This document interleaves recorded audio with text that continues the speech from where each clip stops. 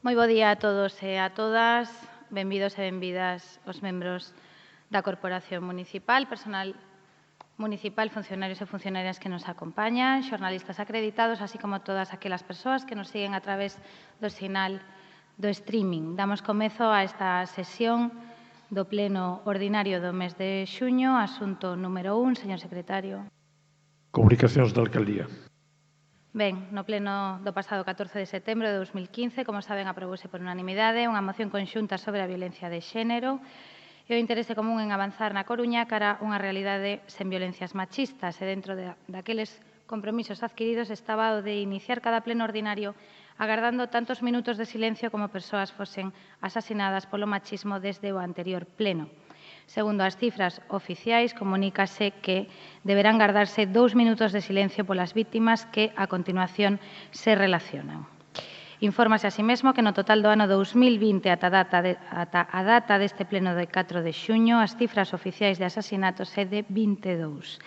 Desde o pleno de maio ata o pleno de xuño foron asasinadas 2 mulleres. O 27 de maio de 2020, a Nick, de apelidos descoñecidos, de 65 anos, en La Escala, Girona. E o 30 de maio de 2020, unha muller de identidade descoñecida de 51 anos en Esplugues de Llobregat, Badalona. Así que solicito aos membros da corporación que se poñan en pé para agardar 2 minutos de silencio.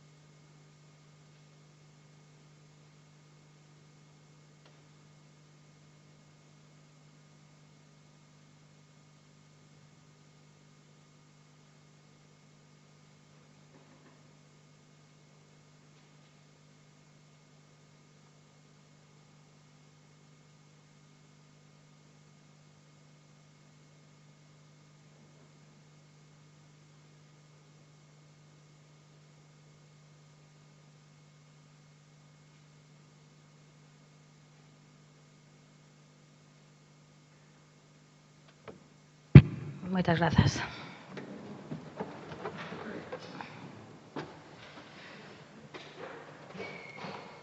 Pasamos xa ao asunto número 2, señor secretario.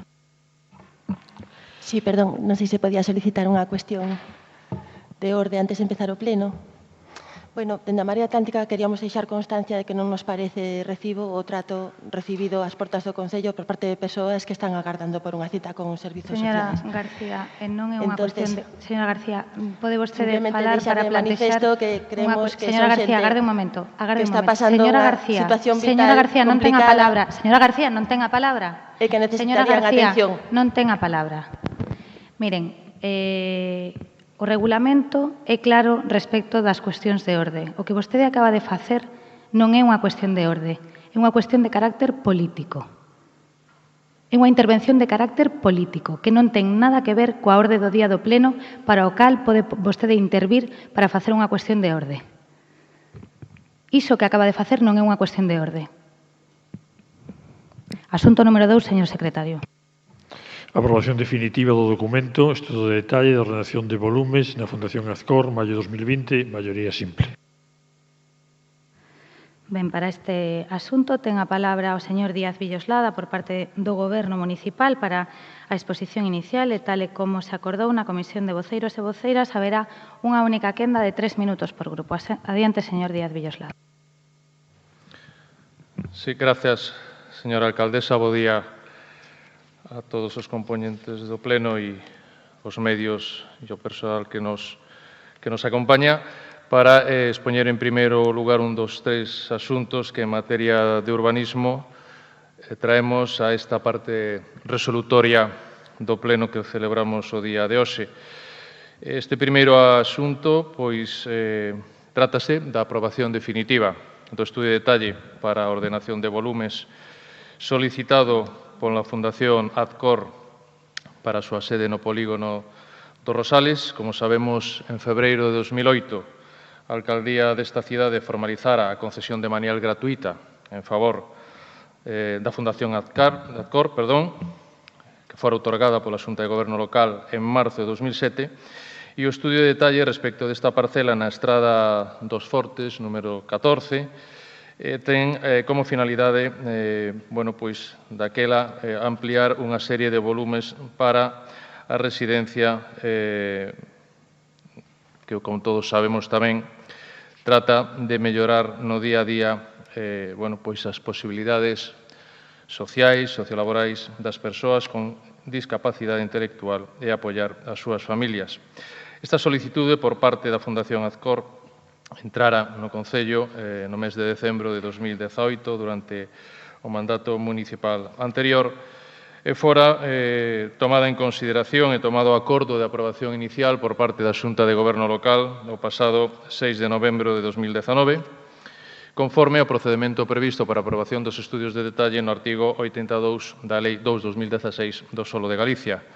Someteuse preceptivamente ao trámite de información pública, non se recibiu ningunha alegación ao respecto, sí que se recibiron, obviamente, os correspondentes informes de carácter sectorial, tanto por parte da Dirección Xeral de Emerxencias e Interior como por parte da Xefatura Territorial da Xunta de Galicia en Economía, Emprego e Industria ou por parte da Dirección Xeral de Patrimonio Cultural que emitira o seu informe en febreiro deste ano.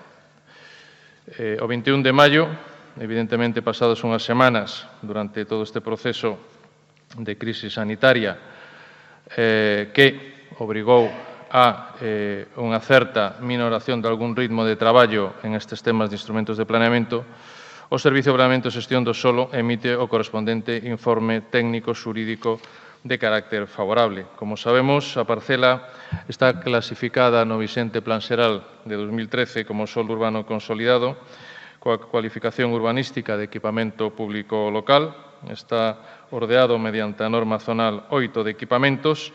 Quero lembrar tamén que, por certo, no pleno do pasado 5 de decembro de 2019 tamén acordárase en esta sesión plenaria o cambio de uso desta parcela para axustalo ao seu uso actual porque estaba clasificado como administrativo e se pasara a súa calificación como sanitario e de benestar social e asistencial.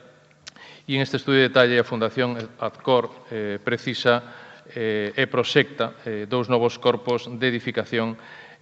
Por iso, neste estudio de detalle, ordéase a correspondente volumetría.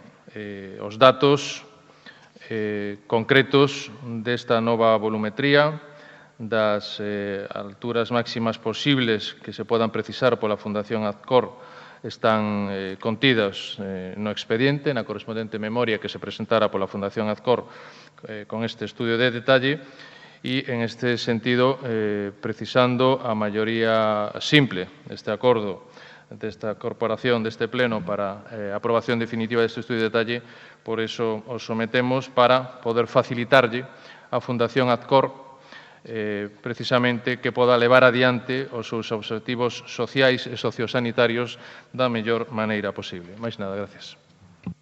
Moitas grazas. Comezamos o turno de intervencións polo Grupo Mixto. Señora Martínez.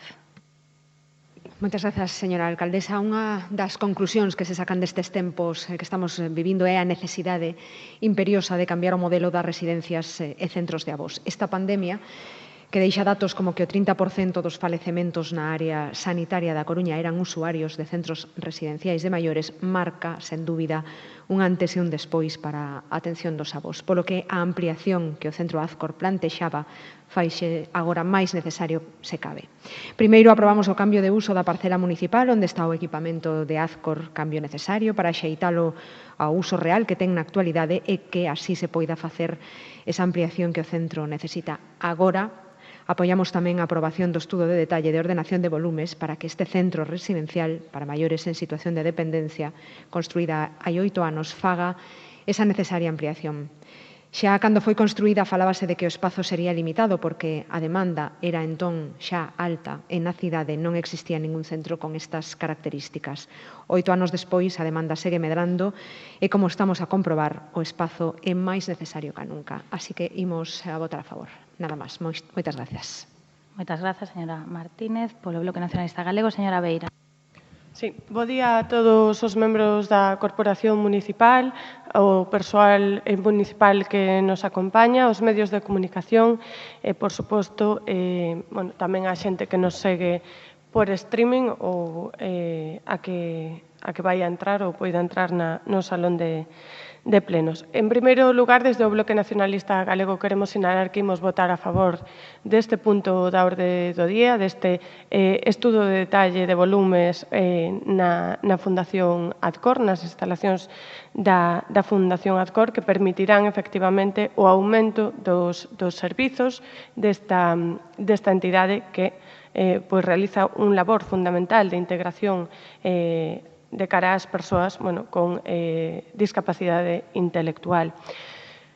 Como eu creo que a cuestión do estudo de detalle non ten unha importancia evidentemente vital para a Fundación, pero creo que políticamente é máis importante destacar hoxe unha cuestión que está acontecendo na nosa sociedade que pode ser invisível para moitas persoas e que ten que ver tamén coa atención á discapacidade e coa atención ás diversidades funcionais e á decisión unilateral, sen diálogo, da Xunta de Galiza de retrasar a apertura dos centros de día e ocupacionais ata 1 de setembro de 2020, que está a provocar graves repercusións non só nas persoas que exercen os cuidados, nunha maior parte mulleres, creando unha sobrecarga brutal, senón tamén provoca o illamento social das persoas que teñen diversidade funcional, que teñen discapacidades. Aspace, que é unha asociación, como ben saben, que coida principalmente das persoas con parálise cerebral, fixo pública a súa queixa por esta decisión da Xunta de Galiza. Interrómpense unha serie de servizos que son vitais para evitar o deterioro psíquico, físico ou cognitivo e garantir a calidade de vida destas persoas e tamén os seus dereitos a reincorporarse á súa vida habitual como estamos facendo o resto das persoas. É incrible como nos podemos reincorporar a nosa vida social, a sair, a ir a locais de hostalaría, a ir de compras ou incluso a asistir a espectáculos culturais, e resulta que estas persoas teñen que estar illadas do que é o seu contexto habitual durante prácticamente 6 meses, que irán desde marzo até setembro, cando, ademais, se traballaba con proxectos de reincorporación nestes centros e, finalmente, a Xunta de Galiza decidiu unilateralmente, sen diálogo, que non se abrisen ata 1 de setembro. Eu quería trasladar simplemente esta cuestión, esta queixa aquí públicamente, que conste en acta e que conste tamén diante dos medios de comunicación, que realmente está a ser un problema para as familias e tamén para as persoas con diversidade funcional e discapacidades. Nada máis. Moitas grazas, señora Beira. Pola Marea Atlántica, señor Varela. Grazas, señora Rei. Quería comezar o meu turno de palabra facendo unha reflexión, porque xa sufrín actitudes despóticas, señora Rei, no Consello de Administración da Autoridade Portuaria no pasado mandato e non vou a sufrilas de novo neste pleno municipal. Nos, señora Rei, imos defender sempre que se escoite a voz da ciudadanía da Coruña. Para eso estamos aquí. E a xente que estaba na porta hoxe nos traslada que non foi suficientemente e convenientemente escoitada, que os seus problemas que traían para trasladarlles non foron suficientemente escoitados. E eu quero dicilo neste pleno, me parece de recibo. Eu creo que é moi importante, señora Rei, que recorde, que non esquenza nunca, que está aí, entre outras razóns, polos nosos votos, polos votos que a Marea Atlántica lle deu para que ostentara a presidencia deste pleno. E a Marea Atlántica vai a exixir sempre que a ciudadanía da Coruña sexa escoitada. Porque eu creo que non é moi boa idea que actúe en minoría absoluta. Nos, a verdade é que coa deriva do goberno non estamos nada satisfeitos. Creemos que non deben de olvidar que a nosa posición e o que defende a Marea Atlántica debe ser escoitado tamén neste pleno. Quizás non formemos parte do goberno, pero puxémola aí nese sitio onde está e creo que merecemos o mesmo respeto que o resto dos concelleiros deste pleno. E, bueno, unha vez feita esta reflexión, con respecto ao punto que nos ocupa, é certo que a Fundación Azcor no noso mandato solicitou un permiso para a instalación para construir para unha construción auxiliar na parcela municipal que ocupa nos Rosais. E dende o Departamento de Licencias, pois, lle respostamos que para esa instalación sería necesario un estudo de detalle que agora, efectivamente, se trae a aprobación deste pleno.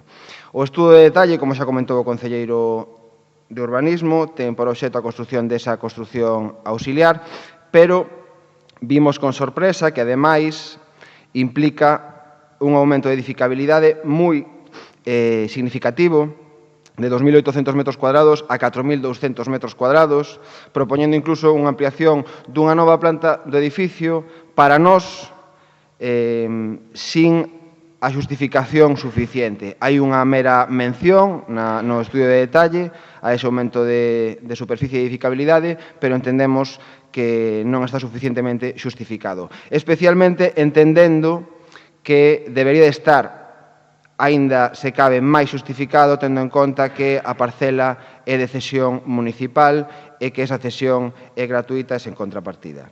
E por esas razóns, e para non bloquear en calqueira caso a tramitación dun estudio de detalle para un equipamento asistencial, que nos absteremos neste punto. Moitas grazas, señor Varela. Por o Grupo Popular, señor De. Ola, bos días a todos os concelleiros e concelleiras, a todos os funcionarios e a toda a xente que nos sigue por streaming. Este asunto que se trai hoxe ao Pleno do Concello consiste na aprobación definitiva dun estudo de detalle para a ordenación de volúmenes da Fundación Azcor no polígono dos Rosales.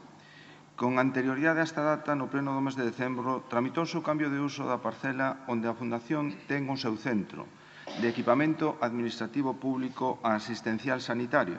Por suposto, a parcela é de titularidade pública e séguese garantindo e mantendo. Para a tramitación do estudio de detalle, seguíronse os trámites que fixe o artículo 80 da Lei do Solo de Galicia e agora atopámonos no último trámite coa aprobación definitiva polo órgano competente que é este Pleno. Disponse no expediente tamén dos informes tanto da Dirección Xeral de Enerxía de Minas e da Dirección Xeral de Emerxencia Interior, que considera a actuación compatible co Plan de Emerxencia Exterior da refinería. Informa favorablemente tamén a Dirección Xeral de Patrimonio Cultural, tanto a construción do cenador do Xardín como outras edificacións auxiliares e a posibles ampliacións de edificación principal existente, xa que non existe afección sobre ningún ben pertencente ao patrimonio cultural de Galicia. A Fundación Azcor é unha organización sen ánimo de lucro, dedicada a mellorar a vida das persoas adultas en situación de dependencia. E a tramitación deste estudio de detalle pretende mellorar as instalacións que xa dispón para mellorar tamén o servicio ás persoas que atende, cada vez con máis demanda. Por unha banda, exponse a construción dun cenador de xardín, que permita aos usuarios un mellor goce de espacio exterior da parcela, protexéndoos das inclemencias do sol e da choiva. Ademais, tamén se contempla a ordenación dos volúmenes de futuras edificacións auxiliares e de posibles ampliacións en altura da edificación principal. Para as edificacións auxiliares contémplanse dúas áreas, unha ao sur, de 346 metros, e outra máis ao norte, encostada á edificación principal, de 108 metros cuadrados de superficie máxima a construir. E na edificación principal contémplase a elevación dunha planta en cada un dos volúmenes, deixando previsto esa futura ampliación para facer frente a futuras demandas e futuras necesidades. Con a tramitación deste estudio de detalle, asígnaselle a parcela unha edificabilidade de 4.258 metros cuadrados, antes casi 2.900 metros cuadrados. E o mesmo ocorre coa ocupación, que pasa dun 32% a un 48%. Xustifícase a integración da ordenación proposta a contorna, cumprindo as determinacións de integración ao ambiente que exixe a Lei do Solo de Galicia, e xustifícase tamén o cumprimento da dotación de plazas de aparcamento dentro da parcela. Non quixera deixar pasar a intervención que fixo a compañeira a señora Beira facendo, como sempre, o que o Pisuerga pasa por Valladolid, mención á Xunta de Galicia en torno aos centros de día. A Xunta de Galicia o que quere garantizar é a seguridade de utilización de todos esos usuarios, visto o que ocorreu en moitas desos centros e moitas desas residencias. Toda vez que, ademais, o seu partido, señora Beira, non quería celebrar as eleccións o 12 de xulio porque decía que era perigoso, pero, sin embargo, estamos vendo que si quere abrir os centros de día sin que exista ningún protocolo. Unha medida que haxa proposto o Goberno Central, que é a autoridade, a autoridade única en este momento, en esta materia. Entonces, eu creo que facer esa mención, eu creo que é un pouco arriesgado. Anunciamos neste tema do estudio de detalle o voto a favor do noso grupo municipal. Moitas grazas, señor Deus. Pecha o debate o señor Díaz Villoslada. Sí, grazas. Quero agradecer os apoios de casi todos os grupos municipais, a excepción da Marea, que opta por absterse neste expediente urbanístico, no que se trata, en definitiva, de facilitar as mellores instalacións da Fundación Azcor. E, en ese sentido, non quero deixar pasar a oportunidade de recoñecer dunha forma sincera, creo que por parte de todos, de que o traballo do tecido sociosanitario da Coruña, o traballo de todas as institucións que traballan neste sector conforma un elemento clave para a estructuración, a vertebración social e cívica da nosa cidade. E, polo tanto, por elo, ademais, a Fundación Azcor así lle corresponde. En todo caso, é un expediente urbanístico que tense tramitado este estudio de detalle con todas as prescripcións legais. O señor Varela, esa sorpresa sorpréndeme a min na medida en que estaba formulado todos os aspectos dos estudios de detalle no primeiro momento en que lles presentaron a proposta deste estudio de detalle, na memoria, na páxina 7, que tivemos outro día a ocasión de analizar na Comisión Informativa do Urbanismo, é sobre a que, ademais, os técnicos de planeamento lle deron a correspondente explicación, e, en ese sentido, pois, agradecer a posibilidade dese apoio prácticamente unánime desta corporación. E sí que me gustaría facer dúas referencias, unha en relación ás cuestións que mencionaba a señora Beira, porque máis alá de cuestións conxunturais e dramáticas propias desta crise sanitaria da COVID-19, sí que é certo que o sistema público de atención a maiores en Galicia, tanto en materia de centros de maiores como que son centros de día, é unha das eivas principais das políticas autonómicas e un dos retos principais que Galicia ten por diante, aparte de outros sistemas de atención primaria, tanto en materia de sanidade como en materia educativa, aproveitar para facer unha reflexión un pouco máis amplia. E, señor Varela, por rematar, si optan por aislarse ou aillarse neste pleno municipal de determinadas tomas de decisión que contribúen ao funcionamento, neste caso, do tecido sociosanitario da cidade, é unha decisión evidentemente a respetar, pero unha decisión específica do seu grupo municipal que vaime permitir que lle comente que a veces me dá a sensación de que están nunha absoluta distopía. Non podo ter outra visión da posición que acaban de sinalar e o que é absolutamente inaceptable e incomprensible, creo que por parte de casi todos ou do resto dos grupos municipais aquí presentes, é que se lle comente á Alcaldía Presidencia deste pleno que o seu grupo municipal non está recibindo o mesmo trato que o resto dos grupos municipais. Non confundan, señor Varela, a xente do común co común da xente. Mais nada, gracias. Moitas grazas, señor Díaz Villoslada. Procedemos á votación. Señora Sobral, pode vostede exercer o voto a man alzada. Para a aprobación deste punto requírese maioría simple do pleno. Votos a favor?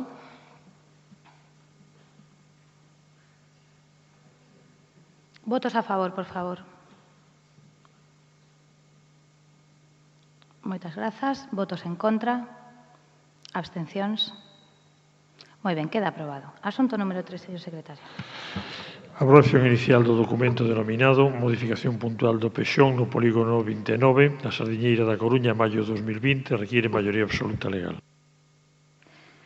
Moi ben. Señor Díaz Villoslada, ten a palabra por parte do Goberno municipal. A continuación, haberá unha quenda de 5 minutos e unha réplica de 3 minutos. Adiante, cando queira. Sí, grazas de novo, señora alcaldesa.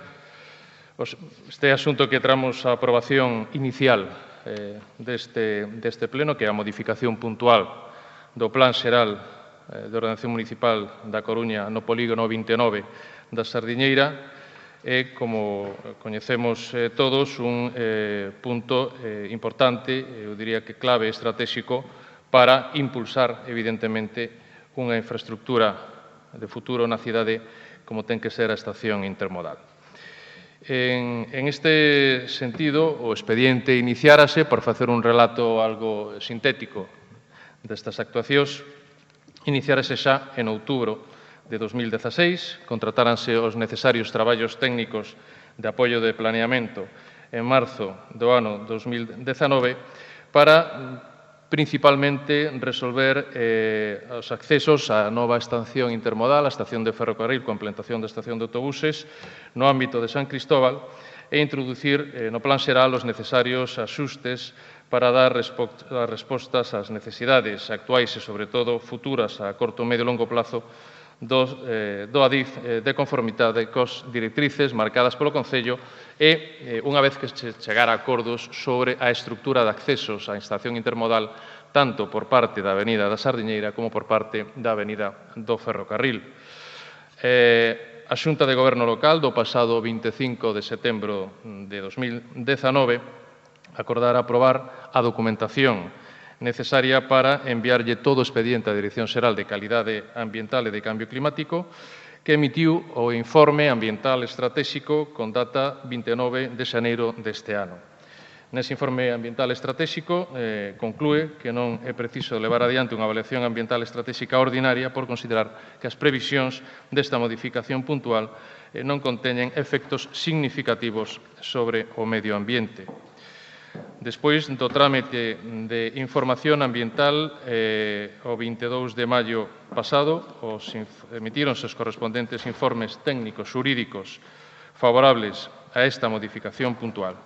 Como decía, ten esta modificación puntual no polígono da Sardiñeira unha finalidade principal, como é dotar dun acceso viario axeitado a nova estación, tanto de ferrocarril como de autobuses na súa formulación de intermodalidade dende a Avenida de Arteixo. Pero tamén ten outro obxectivo complementario e absolutamente necesario a hora de reconfigurar este polígono, como é rematar, darlle unha mellor modificación á Praza da Sardiñeira, que ten unha contorna, como temos en ocasións a posibilidade de comentar, unha contorna de baixa calidade, de forma que o espacio da praza observamos que non se atopa ben definido e esta modificación puntual trata de darlle esa mellor definición. É importante suliñar tamén, porque son cuestións que viñan formuladas desde o mandato anterior e que nós tamén considerábamos importantes manter, como nesta nova ordenación deste polígono recóllense e presérvanse unha serie de edificacións existentes no ámbito que se permiten manter mediante a súa integración nos novos volumes proxectados. Preténdese así construir, de unha forma eu creo que relevante, unha fachada urbana de maior calidade para este novo sistema vial viario e que remate a zona residencial dos Mallos e sirva de punto de conexión entre un área densamente poboada e a zona de grandes equipamentos situada ao oeste, onde están pois, o Complexo Deportivo Fernando Bremón Pérez, o CEIP José Cornide, o Instituto de Bacharelato da Sardiñeira, a Escola Infantil ou mesmo preto do ámbito do polígono do MAC.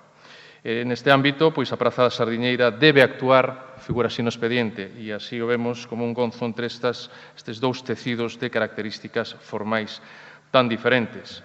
A integración destas cuestións exixen que o diseño final deste novo viario garanta a conexión das dúas marxes, posibilitando a mobilidade transversal, sobre todo a peonil e a ciclista, evitando deste xeito unha formación de barreiras urbanísticas para que non se constitúa un corte na cidade.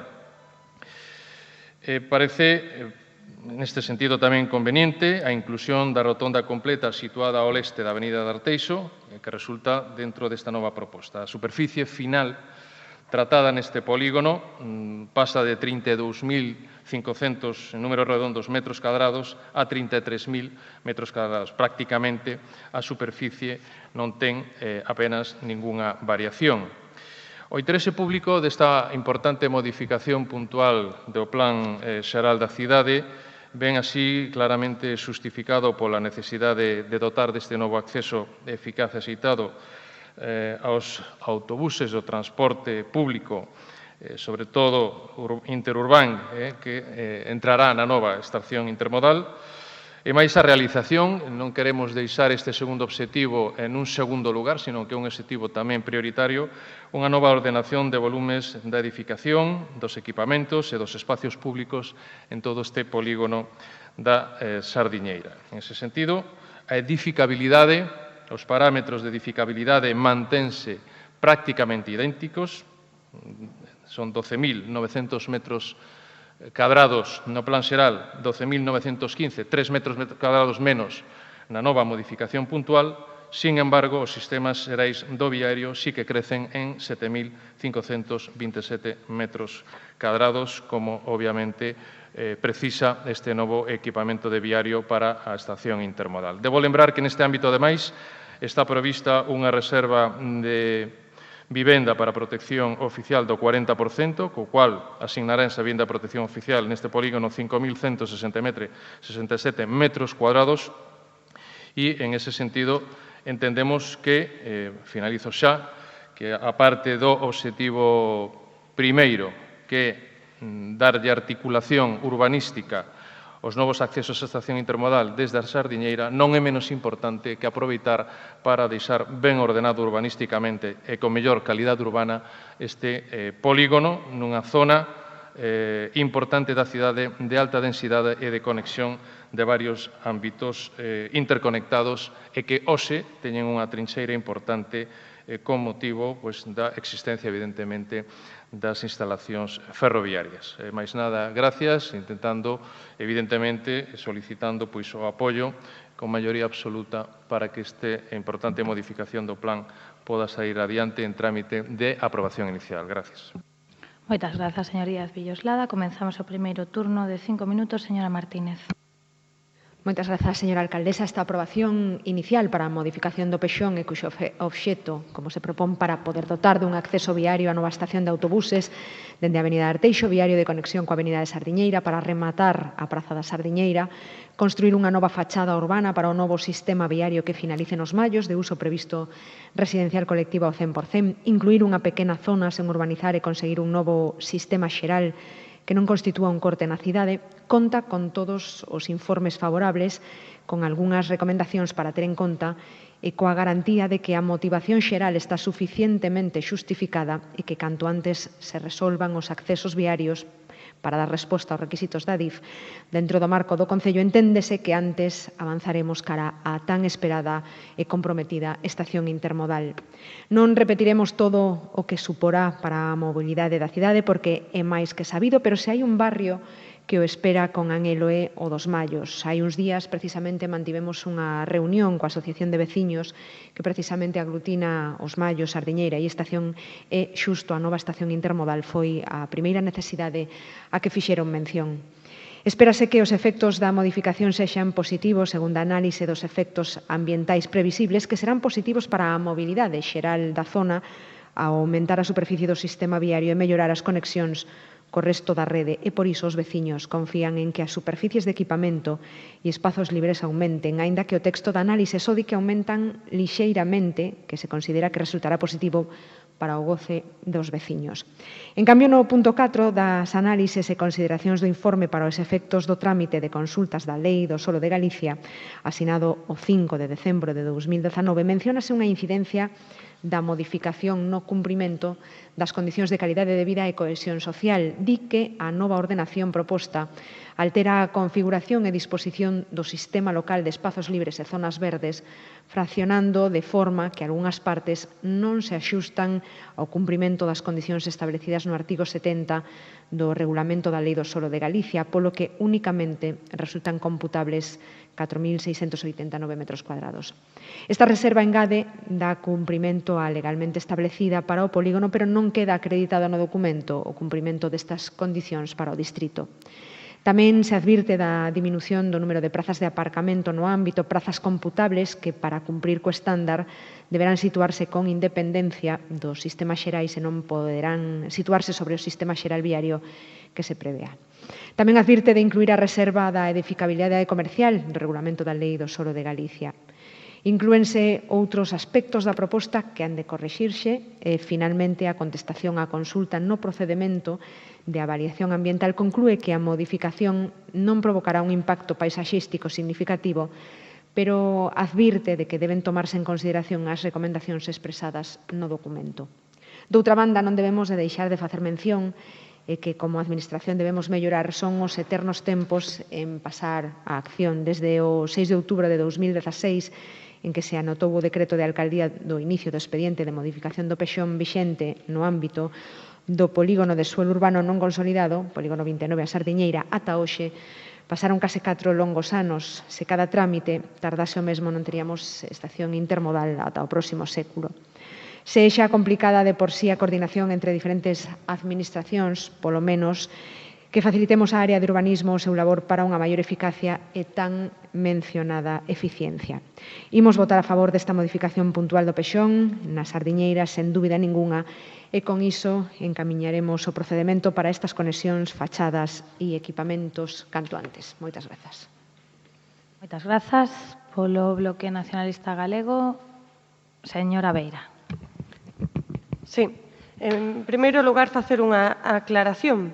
Señor Deus, a Xunta de Galiza, non o mando único do Ministerio, remitiulle ás entidades sociosanitarias un plan de reactivación do ámbito sociosanitario en relación coa infección da COVID o 12 de maio de 2020. Remitiulle a Consellería de Política Social ás entidades e co horizonte, e o que se establecía nese plan, era que conforme se fose avanzando na desescalada, xa vemos que estamos avanzando na desescalada, xa hai moitas cousas que podemos hacer, xa podemos disfrutar do noso ocio, podería retomarse as actividades dos centros de día e ocupacionais. Por lo tanto, foi a propia Xunta de Galiza a que lle dixo ás entidades que podían ir,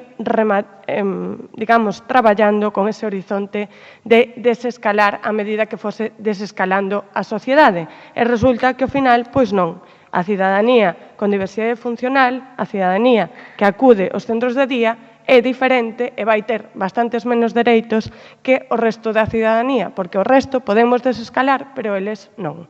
Non poden retomar a súa vida diaria. E con todas as precaucións, evidentemente, señor Deus, con todas as precaucións que poda e deba haber neses centros, pero que non é normal é que estas persoas estean illadas durante máis de 6 meses.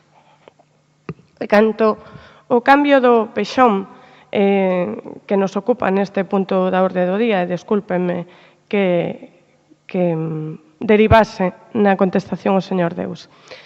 En canto a este punto da orde do día, o cambio do pexón do polígono da Sardiñeira, cabe sinalar que, aproveitando a necesidade, como sinalaba o señor Villoslada, a necesidade de formular os novos accesos viarios á futura estación intermodal de San Cristobo, en febreiro de 2017 o Goberno municipal anterior presentou unha proposta de reordenación do polígono da Sardiñeira na que, ao contrario da ordenación formulada no Pexón de 2013, posibilítase a preservación de varias das vivendas existentes na Agra dos Mallos ameazadas polo planeamento anterior, unha cuestión coa que estamos plenamente de acordo.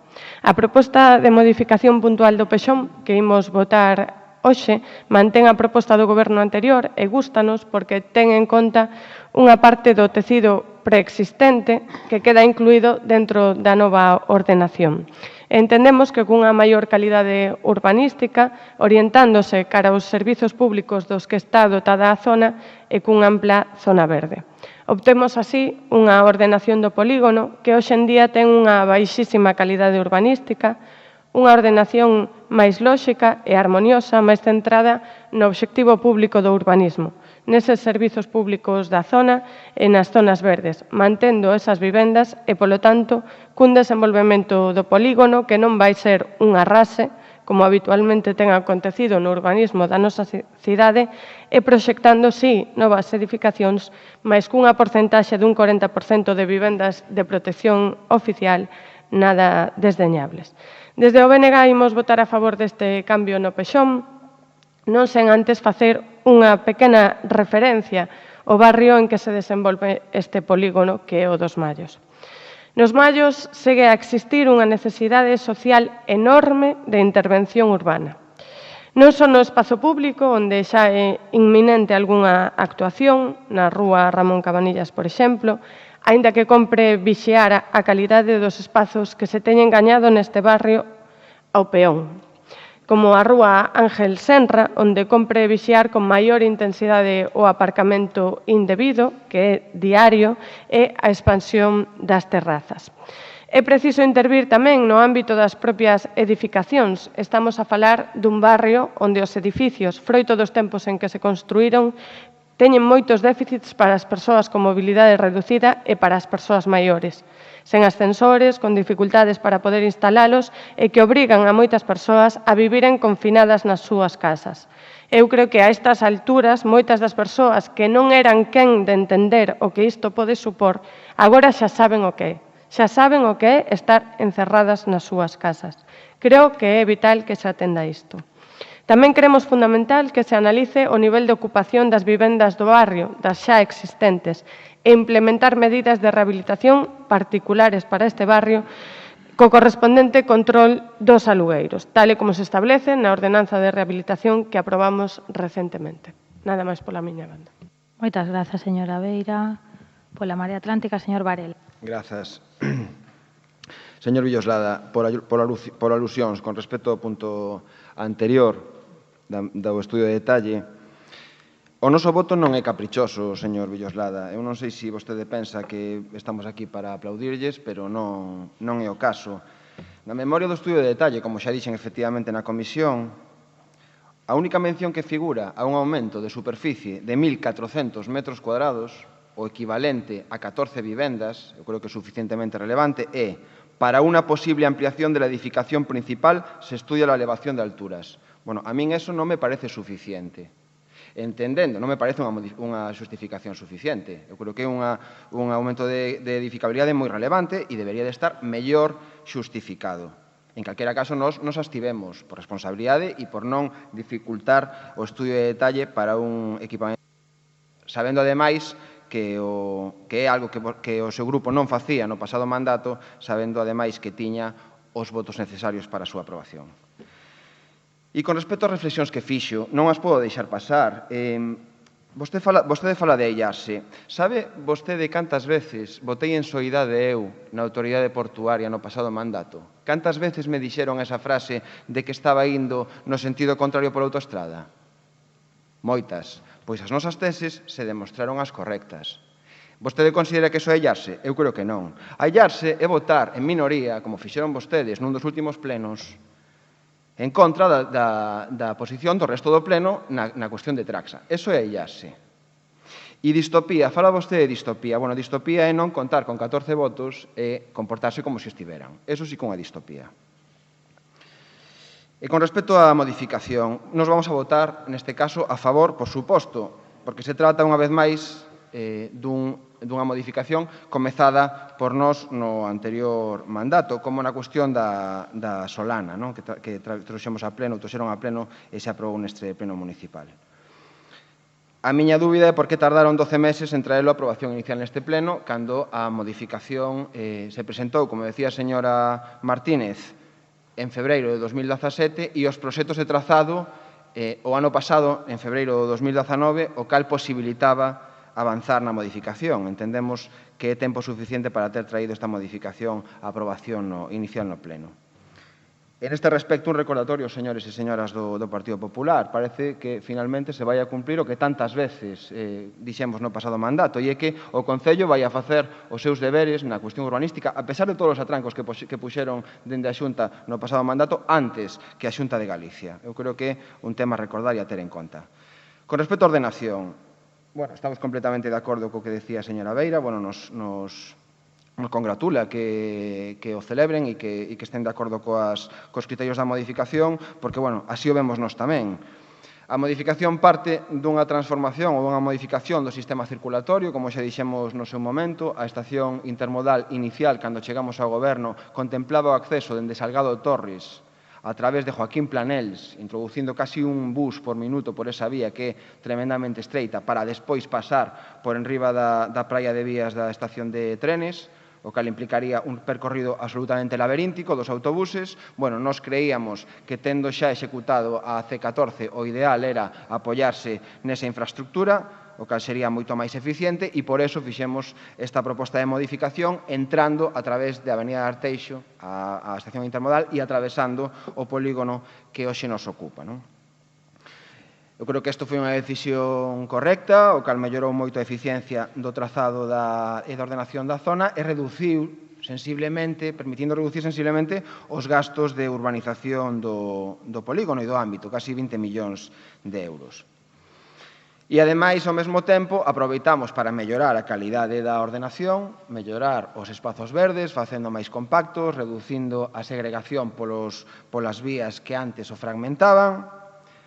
Trasladamos os equipamentos ás zonas menos soleadas, esencialmente ao zócalo do edificio de Alico, e unha cuestión que introducimos, ao fío do que decía a señora Beira, que nos parecía absolutamente relevante, foi a de recoñecer as edificacións habitadas que hai na zona, para que non repetiramos os erros promovidos polo Partido Socialista nas pasadas décadas de eliminar edificacións habitadas e repetir problemas, dramas sociais como que se vive no ofimático, nas vivendas da Pereiroa. E por iso a ordenación é compatible con que se manteñan esas edificacións, o que nos parece que é unha modificación dos criterios de urbanización para pasar dun urbanismo máis insensible a un urbanismo sensible. E deixo o resto de intervención para a seguinte quenda. Gracias. Moitas grazas, señor Varela. Polo Partido Popular, señor Fernández. Gracias, alcaldesa, y buenos días a todos y a todas. Bien, como se ha explicado, traen a aprobación inicial esta modificación puntual del polígono 29 del Plan General, conocido como Sardiñeira. Claro que del expediente en concreto, poco podemos, yo creo que decir. Desde el PP creemos que está justificado el interés general de esta modificación, que es obligatorio en este tipo de expedientes, ya que reajustan los viales para los accesos a la futura estación intermodal. Un vial que une las avenidas de Sardiñeira y Arteixo con una rotonda en la avenida Arteixo. Las dos infraestructuras ya existían en el Plan General, lo que se hacen es ajustarlas, no es ningún invento del Gobierno anterior, ya existían desde mucho antes. La nueva ordenación sube en alturas y reduce la superficie en planta, con lo que aumenta el espacio libre. La única pega es que aumenta la superficie del viario, disminuyendo la de espacios verdes y la de aparcamientos, Es verdad que cumplen los límites legales, porque el plan original los proyectaba en exceso y ampliamente sobrados esos límites legales. Pero ese aumento de espacio libre es principalmente para viario. Aún así, y aunque cada arquitecto haría su ordenación, no tenemos que objetar, y por eso votaremos a favor de este expediente si es el que considera apropiado esta ordenación el ayuntamiento. En el documento de aprobación inicial habrá tiempo, si queremos, a seguir ajustando lo que se considere necesario, ya que estamos en una aprobación inicial en un momento primario, el principio del expediente. Está claro que esta ordenación favorecerá la movilidad en la zona, sobre todo cuando se ejecute, como también lo hacía el Plan General de Ordenación Municipal originariamente, pero lo que verdaderamente será transformador de la movilidad en la ciudad será la construcción de esa estación intermodal, como ya han dicho mis compañeros. Y por eso, ya que hablamos de esta estación intermodal, permítanme hacer dos consideraciones, como han hecho el resto de portavoces, de voceiros. De poco van a valer los accesos si no hay intermodal a la que puedan llegar los autobuses.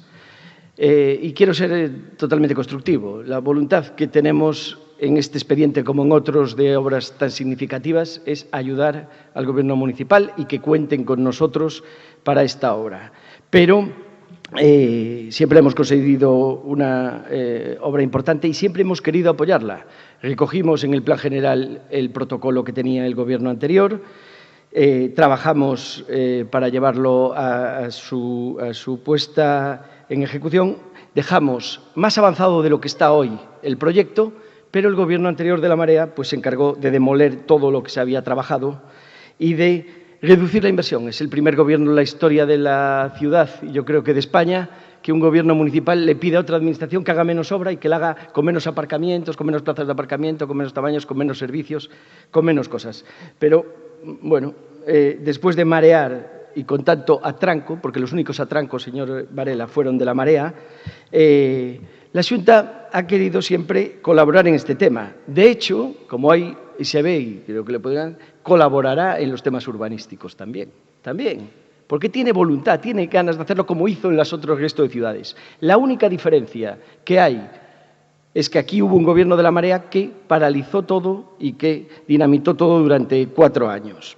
Pero, sinceramente, ya digo, queremos ser constructivos y queremos que se entienda que queremos apoyar esta y que el Ayuntamiento cuente con nuestro apoyo. Lo hicimos con un plan extraordinario, un pleno extraordinario para dar cuenta y que no solo el partido mayoritario de la oposición, sino todo el pleno apoyase esas demandas de grandes infraestructuras para la ciudad, sino que también lo apoyó todo el pleno, sino que además pues hemos querido y seguimos insistiendo en que se vea que es un acuerdo general de ciudad. Pero estamos preocupados porque las últimas noticias de Adif son bastante preocupantes. En plena pandemia y por videoconferencia, es decir, que he seguido trabajando en contra de la intermodal, Adif pues ha dicho que lo que había dicho el delegado del Gobierno hace un año, pues que es mentira.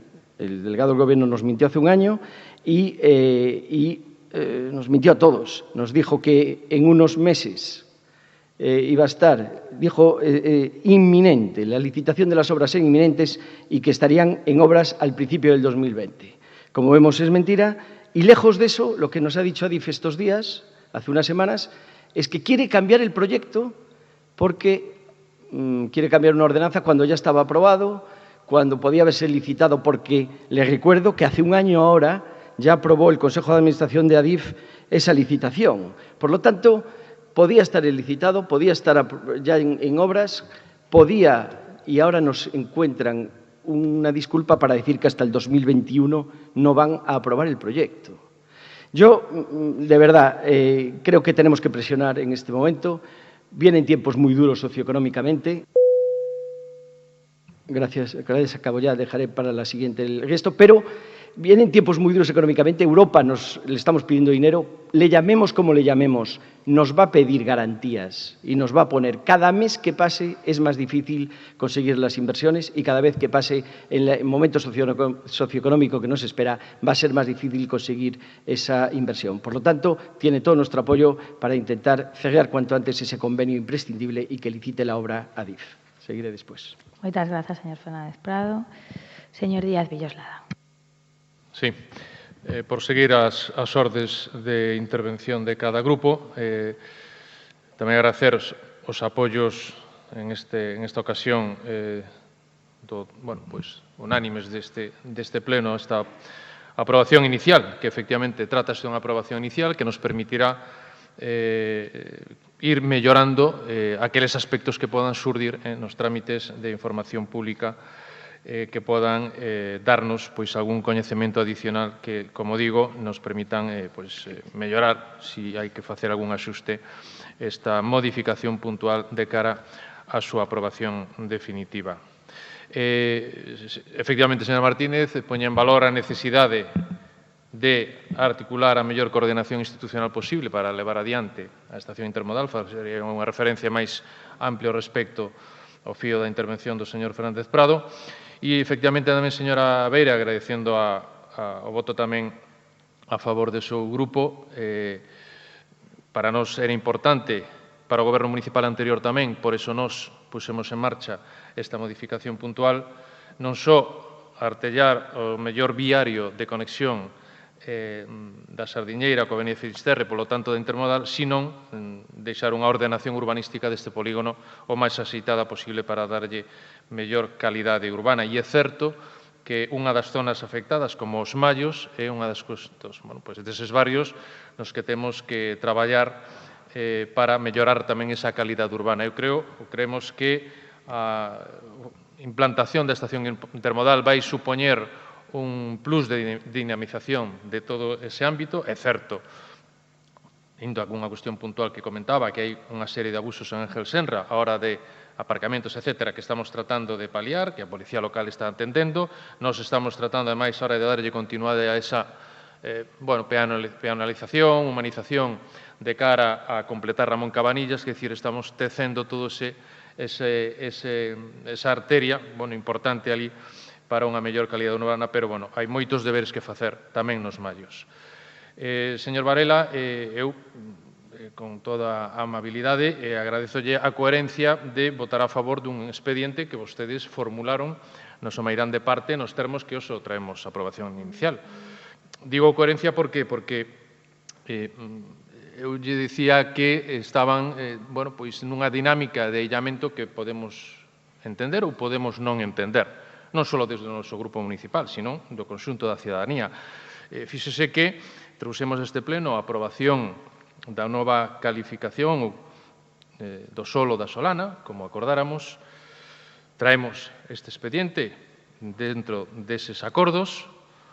Incluso, voulle dicir máis, trouxemos a modificación para darlle saída ao Parque da Agra, mellorando, permítame que yo diga, mellorando os estándares que vostedes tiñan articulados para o Parque da Agra, pero non apostaron nese momento. Quero dicir que non sei quen está cambiando. Eu creo que nós estamos seguindo a folla de ruta que tiñamos marcada, que a veces pode ir ao 100%, pero ás veces vai ao 80%. Efectivamente, pode haber aspectos, aínda que teñamos que traballar e correxir. Temos un punto que tratar, como sabemos, no punto del viña do fimático. Pero o resto dos asuntos son os que estamos traballando dentro dese marco de investidura. Por iso faría a pregunta de quen está virando o rumbo. Nos decía, por que tardamos 12 meses? A ver, as cousas hai que dicilas. Eu preguntaría, por que tardaron 3 anos? Vostedes iniciaron este expediente en outubro de 16 e non encargaron os traballos técnicos hasta marzo de 19. Nos, en setembro, levamos a Xunta de Goberno o expediente para esta modificación puntual. Creo que quero recoñecer o traballo dos servizos técnicos de planeamento de urbanismo en estes e outros instrumentos de planeamento para axilizar todas as cuestións que estaban sin moverse, e teño que dicilo así, o máis posible. Por iso de que, frente a 3 anos de non arrancarse con este expediente, que en 4 meses, porque foi a Xunta de Goberno local en setembro, o expediente xa fora, pois creo que ten bastante de compromiso por parte deste Goberno municipal para levar adiante este e outros instrumentos de planeamento necesarios para a cidade. En ese sentido, tamén teño que dicirlles que esta modificación puntual e a outra modificación puntual que ten incluso cualitativamente máis impacto, que vai ser, que está actualmente, a informe ambiental a que afecta ao ámbito estrictamente ferroviario, son modificacións urbanísticas do Plan Xeral que están sendo puntualmente acordadas tanto coa Xunta de Galicia como coa ADIF. Quero dicir que os instrumentos de planeamento que son de competencia estrictamente municipal, sin presuicio das tutelas autonómicas que hai, remato e deixo outras cuestións para a última intervención, son modificacións urbanísticas, tanto estas dúas modificacións puntuais como o trámite que estamos informando de declaración do proxecto de estación de autobuses conforme a Lei 3/2016 para enclavala na estación intermodal de acordo perfectamente tanto coa Xunta de Galicia como coa ADIF. Ao respecto desto, de algunhas das consideracións que comentou o señor Fernández Prado, pois aproveitarei a última quenda para facer algunha consideración final. Gracias. Moitas grazas, señor Díaz Villoslada. Segunda e última quenda de 3 minutos. Señora Martínez renuncia ao turno. Señora Beira.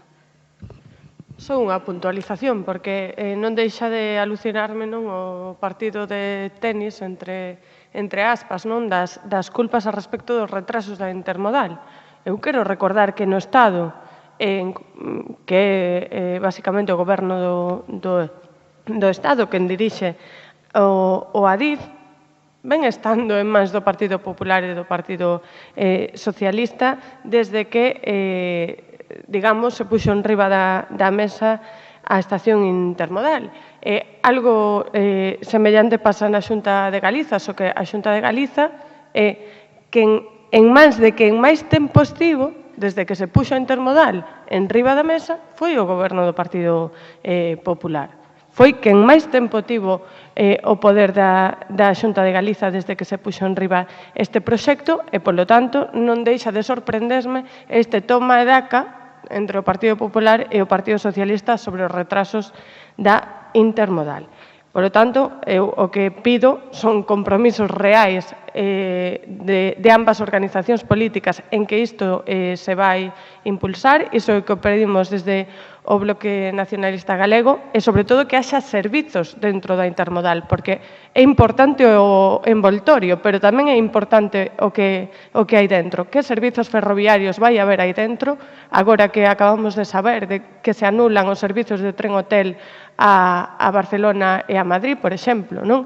En definitiva, hai que saber tamén que servizos se van a ofrecer e se realmente nesta comarca imos ter unha verdadeira intermodalidade entre os servizos de autobuses e o servizo de ferrocarril, non? En canto que a repercusión efectivamente que vai ter esta infraestrutura no barrio dos Mallos, efectivamente, vai ter moitísima repercusión. Está na man do Concello da Coruña, está na man do Goberno Municipal que esa repercusión non vaya en contra dos habitantes tradicionais do barrio dos Mallos e que non se produza un proceso de xentrificación.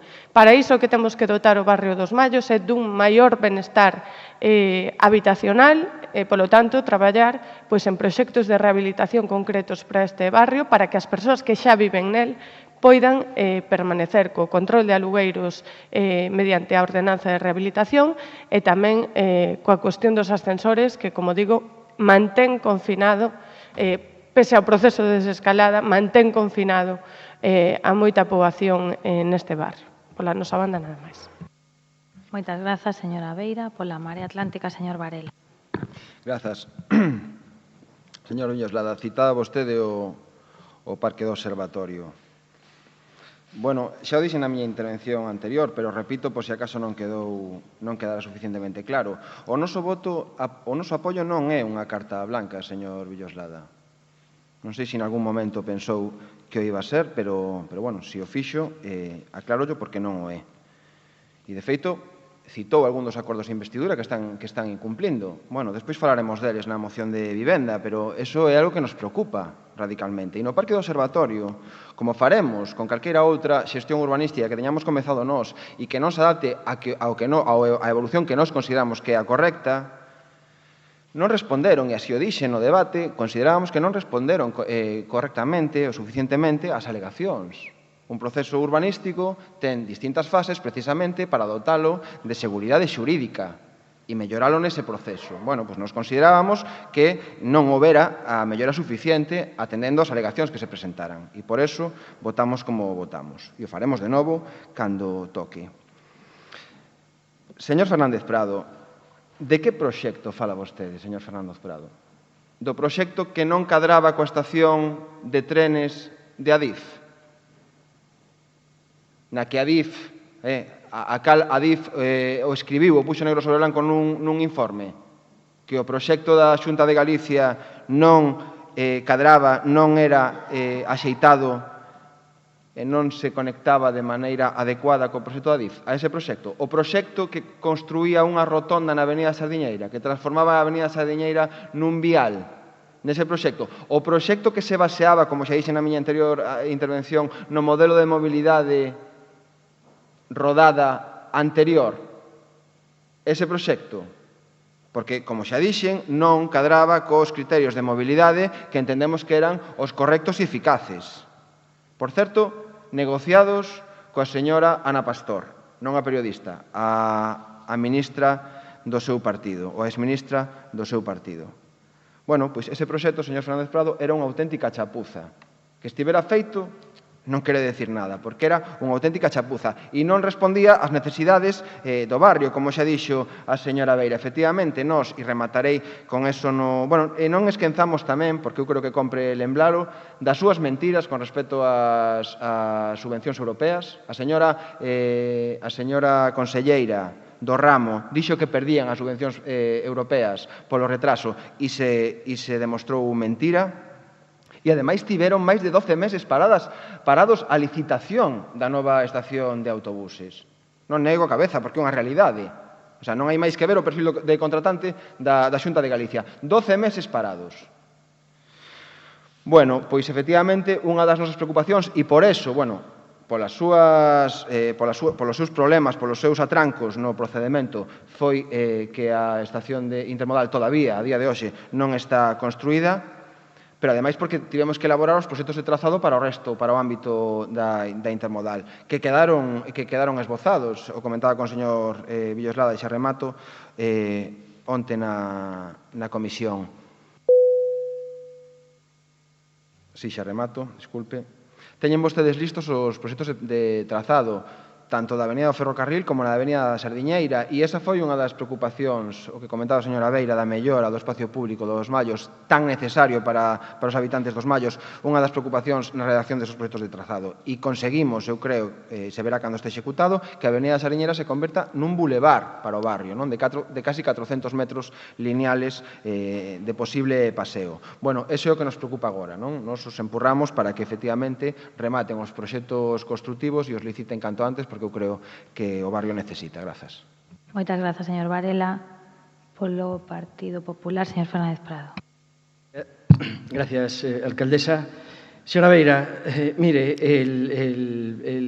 la intermodal se aprobó con el Plan General, hubo que esperar hasta el Plan General. Dejamos, después de aprobar el Plan General, ese año que hubo, dejamos hecho el proyecto, ese que luego destrozaron los de Marea. Y mire, podían haberse ustedes acordado, habla del PSOE y del PP, pero en su acuerdo de investidura de La Coruña no se acordaron de nada, no de la intermodal, de nada.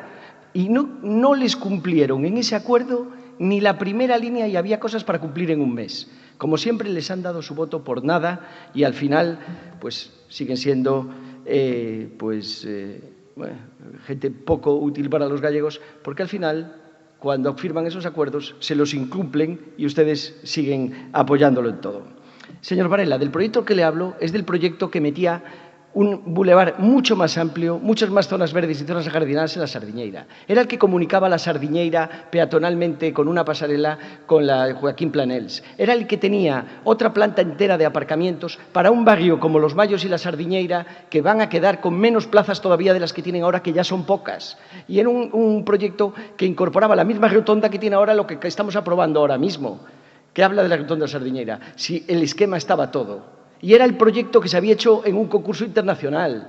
Y era un proyecto que dejábamos solo la parte pública, quitábamos toda la privada, pero dejaba toda la parte pública de la inversión. Pero el único gobierno de España, municipal, que pide que le rebajen la inversión y que le hagan menos parking y que no le hagan accesos peatonales entre vías y que no le hagan un gran bulevar en la Sardiñeira, fue el suyo. Y esto son realidades. Le decía antes, porque no quiero ser constructivo en el tema, que la primera idea de poco valía una intermodal, una modificación puntual para accesos a la intermodal si no tenemos intermodal para la que lleguen los autobuses. Pero quiero terminar con otra idea, y es que volver a insistir en que el Partido Popular ha estado, está y estará siempre en los grandes temas de ciudad. Estuvimos esta semana y vamos a seguir estando en estos temas, sin chantajes, sin pedir nada a cambio, sin contraprestaciones, solo con la exigencia de la calidad y que sea por el bien de los ciudadanos, y vamos a seguir ahí. Estuvimos esta semana aprobando, y fuimos los primeros no solo en impulsar, sino en confirmarles nuestro apoyo en un plan de reactivación porque hacía falta. Vamos a estar, y estamos aquí, también fuimos los primeros en confirmarle que apoyaríamos este expediente para darle los 14 votos necesarios que necesita para su tramitación. Vamos a estar con la intermodal porque creemos que es imprescindible. La Xunta quiere construir su parte. Vamos a presionar a DIF porque cada mes que pasa va a ser más difícil conseguir esa intermodal. Vamos a estar con la ciudad de las TIC. Vamos a estar con la transformación del puerto y, como le comentaremos esta tarde, también queremos estar y vamos a estar con el nuevo hospital que es imprescindible para la ciudad. Son todas obras importantes, necesitan liderazgo, necesitamos ya que se pongan con estas obras y puede contar sin chantajes, sin pedir nada a cambio, nada más que la mejora de la calidad de vida de los coruñeses, que el Partido Popular estará con estas grandes obras que llevamos ya casi 5 años echando de menos las inversiones. Nada más y muchas gracias. Moitas grazas, señor Fernández Prado. Pecha o debate o señor Díaz Villoslada. Sí, brevemente dúas cuestións. Unha, no que atinxe as zonas verdes, porque non quero deixar de dicilo, efectivamente o plan xeral tiña os estándares moi por riba das previsións necesarias, pero en todo caso a ordenación de zonas verdes quedan mellor estructuradas no novo polígono e en canto a aparcadoiros hai que ter en conta unha cousa, primeiro que se respetan os estándares da lei do solo, segundo que a Xunta de Galicia non computa todos os aparcamentos en vial que están diseñados, pero efectivamente van a estar aí. Terceiro, que hai posibilidades de establecer aparcamentos subterráneos en espacios públicos. E cuarto, que é un aparcamento de 370 plazas previsto para a estación intermodal. Quer dicir que as dotacións de aparcamento, en principio, estarían cumprindo os estándares. Pero indo un pouco por riba da propia modificación puntual. A Coruña vai no vagón de cola da implantación das intermodais en Galicia. É así. Vigo vai por diante, Ourense vai por diante, Santiago vai por diante. Xa non falemos das conexións ferroviarias da Coruña con Lugo e con Ferrol, que son un reto absolutamente claro. En ir no vagón de cola das intermodais da Galicia teñen que ver todos os que gobernaron e teñen que ver todos os que gobernamos. Partido Popular, Partido Socialista, Marea Atlántica. Non digo o BNG porque non estaba en eses momentos en ningún dos gobernos, a pesar das unhas das consideracións que facía o señor Fernández Prado respecto do goberno de Madrid. Pero certo é unha cuestión. Nos, en 6 meses, dentro deste goberno municipal, puxemos en marcha as 2 modificacións puntuais necesarias que non estaban en tramitación e a modificación o trámite de información pública instado pola Xunta de Galicia para a declaración do proxecto de urxente necesidade da estación de autobuses na intermodal conforme á Lei 3. Desde o 9 de agosto do ano pasado, pouco máis de un mes de empezar realmente a traballar como goberno, impulsamos cada día, cada semana e cada mes, coordinadamente coa Xunta de Galicia e coa DIF, todos os proxectos que se interrelacionan urbanísticos e constructivos para a implantación efectiva. E máis, teño que decir que os termos do convenio absolutamente imprescindible para definir as responsabilidades de cada administración pública que intervén están prácticamente ultimados. Están prácticamente ultimados a data de hoxe, tanto por parte da Xunta de Galicia como por parte de nós, como entendo que ten que estar por parte de ADIF. Incluso a hora de establecer os usos ferroviarios, os usos asociados ao sistema ferroviario, a xestión compartida do solo e do subsolo, porque vai haber aí unha comunidade de veciños entre administracións, a definición da pasarela peonil e ciclista, O problema que hai e que é certo, teño que recoñecelo así, que o que puxo o problema final é a DIF é en incompatibilidade de proxectos constructivos entre o proxecto de remodelación da estación ferroviaria e o proxecto básico, que aínda non é proxecto constructivo de execución, da estación de autobuses. E remato, señora alcaldesa, que esas incompatibilidades de proxectos se solucionen entre a DIF e a Xunta de Galicia. O Goberno municipal está facendo todos os seus deberes eminentemente urbanísticos, pero tamén constructivos, porque temos a previsión de licitar este ano o proxecto de accesos pola Avenida Ferrocarril, que non precisa modificación urbanística, para que este investimento, que está por riba dos 80 millóns de euros, vaya adiante na cidade. Eu espero, señor Fernández Prado, que todos os anuncios do Partido Popular, que hai que contextualizalos en un momento preelectoral, non sexan só anuncios do momento, sino que sean anuncios de compromiso despois do 12 de xullo para esta cidade, que creo que... E remato, señora presidenta, a todos os grupos presentes neste pleno. Gracias. Moitas grazas, señor Díaz Villoslada. Procedemos xa á votación deste asunto número 3, para o cal se require maioría absoluta legal do pleno. Votos a favor? Moitas grazas. Queda aprobado por unanimidade da corporación. Pasamos xa o asunto número 4. Señor secretario. Asunto número 4, aprobación inicial do documento denominado Modificación puntual do Plan Xeral de Ordenación Municipal da Coruña no ámbito do polígono P39, Peñarredonda, xaneiro 2020. A maioría absoluta legal igualmente. Ben, moitas grazas, señor Díaz Villoslada. Ten a palabra para a exposición inicial. Logo haberá unha única quenda de 3 minutos por grupo. Adiante, cando queira. Sí, grazas de novo, señora alcaldesa. Nesta modificación puntual tamén do Plan Xeral no polígono P39, que ven para aprobación inicial, é resultado ou condición necesaria para a execución da sentencia número 574 de 2015, que exclúe deste polígono as parcelas obxeto do fallo da sentencia, que as declararía como solo urbano consolidado. A Xunta de Goberno local, en setembro, o do día 3 de setembro tamén do pasado ano, se tomou o acordo de tomar en consideración esta documentación, enviálo, evidentemente, ao preceptivo informe ambiental da Xunta de Galicia, e a Xunta de Galicia, a Dirección Xeral de Calidade Ambiental e Cambio Climático, emitira o seu informe ambiental estratégico o 2 de decembro do ano pasado, concluindo tamén que non era preceptiva a avaliación ambiental estratégica porque estas previsións nesta modificación puntual non producían tampouco efectos significativos sobre o medio ambiente. Consta o informe favorable técnico-xurídico do Departamento de Planeamento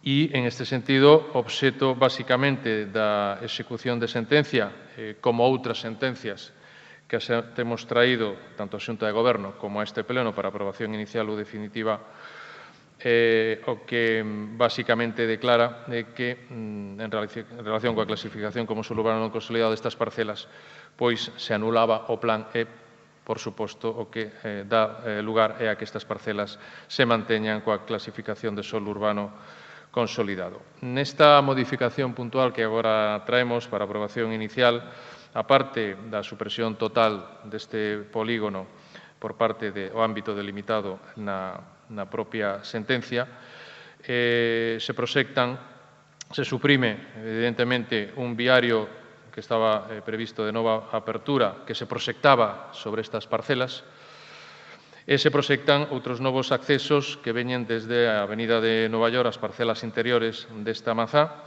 e se recualifica a parcela dotacional local privada, para local privada, de toda a parcela que pertence ao Colegio Hijas de Jesús. E mantense, o que iso sí, porque é importante, o reforzo do trazado da Rúa Berlín, que é Estremeira, coa parcela de Vegano. En este sentido,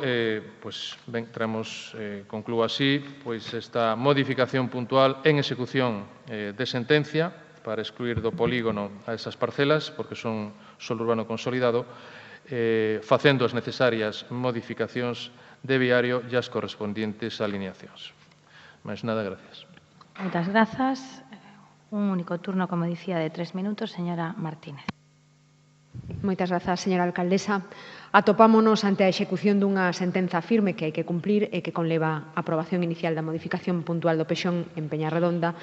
E o informe do secretario xa di que o tratarse polo menos en parte dunha sentenza que anula a clasificación de suelo urbano non consolidado e que obriga a estimar que a clasificación das parcelas ás que se refire como a do suelo urbano consolidado é de que nos termos da sentenza do 1 de outubro de 2015 se lle dea esa clasificación na súa integridade, pois só cabe a rotunda execución da sentencia. O que si chama a atención é o segundo aspecto que se menciona de que, independentemente da súa xustificación, se excede do contemplado.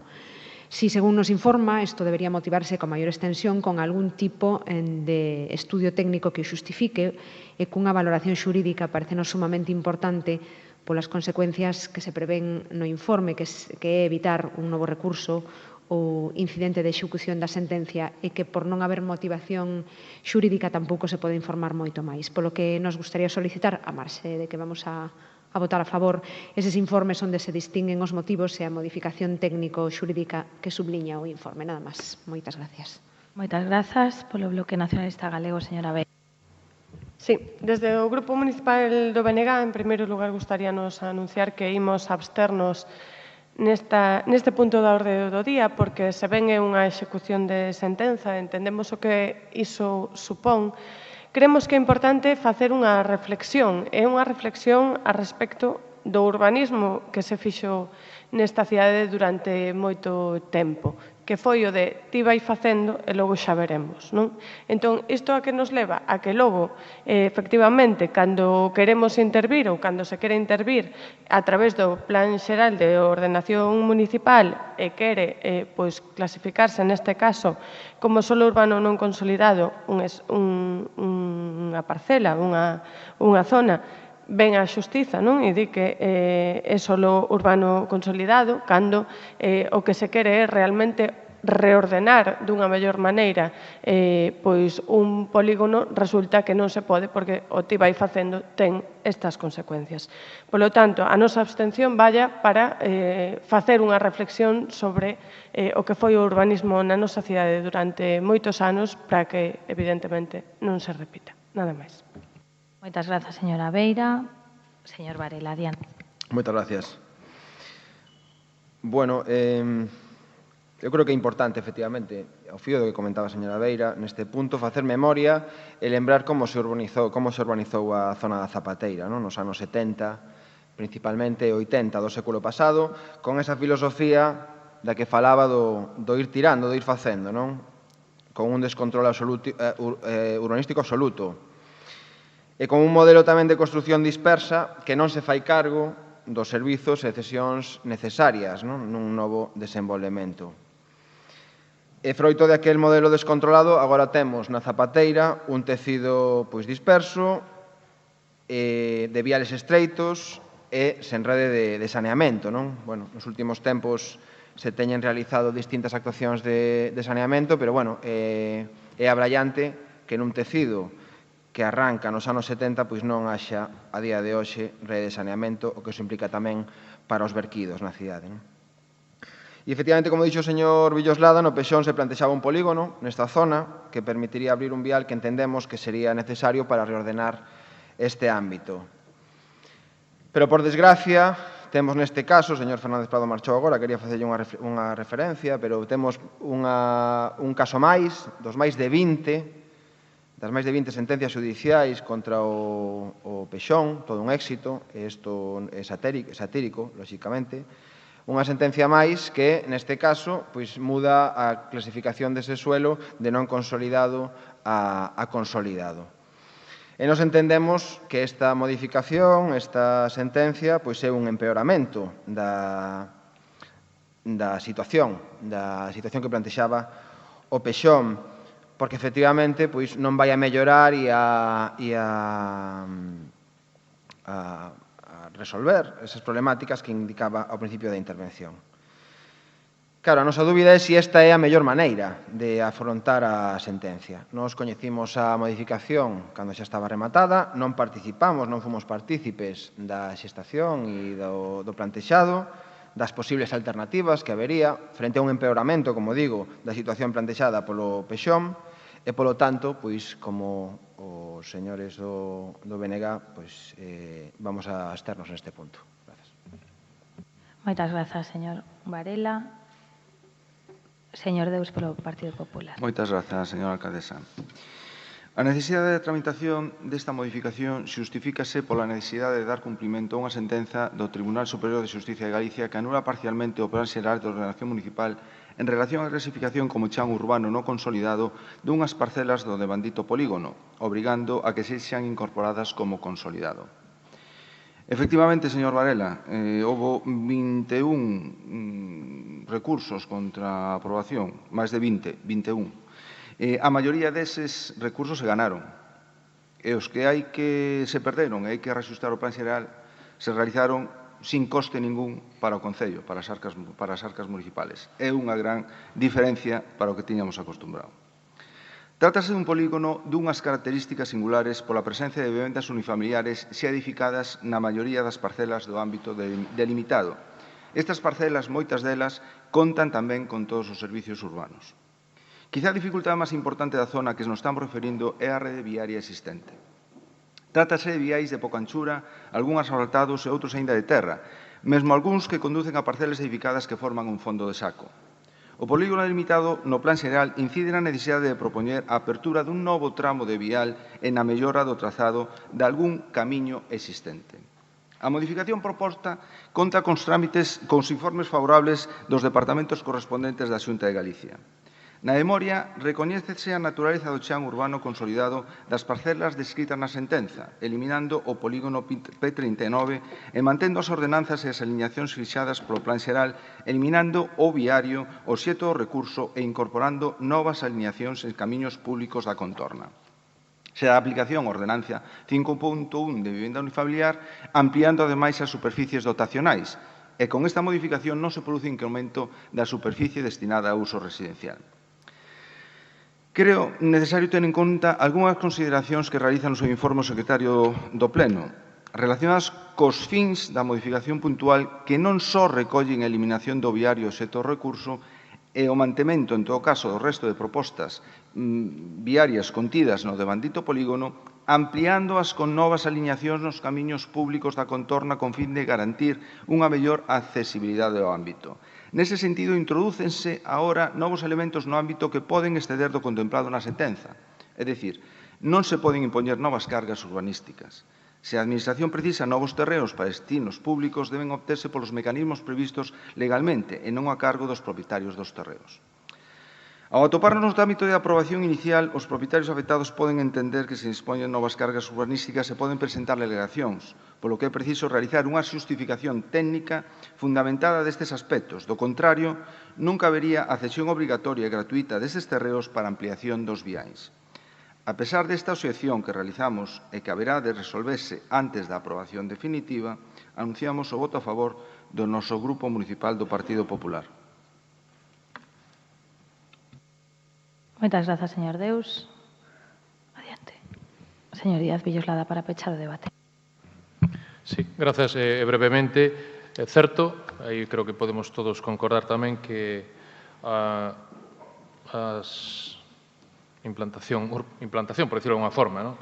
O desenvolvemento, o crecemento urbanístico, non só urbanístico, sino de infraestructuras da Zapateira, non é un modelo a seguir. Eso eu creo que temos claro. E agora o que nos queda, aparte de executar as sentencias, evidentemente, sobre o planeamento xeral, é de ir tratando de mellorar, evidentemente, ese modelo de desenvolvemento urbanístico na medida posible ou as propias infraestructuras. Sin ir máis longe, pois temos agora en marcha 4 ou 5 obras de saneamento a estas alturas da película, a estas alturas de século, por decirlo de alguna forma, non? Entonces, bueno, pues traballaremos a partir da foto actual para ir mellorando esas cuestións. En este caso, evidentemente, non queda máis remedio que executar, evidentemente, a sentencia firme. É certo que a veces o ti vai facendo, vai consolidando solo, e así se está declarando, aí non nos queda máis remedio que respetar este pronunciamento judicial, pero, en todo caso, hai que deixar de alguna forma organizada o viario unha vez que esa sentencia nos obriga a eliminar o viario que estaba proxectado. En todo caso, as propostas viarias que están ahora definidas neste polígono, ampliadas coas novas alineacións nos camiños públicos de toda esta contorna, entendemos que garanten mellor accesibilidade en un ámbito, pois no que ademais hai importantes equipamentos educativos e sanitarios, amplíanse ademais as prazas de aparcamento e melloranse as infraestructuras, como decía, históricamente deficitarias. Hai que tamén deixar claro que non se dá lugar nesta modificación a disminución de ningún estándar de carácter urbanístico en canto a zonas verdes ou equipamentos, nin tampouco se aumenta, evidentemente, a edificabilidade residencial. En ese sentido, se agradecer os votos a favor para que poda prosperar esta aprobación inicial. Temos, evidentemente, analizado o informe de Secretaría Xeral e completaremos na memoria de cara a aprobación definitiva, e o comentaba tamén a señora Martínez, os documentos adicionais que justifiquen mellor este viario, incluso tendo en conta as posibles alegacións que recibamos, e en ese sentido, nada máis que tratar de levar en este caso adiante a seu puro e debido efecto unha sentencia do Tribunal Superior de Xusticia. Gracias. Moi ben, moitas grazas. Procedemos, polo tanto, á votación deste punto que require maioría absoluta legal do Pleno da Corporación. Votos a favor? Ben, moitas grazas. Votos en contra? Abstencións? Moitas grazas. Queda aprobado. Asunto número 5, señor secretario. Adhesión do Concello da Coruña á Rede de Cidades que Caminan. Ben, señor Díaz Villoslada para a exposición inicial e despois haberá unha quenda de 3 minutos por grupo. Sí, grazas novamente. A mobilidade, sobre todo a mobilidade urbana, está, desde hai tempo, pero no noso caso está tratando de recibir un impulso desde novas políticas e, en ese sentido, desgraciadamente, a crise sanitaria e socioeconómica, por suposto, está evidenciando a necesidade de intensificar nas políticas que melloren os nosos modelos de mobilidade urbana. Hai varios datos que, para enmarcar esta iniciativa, me gustaría poñer encima da mesa. Onte mesmo son datos tamén que partían de unha presentación que onte tive a ocasión de asistir da presentación da nova lei francesa da mobilidade, que marca unha serie de pautas e que, de alguna forma, tamén pode servir de guión, non en todos os aspectos, pero sí unha parte, para o proxecto ou anteproxecto de lei que o Goberno central tamén anunciou ou ten anunciado para unha nova lei de mobilidade, ou unha primeira, non nova, sino unha primeira lei de mobilidade para o conxunto do país. O transporte supón o 30% das emisións de CO2, un 25 máis ou menos por cento das persoas enfróntase a problemas laborais por falta de solucións de mobilidade. Unha de cada 5 persoas con discapacidade necesita axuda na súa mobilidade, ou entre o 60 e o 70% do espacio público está ocupado polo vehículo particular. Todos estes datos, tampouco, se trata de facer unha radiografía rápida porque hai moitísima información desde distintas perspectivas, fan que o compromiso co cambio climático, o compromiso para combatir o cambio climático, o compromiso por unha mellor saúde ambiental, en definitiva por unha mellor saúde pública, o compromiso ineludible por unha mellor seguridade vial e, sobre todo, tamén por unha recuperación do espacio público, dan lugar a que acometamos, eu creo que de forma unánime prácticamente, a veces hai voces negacionistas, como en todo, non? É dicir, hai determinados aspectos onde o negacionismo está supoñendo un problema grave de progreso, fan que a mobilidade se configure como un dereito cidadán, que o peón, e o comentábamos outro día na Comisión de Mobilidade, na que dictaminábamos este acordo, no peón ou o camiñante, a veciña que camiña pola cidade se coloque no vértice do que é a xerarquía da mobilidade. Non?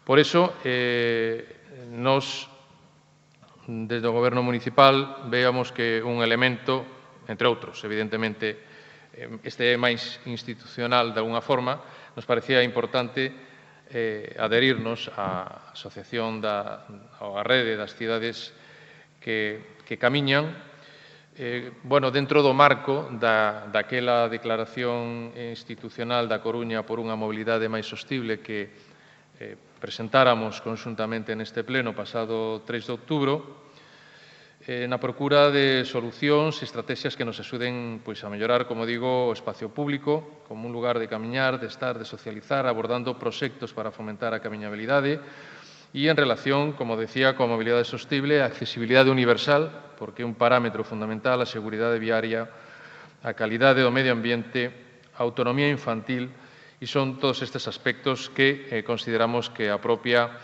rede de cidades que camiñan, que ten un componente preeminentemente de participación de cidades, un componente basicamente local, porque a mobilidade, aínda que necesite parámetros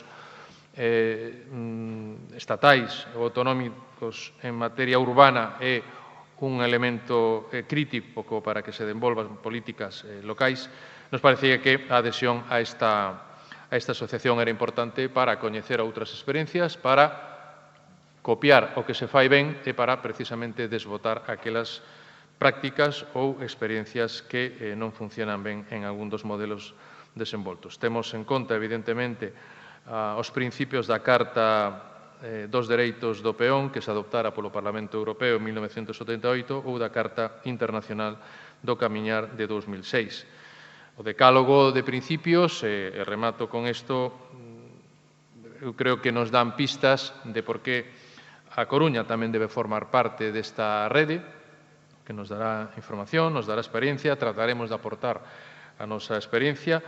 Sempre digo que non vamos a ser pioneiros, non vamos a ser líderes porque levamos anos de retraso, pero eso non quere decir que non teñamos que tratar de colocarnos tamén nesa vanguardia de cidades que apostan por unha nova mobilidade. E insisto, sobre todo desde a perspectiva da saúde pública. Unha mobilidade de base peonil, o dereito ao espacio público, a planificación urbanística camiñable, o deseño urbano camiñable, unha seguridade viaria con un enfoque peonil tamén, unha alianza sostible, unha visión global, unha cidade inclusiva, a autonomía infantil, o medio ambiente urbano saudable. Estamos vendo como estes debates estes días de espacio público ocupado por máis terrazas, o espacio público reivindicado polos veciños. Bueno, temos que buscar un equilibrio a hora de recuperar tamén ese espacio público. Son retos importantes que temos por diante.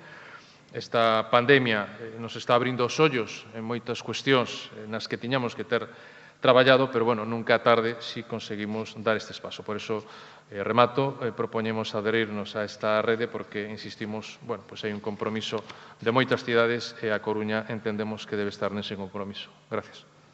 Moitas grazas. Iniciamos o turno de debate. A única intervención de 3 minutos. Señora Martínez, adiante.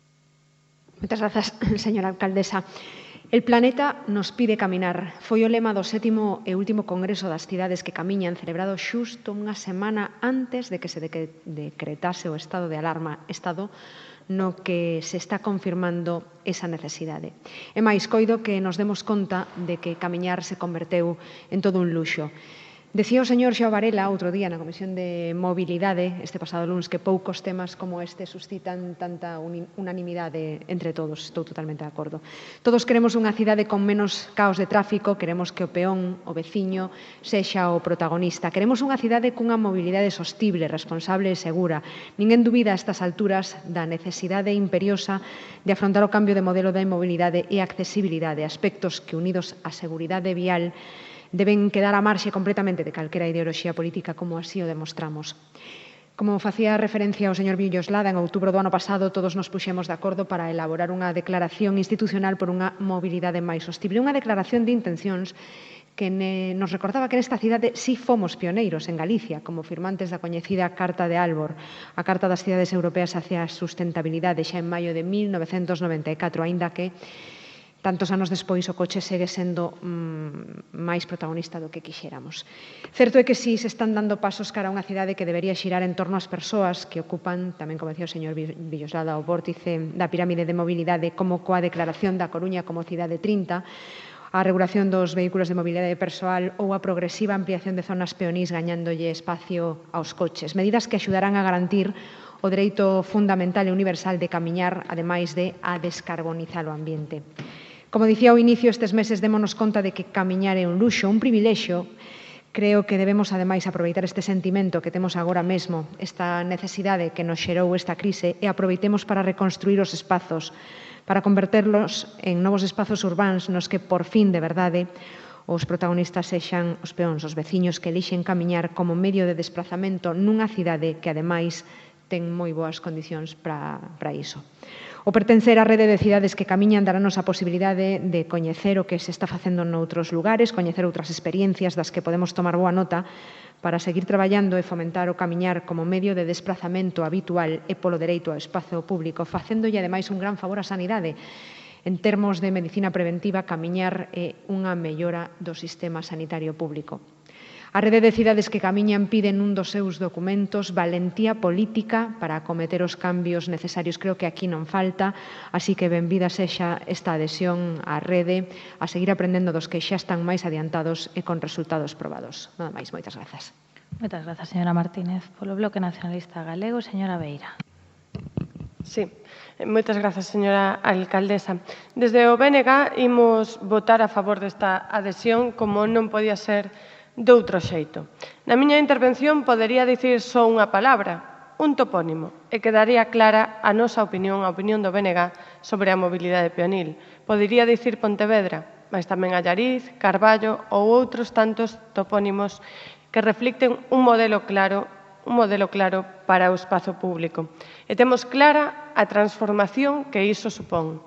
Maior espazo público para os peóns, cunha racionalización do uso do vehículo privado, supón unha maior saúde física para as persoas porque convida a camiñar e porque con menos coches e menos contaminación implica tamén aire limpo e saúde. Unha maior saúde mental tamén pola diminución dos ruidos, pola eliminación do estrés da condución, pola liberación da constante sensación de alerta, pola inseguridade o desprazármonos nun espazo público inzado polos vehículos privados e tamén unha maior autonomía das nenas e dos nenos. Maior calidade do aire, combatendo así tamén a contaminación e loitando contra o cambio climático.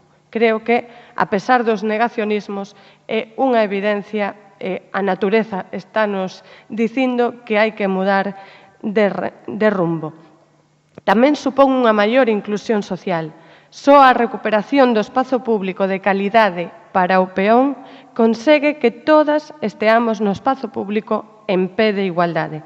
Se conseguimos un espazo público onde todas as persoas o poidamos empregar en igualdade de condicións, independentemente da nosa capacidade económica, se podemos mercar ou non un coche, da nosa condición física, de se temos ou non coche, bicicleta ou patinete, de se imos a dúas pernas ou se percorremos a cidade en cadeira de rodas.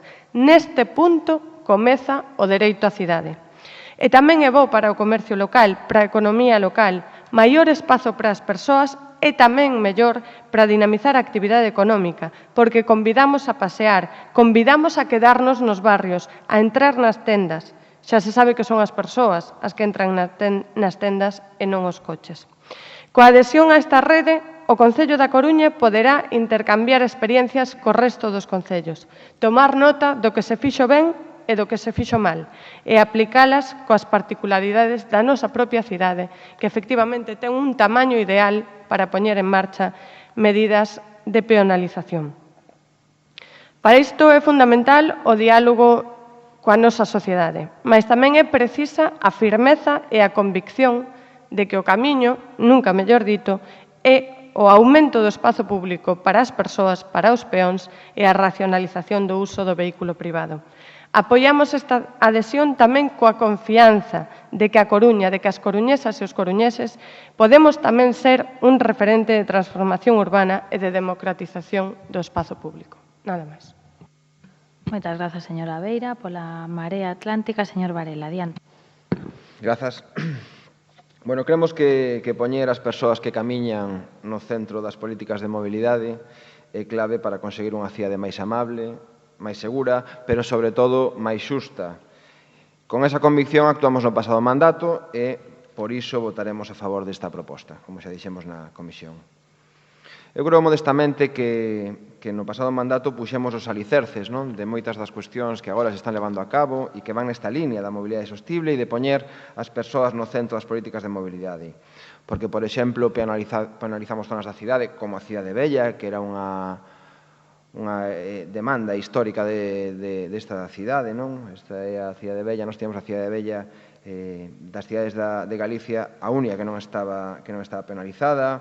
Potenciamos a bici, duplicando o seu uso, duplicando os carrils bicis, pacificamos o tráfico, por exemplo, na rotonda de Salgado Torres, demolimos o viaduto da Rolda de Nelle, reducimos o billete de bus, e fixemos centros de intervencións de mellora que agora vemos que afortunadamente continúan. É chamativo neste senso, quería facer referencia, é sintomático, que para o anuncio no Twitter da alcaldesa, para o anuncio desta adhesión, aparece o proxecto de Puga e Parga, que ven de rematarse fai unhas semanas e que é un proxecto que arrancamos no pasado mandato. Bueno, eu creo que isto é positivo e a verdade é que o celebramos. Ao mesmo tempo, tamén quero aproveitar esta intervención para reivindicar máis, e para decir que, por exemplo, nos parece contradictorio que no plan ou no modificativo que aprobamos este luns se eliminen proxectos dos orzamentos participativos que iban nesta liña, que van nesta liña da humanización e da mellora do espacio público para primar as persoas que camiñan. Por exemplo, a humanización do entorno da Praza de Lugo por 200.000 euros, o acondicionamento dos pasos de peóns con pintura antirresbaladiza por 250.000 euros, ou casi 4 proxectos de mellora e ampliación do carril bus por máis de 250.000 euros. E sei que respostarán que da baixa execución dos outros anos, pero é que agora lles toca gobernar a vostedes, señores e señoras do Partido Socialista, xa levan un ano, un 25% da legislatura, e ademais teñen a sorte e a oportunidade de que están facendo sen os atrancos que tivemos nós no pasado mandato, nos que os seus colegas do Partido Socialista bloqueaban o noso día a día. Eu creo que con a nosa oposición constructiva non teñen excusas posibles. Tamén quero reivindicar outra actuación que empezou estes días, que nos trasladan os veciños que non están satisfeitos con ela, é o asfaltado da vía que conecta Palavea co Hospital Santa Teresa, que no noso mandato preveíamos que se fixera unha beirarrúa, porque é unha vía de conexión. Bueno, señor Laje, silencio, por favor, señor Laje, por favor, silencio. Continúe, señor Varela. Está fora de tempo xa. Señor Varela, vai rematando, señor Laje, silencio. Sí. Bueno, pois o que quería decir e reivindicar, eu creo que todavía están a tempo, é que introducen a beirarrúa que nós teñamos previsto no marxe dereito, porque eu creo que é un vial de conexión necesario peatonal entre Palavea e esos hospitales. E xa para rematar, ese contraste, evidenciar ese contraste entre a oposición e a soidade que atopamos no pleno no noso pasado mandato, coa oposición en contra do Partido Popular á penalización da Cidade Vella, por exemplo, coa oposición en contra do Bloque Nacionalista Galego á penalización da Rúa Marola, e sen contar do Partido Socialista naquela declaración pola de mobilidade sostible que intentamos asinar no pasado mandato. Bueno, xa remato, eu creo que agora mesmo teñen outra posición distinta e a verdade é que lles instamos a que aproveiten. Grazas. Moitas grazas, señor Varela. Polo Grupo Popular, señor Deus, adiante. Grazas. O asunto que se trae este pleno é a adhesión á Asociación das Cidades que Camiñan, unha asociación sen ánimo de lucro e cuxa finalidade e obxecto é o fomento da mobilidade peonil, fomentando os valores dun desenvolvemento sostible, a accesibilidade universal, a seguridade viaria, a formación e a educación e a colaboración con entidades públicas e privadas. Nos últimos tempos, o debate sobre as peonalizacións e polo impulso da mobilidade peonil foi moi intenso, converténdose nunha prioridade na planificación urbana e na xestión da mobilidade das nosas cidades. Déronse pasos moi importantes na recuperación dos centros históricos, como xa pasou aquí tamén na nosa cidade, pero, sobre todo, é necesario pensar na calidade de vida urbana, xa que camiñar non contamina e reduce as emisións acústicas. As vías peonís non deben reducirse aos centros das cidades, sino que deben estenderse tamén aos barrios. É fundamental favorecer os desplazamentos a pé en combinación co transporte público.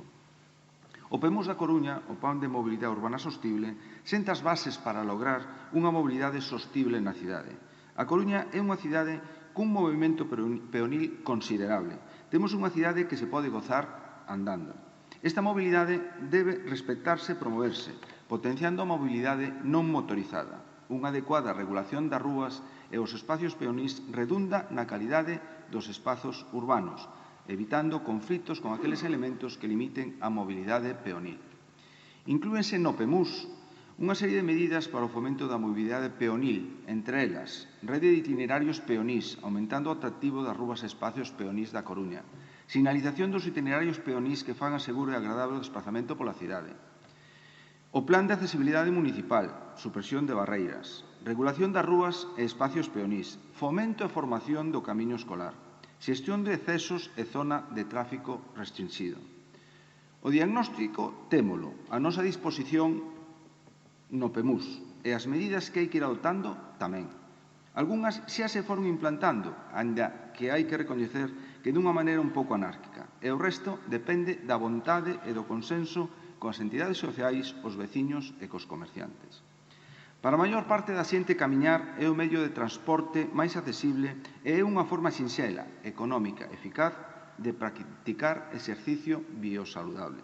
Tamén é a maneira de fomentar o establecimento de relacións con outras persoas. Quixera facer mención á Carta Internacional do Camiñar de 2006 e as palabras do seu fundador, co que me gustaría rematar a miña intervención. Camiñar é a primeira cousa que un neno quere facer e a última que unha persona maior desexa renunciar. Camiñar é o exercicio que non necesita ter gimnasio. Camiñar é conveniente, consome poucos recursos naturais e é altamente eficiente. Camiñar é tan natural como respirar. E aquí quero facer hincapé tamén en que camiñar máis e mellor non é nin de esquerdas nin de dereitas. É un dereito das persoas. É un deber dos representantes públicos o garantilo. Anunciamos o noso voto a favor do noso grupo municipal. Moitas grazas, señor Deus. Señor Díaz Villoslada, a última intervención. Sí, eu creo que debemos felicitarnos de que os acordos unánimes que deron lugar a que prosperara aquela declaración institucional do 3 de outubro por unha mobilidade sostible na nosa cidade pois se manteñan, non, a hora de analizar unha cuestión que en principio é menor, como é adherirse a unha asociación de redes, digo menor na medida en que non deixa de ser un expediente de adhesión, donde a cuota de participación, que só de 1.800 euros, pois polo tramo de poboación non formula problemas económico-financeiros, pero o que é importante é que isto nos dá pé a poder renovar os compromisos,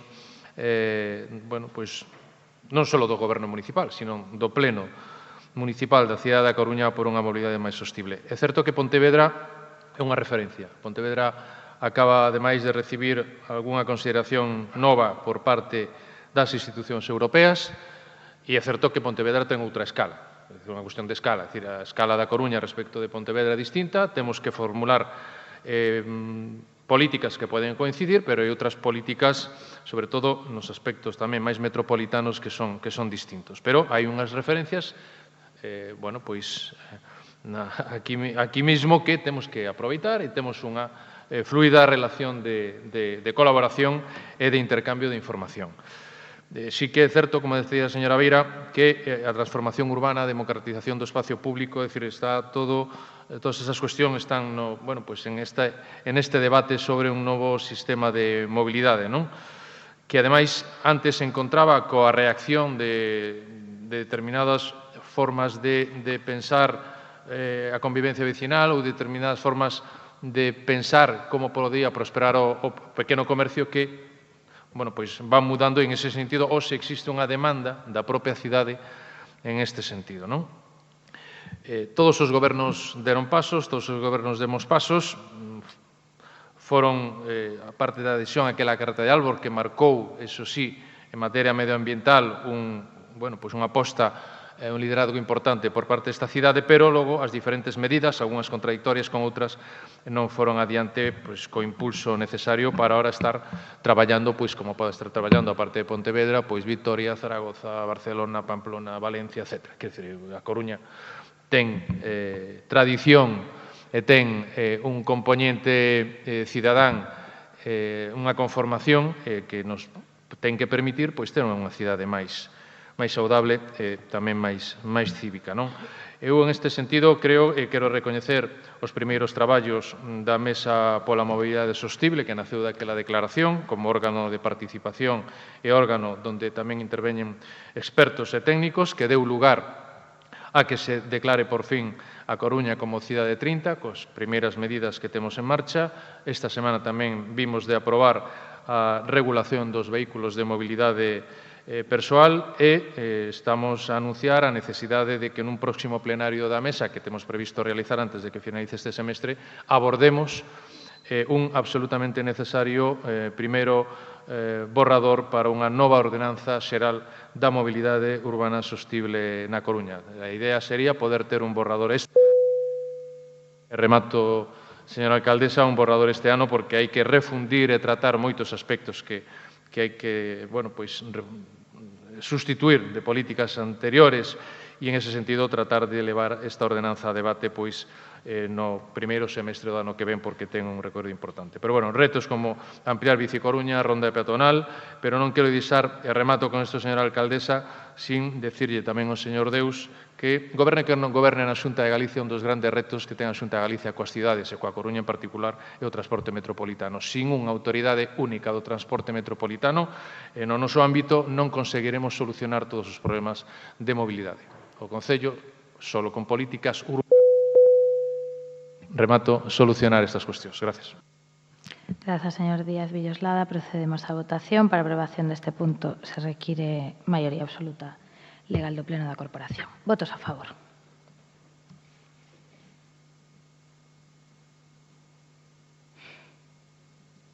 Ben, moitas grazas. Queda aprobado por unanimidade. Facemos unha interrupción de 15 minutos para desinfectar e ventilar. Retomamos ás 12:20 en punto.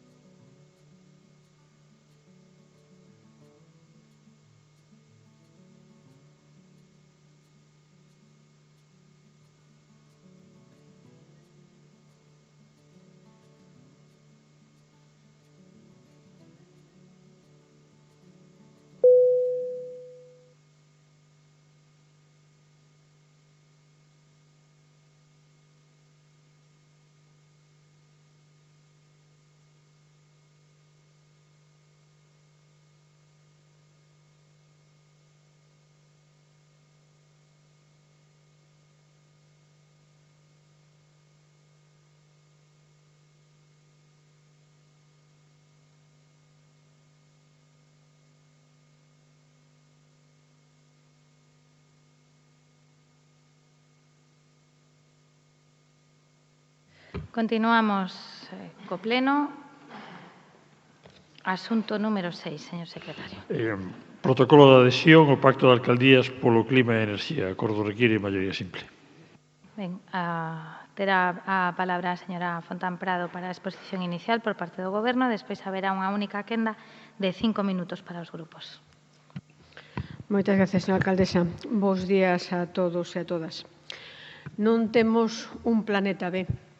Esta é unha frase moi repetida por movimentos ecoloxistas de todo o mundo para chamar a atención sobre a escalada no deterioro do noso planeta. 8 millóns de toneladas de plástico van aos mares e océanos cada ano, o que é o mesmo, 200 kilos por segundo, que acaban entrando na nosa cadea alimenticia. Se este dato se mantén, no 2050 haberá máis plásticos que peixes no mar. Máis de 25.000 especies están en perigo de extinción. Abellas, cabaliños de mar, panteras, osos polares, baleas, elefantes, koalas e miles de especies de árbores, plantas e flores. En maio do ano pasado, a nosa atmósfera rexistrou unha cantidade de 415 partes por millón de CO2, un fito histórico para o principal axente do cambio climático.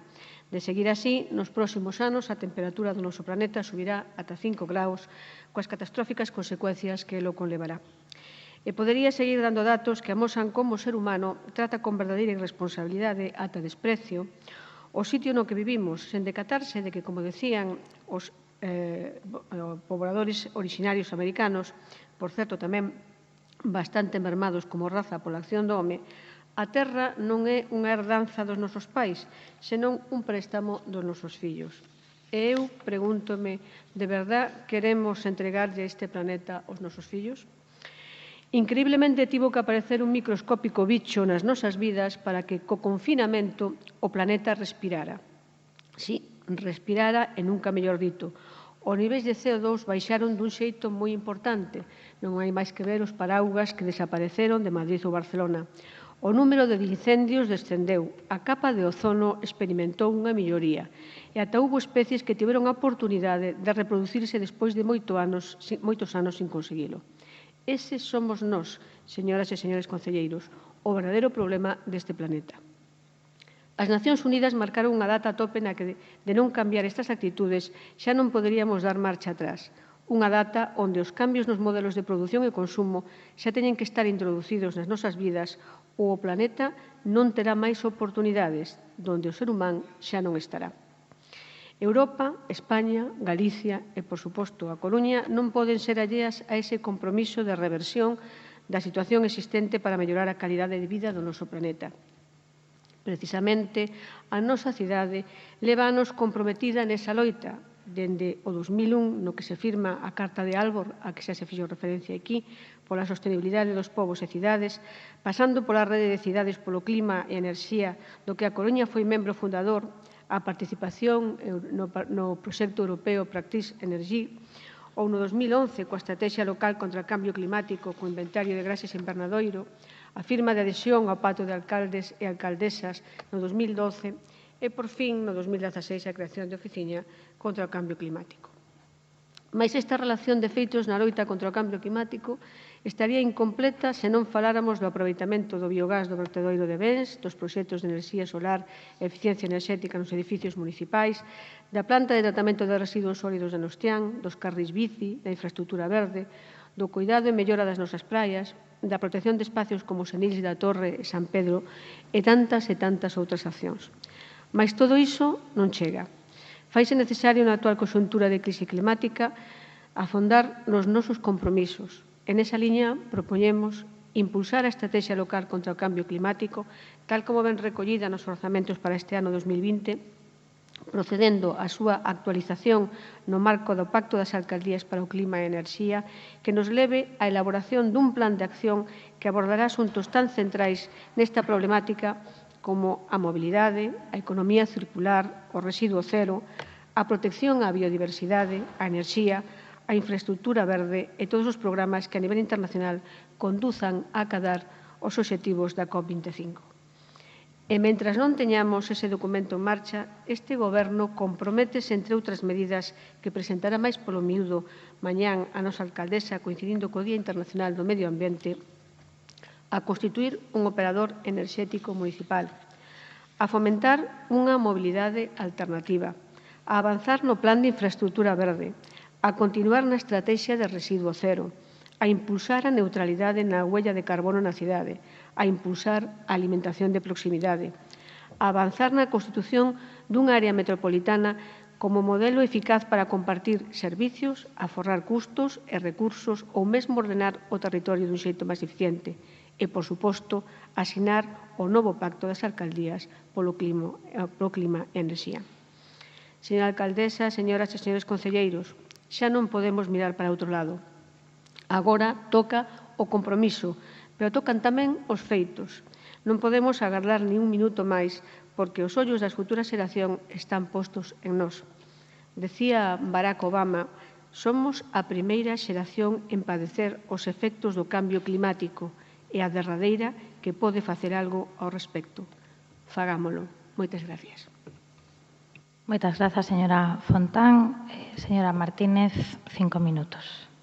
Grazas, señora alcaldesa. A actividade humana está aumentando a temperatura da Terra como resultado das emisións de gases de efecto invernadoiro, propiciando o cambio climático. Segundo a Axencia Europea de Medio Ambiente, o cambio climático é o elemento clave para explicar as ondas de calor e os cambios na distribución de enfermidades infecciosas. En países mediterráneos como España, espérase un incremento na mortalidade relacionada coa alta temperatura. Espérase tamén que aumente o número de inundacións en Europa, que ao longo da última década xa provocou millóns de lesións, mortes e enfermedades. O incremento do nivel do mar convirte as zonas costeiras en puntos críticos, ao aumentar o risco de inundacións. Isto provoca que as especies mariñas claves para o sector pesqueiro tamén estén abandonando augas nacionais. Os efectos do cambio climático tamén pasan factura aos bolsillos dos europeos. Os fenómenos extremos relacionados co clima xa costaron máis de 400.000 millóns de euros en Europa dende 1980. En España, a cifra elévase a casi 1.000 millóns ao ano e as previsións din que os danos na rexión mediterránea son os que máis van a aumentar na próxima década. Do mesmo modo, o cambio climático terá consecuencias sobre os fenómenos migratorios, a inestabilidade xeopolítica e as ameazas á seguridade.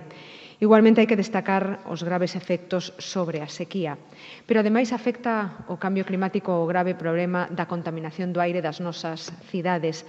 De acordo coa Organización Mundial da Saúde, o 27% dos infartos de miocardio teñen que ver cunha exposición ao aire contaminado. No caso dos accidentes cerebrovasculares, a cifra é do 34% e co cancro de pulmón é un 37%. A OMS insta a fomentar sistemas de transporte pouco contaminantes, fontes de enerxía limpa, eficiencia enerxética e unha xestión sostible dos desfeitos para combater a polución do aire responsable dos 6,5 millóns de mortes globais ao ano. O compromiso europeo é necesario porque todos estes feitos evidencian que o modelo actual de producción e consumo de enerxía humanos que coñecemos non son sostibles e se necesitan medidas urxentes para que os efectos non sexan irreversibles.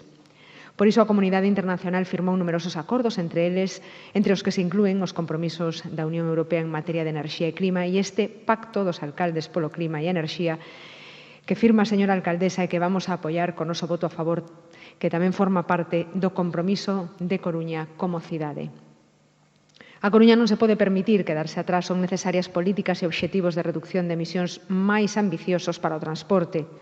A Comisión Europea publicou en 2011 o libro Blanco do Transporte que estableceu uns obxectivos de variación das emisións que hai para o sector do transporte respecto a 1990 dun máis 8% en 2030 e de un menos 60% en 2050, así como un conxunto de iniciativas para a transformación do sector.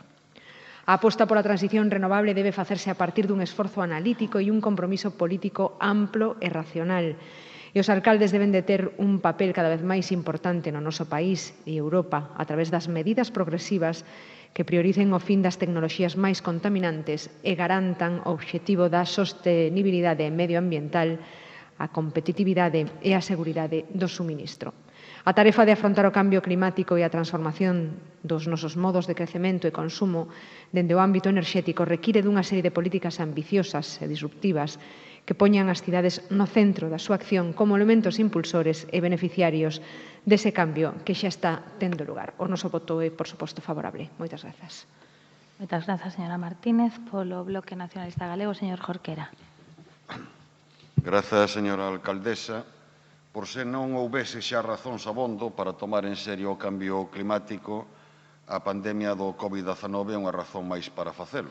O cambio climático é froito das emisións de gases de efecto invernadoiro, mas tamén é froito da destrucción de ecosistemas. E todos os expertos coinciden en que a destrucción dos ecosistemas é unha das principais razóns que acentúa o risco de transmisión de virus de orixe en animais salvaxes á especie humana. A crise do COVID advírtenos tamén da necesidade de apostar por un modelo de mobilidade máis racional a escala planetaria, pois o actual modelo de mobilidade favoreceu a expansión do virus. Cambio de modelo de mobilidade que, ademais, contribuiría á reducción das emisións. Esta crise demostrounos tamén a importancia de apostar por unha economía de proximidade que tamén trae consigo menores necesidades de transporte e, por tanto, axuda a unha reducción da contaminación, do mesmo xeito que o desconfinamento e a necesidade de manter distanzas de seguranza no espazo público puxo máis en evidencia que nunca a importancia de ter unha cidade a medida das persoas, na que o espazo público non este ao servizo dos coches. Por iso, como xa dixemos tantas veces, e lembramos no debate do punto anterior, a maior contribución que pode facer a Coruña a loita contra o cambio climático é apostar por outro modelo de mobilidade e de ocupación do espazo público, poñendo o centro nos peóns e priorizando o transporte colectivo e as formas de transporte individual non contaminante sobre o uso do vehículo privado. Pero se todo isto fose pouco, a Coruña é unha cidade especialmente vulnerável a un dos efectos do cambio climático, como é a suba do nivel do mar.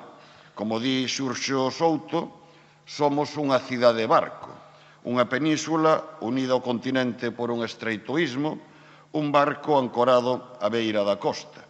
O sustrato de moitos edificios do centro da Coruña é area, por iso algúns deses edificios están soportados por pilotes ancorados no leito areoso como se fosen palafitos.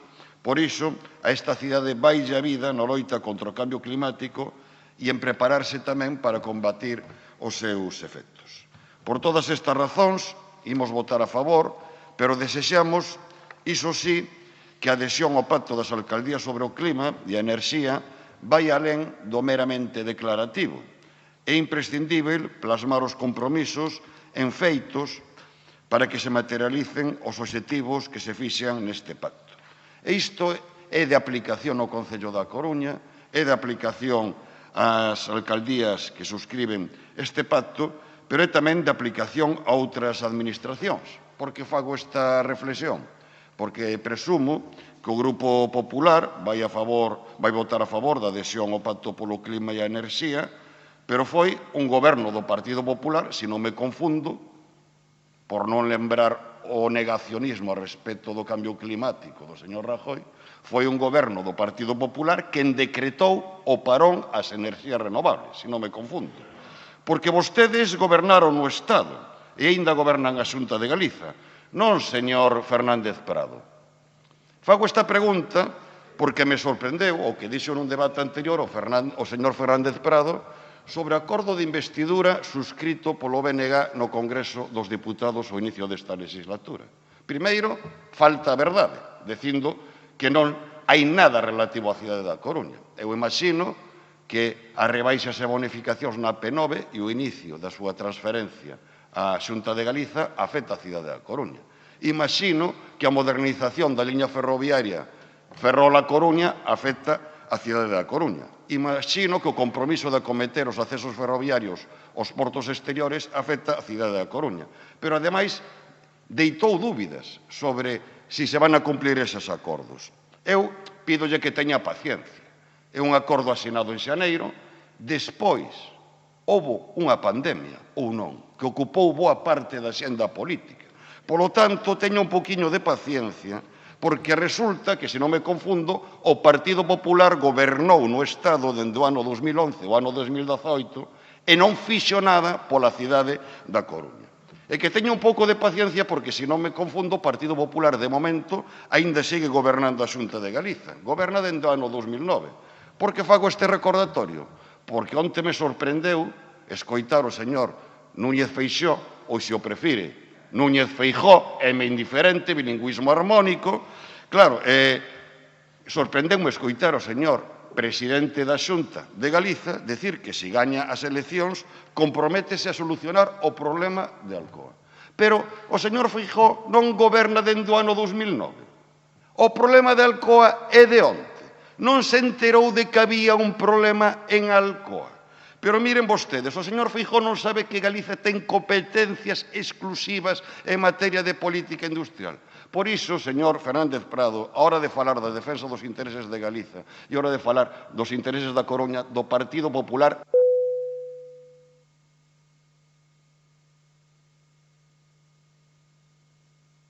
Moitas grazas, señor Jorquera. Pola Marea Atlántica, señora García.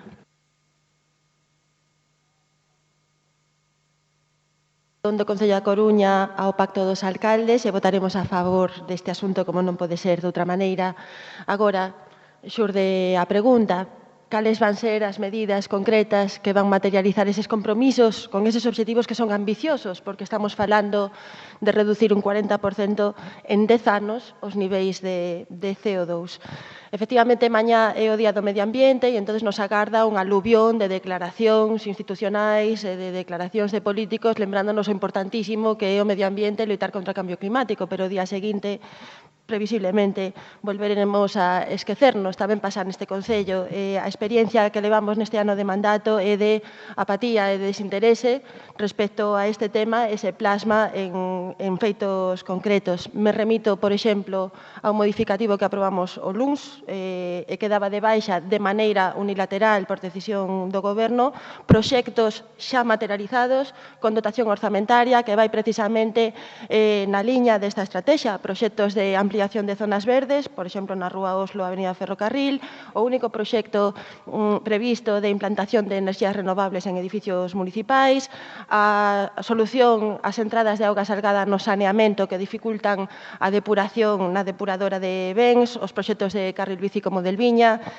incluso a trituradora, por favor, 4.000 euros para acompañar o programa de compostaxe e dar servicio á periferia do ruro urbano da Coruña.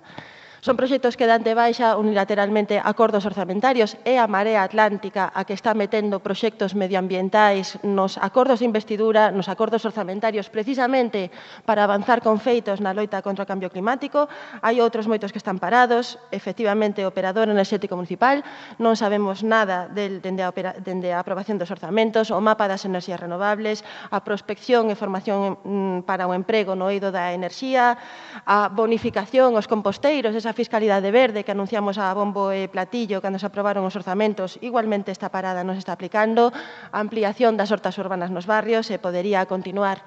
Dos acordos de investidura que recuperamos agora puntualmente para o Día do Medio Ambiente, o plan de infraestructura verde que quedou preparado do Goberno da Marea Atlántica está parado, e o modelo de residuos que tamén se plasmou no novo contrato que lles toca aplicar a continuación, pois agardemos que vexa pasos nos vindeiros meses porque non vimos ningún.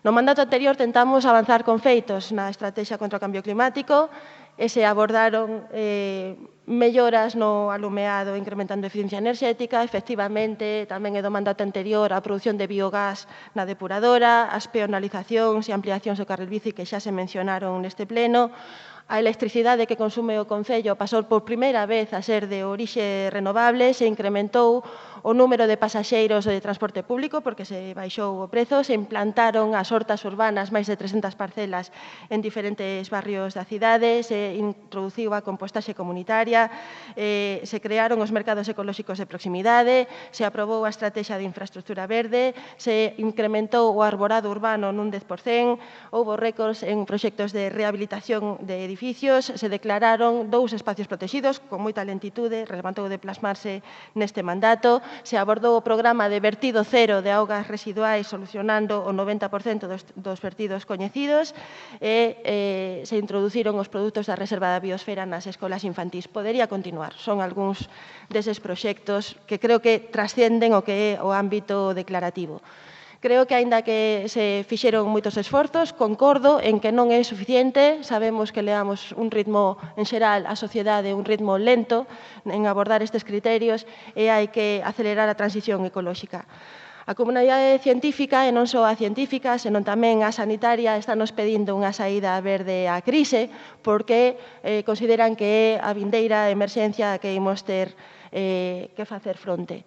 E non só é unha cuestión de emerxencia, senón que é tamén unha cuestión económica, revitalizar eses sectores, reconducir a economía cara a sectores de futuro e non só ao ladrillo como receita bella, resesa de recuperación económica, e nos preocupa a nivel local o escaso interese que se lle está dando a esta cuestión no Goberno central tamén encabezado polo ministro Ábalo, non? E a pretensión de que a construción volva a ser o motor de emprego do país. Creemos que non hai tempo que perder. Pedimos, por favor, que non anulen proxectos medioambientais que están elaborados, que teñen dotación orzamentaria e están listos para aplicarse, porque non temos tempo que perder, e votaremos, por suposto, a favor do Pacto dos Alcaldes a expectativa de cal vai ser a súa materialización práctica. Moitas gracias. Moitas grazas, señora García. Polo Grupo Popular, señor Rodríguez. Ben, bo día a todos. Hai 6 meses debatíamos neste salón de plenos unha moción para elaborar unha nova estrategia municipal contra o cambio climático para, en primeiro lugar, consolidar, coordinar e impulsar as reduccións de emisións de gases de efecto invernadoiro, en segundo lugar, comprometer a acción do Goberno municipal en economía circular e, en terceiro lugar, fomentar un modelo de desenvolvemento económico innovador, competitivo e sostible mediante o uso eficiente dos recursos naturais e a reducción da xeración de residuos. O grupo propoñente desta moción era o Grupo Popular e a moción foi rexeitada cos votos en contra dos grupos socialista e de Marea. Ese mesmo día aprobábase outra moción, esta iniciativa da Marea, a nos entender menos ambiciosa, pero apoiada, emenda de engádega polo medio, polo grupo do Goberno. Mesmo escoitamos entón dicir a señora Fontán que pouco ou nada se podía engadir á moción. Señoras e señores da Marea, de verdade que eu son sensible ao momento que está a vivir a súa relación co Goberno. Por iso sinto ter que traer estas lembranzas non tan lonxanas de felices tempos pasados. Xa o dicía Neruda, es tan corto el amor e es tan largo el olvido. Eu desexolles, de verdade, que superen este momento, pero que o fagan pensando no beneficio da cidade. Pero era necesario recordar estes tempos porque o asunto que hoxe traemos a debate demostra que sí había cousas que engadir a aquela moción.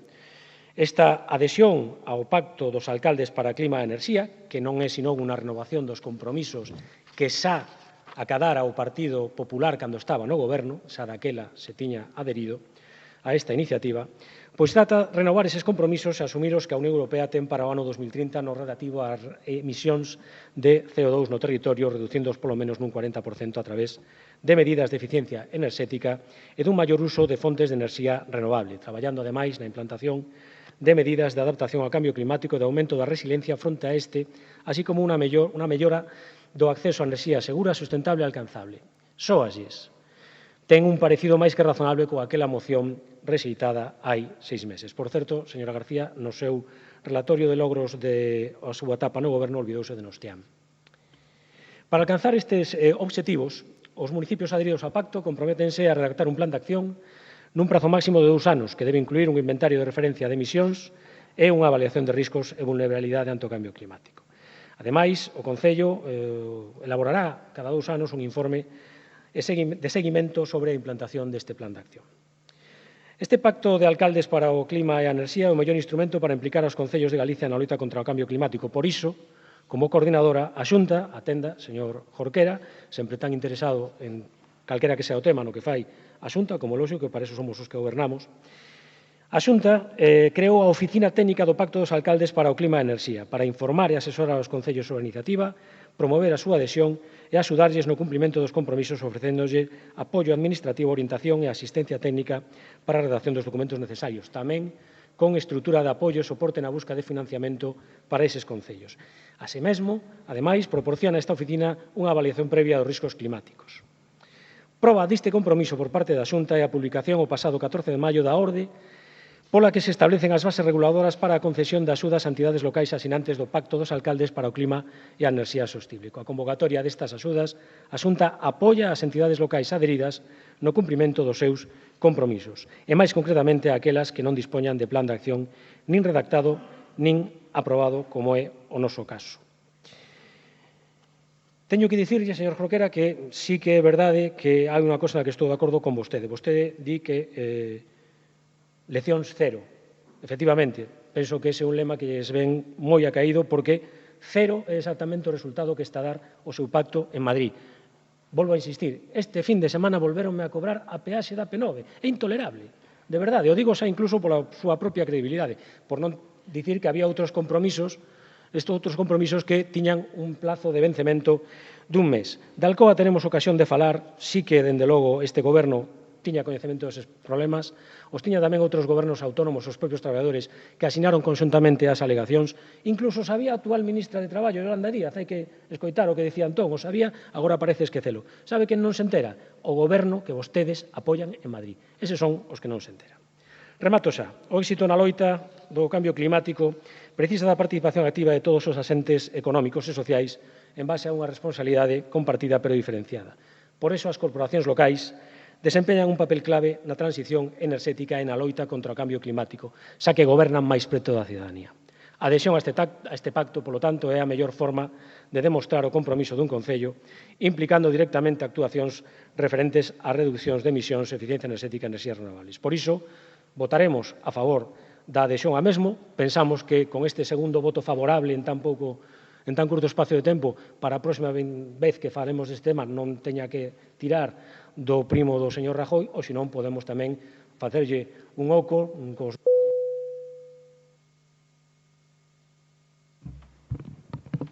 Moitas grazas, señor Rodríguez. Tamén dicía Neruda, me gustas cando callas porque estás como ausente. Señora Fontán, adiante. Gracias, señora alcaldesa. Señora Martínez, coincido totalmente coa súa valoración, coa súa exposición. Agradezo o apoio á adhesión.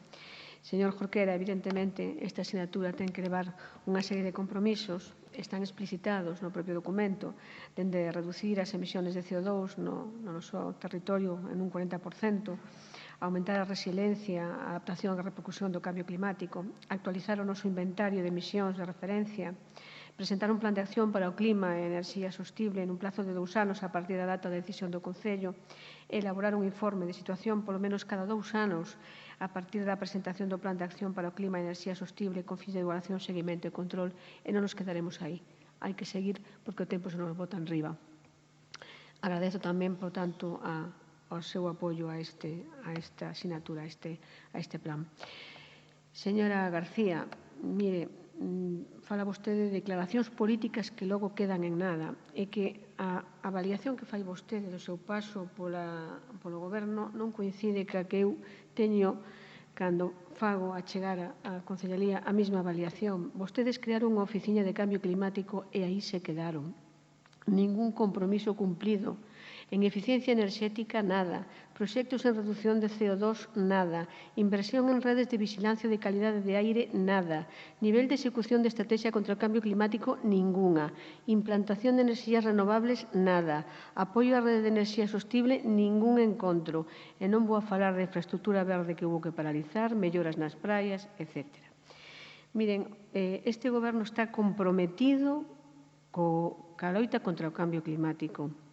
A adhesión a este pacto é unha realidade, pero non só este goberno. Esta mesma semana, o goberno do Estado arrancou a tramitación do anteproxecto para impulsar a economía circular, mellorar a xestión de residuos e loitar contra a contaminación, e tamén a Estrategia Española de Economía Circular e a limitación ao uso de plástico de un solo uso.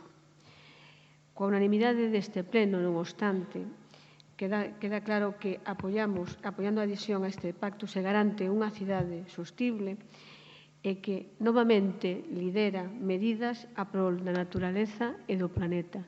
Nese punto, señor Rodríguez, sempre nos imos a encontrar. Sempre. Moitas gracias, señora alcaldesa.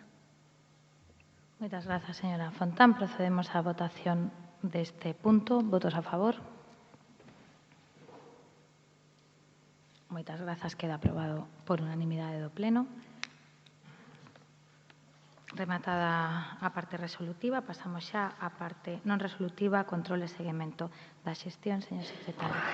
Toma de coñecemento das resolucións da Xunta de Goberno Local desde o número 5.343 desde maio de 2020 a número 6.110 de 29 de maio de 2020 e dos decretos da Alcaldía desde o número 2.544 desde maio de 2020 ao número 3.140 de 30 de maio de 2020. En comento previsto no artigo 124.4.h da Lei 7/25 de abril, regular as bases do réxime local, a dación en conta para a toma de coñecemento, entre dita inclúe os decretos dictados pola Alcaldía relacionados coa crise provocada polo COVID-19. A continuación, mocións, rogos e preguntas.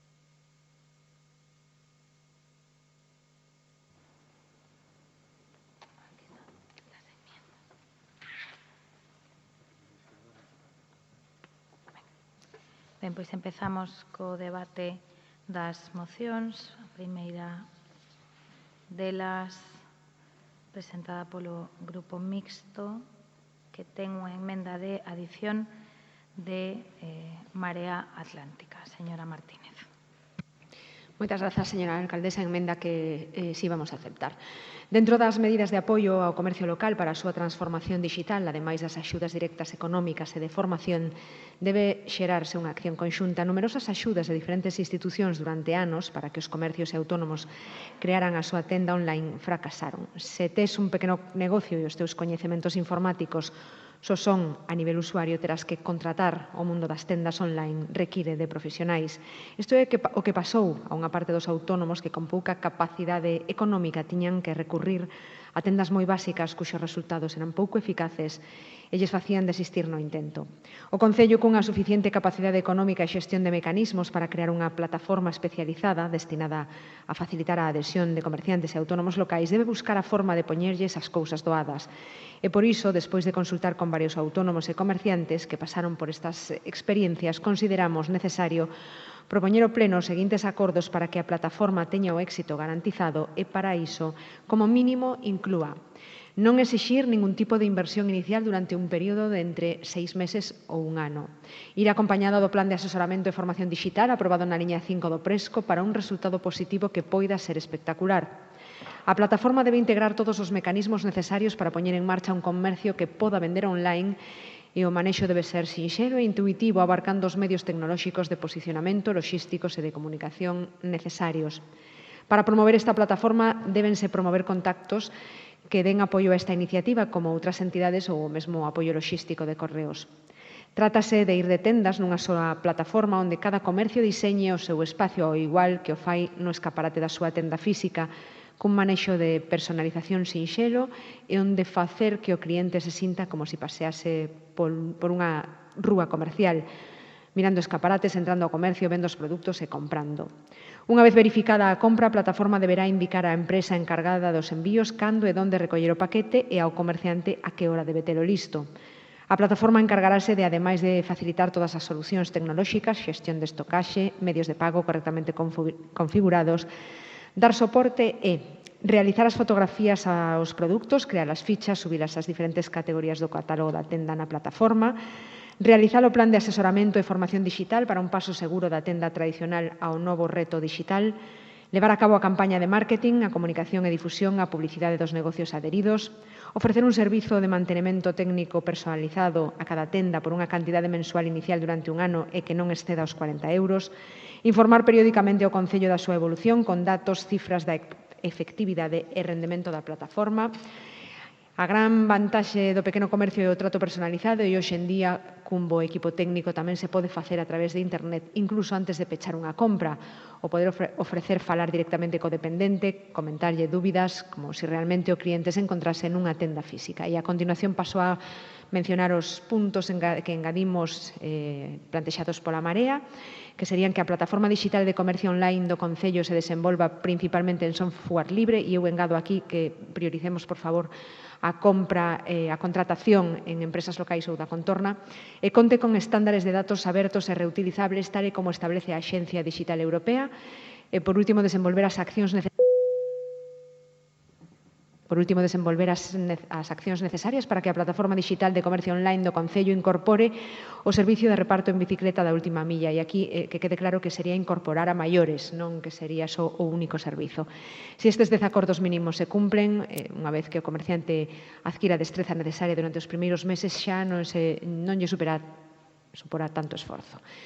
Pedimos, pois, o apoio para esta moción. Grazas. Moitas grazas, señora Martínez. Pola Bloque Nacionalista Galego, señor Jorque.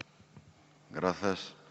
Señor Rodríguez, o exemplo que puxen, porque estábamos falando do pacto de alcaldías polo clima e a enerxía, foi o parón a renováveis decretado polo Goberno Rajoy. Pero mire vostede, se quere que fagamos un resumo, parón a renováveis, porque a Xunta de Galiza tamén decretou o parón a renováveis no noso país, aposta por un modelo forestal baseado no monocultivo encher o país de eucaliptos, megaminería, incineración de residuos. Ese é o compromiso real da actual Xunta de Galiza coa loita frente ao cambio climático. Pero centrándome xa nos contidos desta moción, por respeto á señora Mónica Martínez, é obvio que o comercio é un sector enormemente afectado polo parón da actividade por mor da COVID e precisa de medidas de apoio por parte do Concello para facer fronte ás consecuencias desta situación.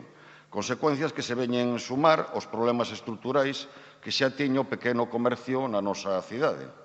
Nos últimos 10 anos pecharon na Coruña arredor de 800 pequenos comercios, destruíndose case a cuarta parte do noso tecido comercial. Abonda con pasear polas rúas da cidade para poder constatalo. E no conxunto de Galiza, nos últimos 4 anos, pecharon 3.600 comercios, a razón de 2 peches e medio cada día. Peches que, por desgraza, poden verse incrementados pola crise provocada pola pandemia. Os problemas do pequeno comercio son variados e complexos. A súa subsistencia e revitalización non pasa só polo comercio online. Hai que poñer couto á proliferación de centros comerciais, apostar pola especialización, incardinar o apoio ao pequeno comercio na aposta por unha economía de proximidade e un modelo de consumo máis responsável, concebir o apoio ao pequeno comercio como unha política transversal, aposta por un espazo urbano de calidade, a mellora da mobilidade e accesibilidade, a integración da nosa oferta comercial na promoción turística, son políticas que inciden na súa revitalización, do mesmo xeito que a potenciación dos mercados municipais para que se convirtan en auténticos corazóns de barrio e en centros de dinamización da vida comercial dos barrios. Pero, en calquera caso, tamén é necesario que o pequeno comercio estea en condicións de competir cos xigantes da distribución online. Durante o parón de actividade, mentras as tendas estaban pechadas, Amazon aínda gañou máis cota de mercado ao seguir funcionando o comercio online. Unha razón máis para atender esta necesidade. Iso sí, con respecto aos contidos concretos desta moción, asáltanos unha dúbida.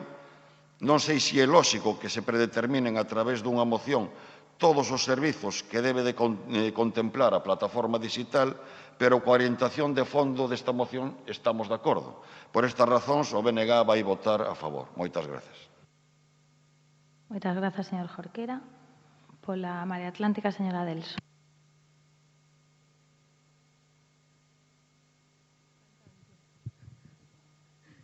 Porque, señora alcaldesa, se me permite, hai que comprar máis micros, xa o dixemos no pasado pleno. Vale, moitas grazas.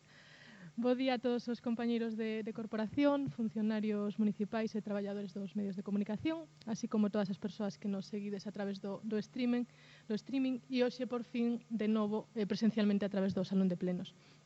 Un dos retos do pasado mandato foi, entre outras cousas, a modernización e dinamización do comercio e o fomento da compra de proximidade, con diversas medidas e iniciativas como as tendas a exame, os mercadiños urbanos nos barrios, campañas especiais como a do Samaín, o mercado ecolóxico do Campo da Leña, a posta en marcha un sistema de bicirreparto nos mercados municipais, etc. etc. Todo isto canalizado e coordinado coa Mesa Local de Comercio. Este reto é todavía máis importante neste momento de crise sanitaria e de pandemia, onde o sector primario e o comercio local amosaron dun xeito evidente a súa importancia e a súa relevancia como servizo esencial para a sociedade. Dito isto, parécenos necesario que o Concello desenvolva nestes momentos unha plataforma digital de comercio online para o tecido comercial local, sendo, ademais, unha promesa electoral do Partido Socialista, está ben que empecen a facer algunha das medidas que levaban no programa. Sen embargo, é inexplicable que nun ano de mandato non fixeran nada no ámbito do comercio. Ningunha das campañas e das iniciativas de promoción que viñan funcionando, por outro lado, estupendamente. Nin tendas a exame, nin Samaín, nin mercadillos urbanos. Nada. Agora o comercio local precisa campañas de promoción do consumo e da compra de produto local e de proximidade. Para iso tamén é fundamental que dentro das administracións públicas nos impliquemos tamén na mellora, por exemplo, das liñas de distribución do produto local, etc. Os bonos de compra para o comercio local que aprobamos no Presco son unha boa idea, idea da Marea Atlántica, por certo, que xerou consenso co resto dos grupos. Agora ben, a nosa proposta sempre foron uns bonos a modo de moeda local que contribuísen a axudar a rendas máis baixas e a fomentar o consumo de proximidade. Un xeito de conectar gasto social de rescate con estímulo económico local. É dicir, a nosa proposta sempre tivo un enfoque redistributivo. O resultado final non foi ese. Celebramos, evidentemente, a medida dos bonos, creemos que son necesarios, pero creemos que neste momento tamén era necesario ir máis alá. Coido que este é un bo exemplo da importancia que teñen os comos en política. O como desenvolver unha política pública respecto ao que. Estamos de acordo no que, pero os comos son o que verdadeiramente marca a diferenza. En este momento, a sociedade precisa políticas públicas transformadoras e de mirada longa, como podería ser a implantación dunha moeda social na nosa cidade. Ademais, cando falamos de desarrollo de software, de tecnoloxía, tamén hai diferencias fundamentais en como facer as cousas. Podemos comprar un produto tecnolóxico a unha empresa X, un produto que, por outro lado, está enlatado e o máis probable é que non se adapte ao que exactamente precisamos, neste caso o noso tecido comercial. Ou podemos buscar unha solución en software libre, contar co tecido tecnolóxico local e que traballa en software libre, que é moito e moi bo, e xerar coñecemento tamén dentro da administración para que o know-how desa aplicación quede na casa. Nos modos está a diferenza entre políticas públicas continuistas ou transformadoras. Moitas grazas. Moitas grazas, señora Delso. Polo Grupo Popular, señora Cendán. Sí, gracias, señora alcaldesa. Sodes moito máis que un servizo. Sodes moito máis que xeradores de emprego. Dades vida ás nosas rúas. Agora que o consumo parece que remonta, necesitamos que recuperedes o pulso perdido. Estamos aquí para sumar por Coruña, non o ides a facer sós. Este duro trago ímolo pasar xuntos. É de toda a corporación o compromiso de axudar ao noso comercio a reverter esta situación. Unha situación que precisa xa de medidas efectivas que garantan a continuidade da actividade comercial herculina, como as adoptadas recentemente e que nos propuxemos xa en marzo. Axudas económicas a autónomos e PEMES, disposición de liquidez, pago de aluguer de locais e cotas de autónomos ou subvencións para compras de materiais de protección e desinfección. Falamos dunha actividade que nos últimos meses debátese entre a necesidade de abrir e a incerteza dun futuro próximo. Un futuro do que o único que sabemos é que cambia a unha velocidade de vértigo. Vímolo e vivímolo nestes últimos meses, onde moitos negocios tiveron que reinventarse e buscar novas fórmulas de traballo, métodos de venda e alianzas, atención telefónica, reparto ao domicilio ou novos medios de pago. Polas restriccións e tamén polo medo a sair á rúa, o consumidor aumentou a súa actividade por internet. Faise precisa, por tanto, a adaptación ás novas necesidades creadas se queremos un comercio minorista próspero e adaptado aos cambios dos hábitos de consumo. Nesta liña xa está traballando a Xunta de Galicia, que destina agora mesmo 23,5 millóns de euros para que o comercio e as PEMES gañen en competitividade no novo contexto económico. 6,5 millóns a digitalización das PEMES, 4 a facilitar o teletraballo, 3 ao impulso da digitalización no rural e na economía social, 6 a internacionalización digital e a liña máis acaída ao tema que hoxe tratamos, 4 millóns a modernización e a innovación do comercio de proximidade para o desenvolvemento de novas canles e fórmulas de comercialización e para a adaptación dos seus establecementos. A digitalización xa non é unha opción. Necesitamos ter presenza online, estar localizados e posicionarnos como referencia de futuro, ofrecendo ao consumidor unha multiplicidade comunicativa. Non sabémolo e por iso sempre apostamos por incluir no noso proxecto de cidade a implantación dun plan de digitalización do comercio. Unha aposta na que insistimos cando solicitamos no último orzamento un convenio coa FUC para a posta en marcha dunha plataforma como a que hoxe trae aquí a señora Martínez. É por iso que o noso voto é a favor, xa que se ven a moción incide nas características técnicas do servizo en sí, ten o espírito que compartimos. Estamos aquí para sumar por Coruña, non o ides facer sós. Grazas. Moitas grazas, señora Cendán. Polo Grupo Socialista, señora Fontán. Sí, gracias, señora alcaldesa. Señora Martínez, o Grupo de Goberno está de acordo coa filosofía e o contido desta moción, polo que xa lle adianto o noso voto favorable á mesma. Que non podemos estar máis de acordo constatando os feitos. Por unha banda, o traballo que xa se está a desenrolar na Consellería de Comercio dende fai algún tempo na liña de dotar ao comercio coruñés dunha ferramenta tan necesaria, imprescindible, diría eu, como unha plataforma digital, algo que, por certo, xa é longamente demandado polos propios comerciantes. E, por outra banda, o recentemente aprobado Presco, que na súa liña 5 fai unha decidida aposta polo apoio á digitalización do noso comercio con dúas liñas de actuación que xa vostede sinala na súa moción e que conta cunha dotación tan importante como 600.000 euros. É tremendamente complexo, por non decir imposible, pensar que neste período de pandemia do que estamos a sair poida ter algo positivo, pero se puidera, alo menos, salientar algo que se asemelle a unha certa positividade, é o descubrimento para moitos, redescubrimento para algúns, dos nosos veciños comerciantes, esos que tiveron a tenda aberta para que mercáramos carne, peixe, legumes ou froita que levar ás nosas mesas, eso que hoxe xa non son para nós caras descoñecidas, tantos e tantos nomes propios detrás dos que atopamos calidade, confianza, cercanía, seguridade e os que toca ser quen de axudaros a seguir adiante especializándose e modernizándose. Porque agora que vamos a unha nova normalidade, debemos non só agradecer que estiveran aí cando os necesitamos, senón recoñecer a súa importancia e a súa aportación á economía da cidade e, polo mesmo, procurar que sigan estando aí para facer un sector comercial grande, forte e competitivo. Agora ábrese diante deles e diante de nós unha oportunidade única que non podemos desaproveitar. Moitas das medidas propostas por vostede xa as tiñamos asumidas no traballo feito e outras, a vos seguro que as falaremos, as desenrolaremos dende unha vontade de dotar ao noso tecido comercial dunha ferramenta digital útil e acorde aos tempos. Di o Presco na súa memoria que é froito do diálogo e das achegas dos distintos grupos da corporación, así como da escoita das demandas e inquedanzas dos sectores afectados. Eso é o camiño que abriu a nosa alcaldesa, ese é o camiño que vai seguir a Consellería de Comercio, o do diálogo, o do compromiso polo noso. E como a filosofía e no contido da súa moción vai nesa liña, conta con o noso apoio. Moitas grazas, señora Fontán. Procedemos á votación da moción porque entendín, señora Martínez, que aceptaba a emenda presentada pola Marea. Ben, se incorpora a emenda a moción. Votos a favor. Moi ben, moitas grazas. Queda aprobada por unanimidade. Pasamos xa coas mocións do Bloque Nacionalista Galego. A primeira delas sobre medidas para o sector do mar e consta unha emenda de adición da Marea Atlántica.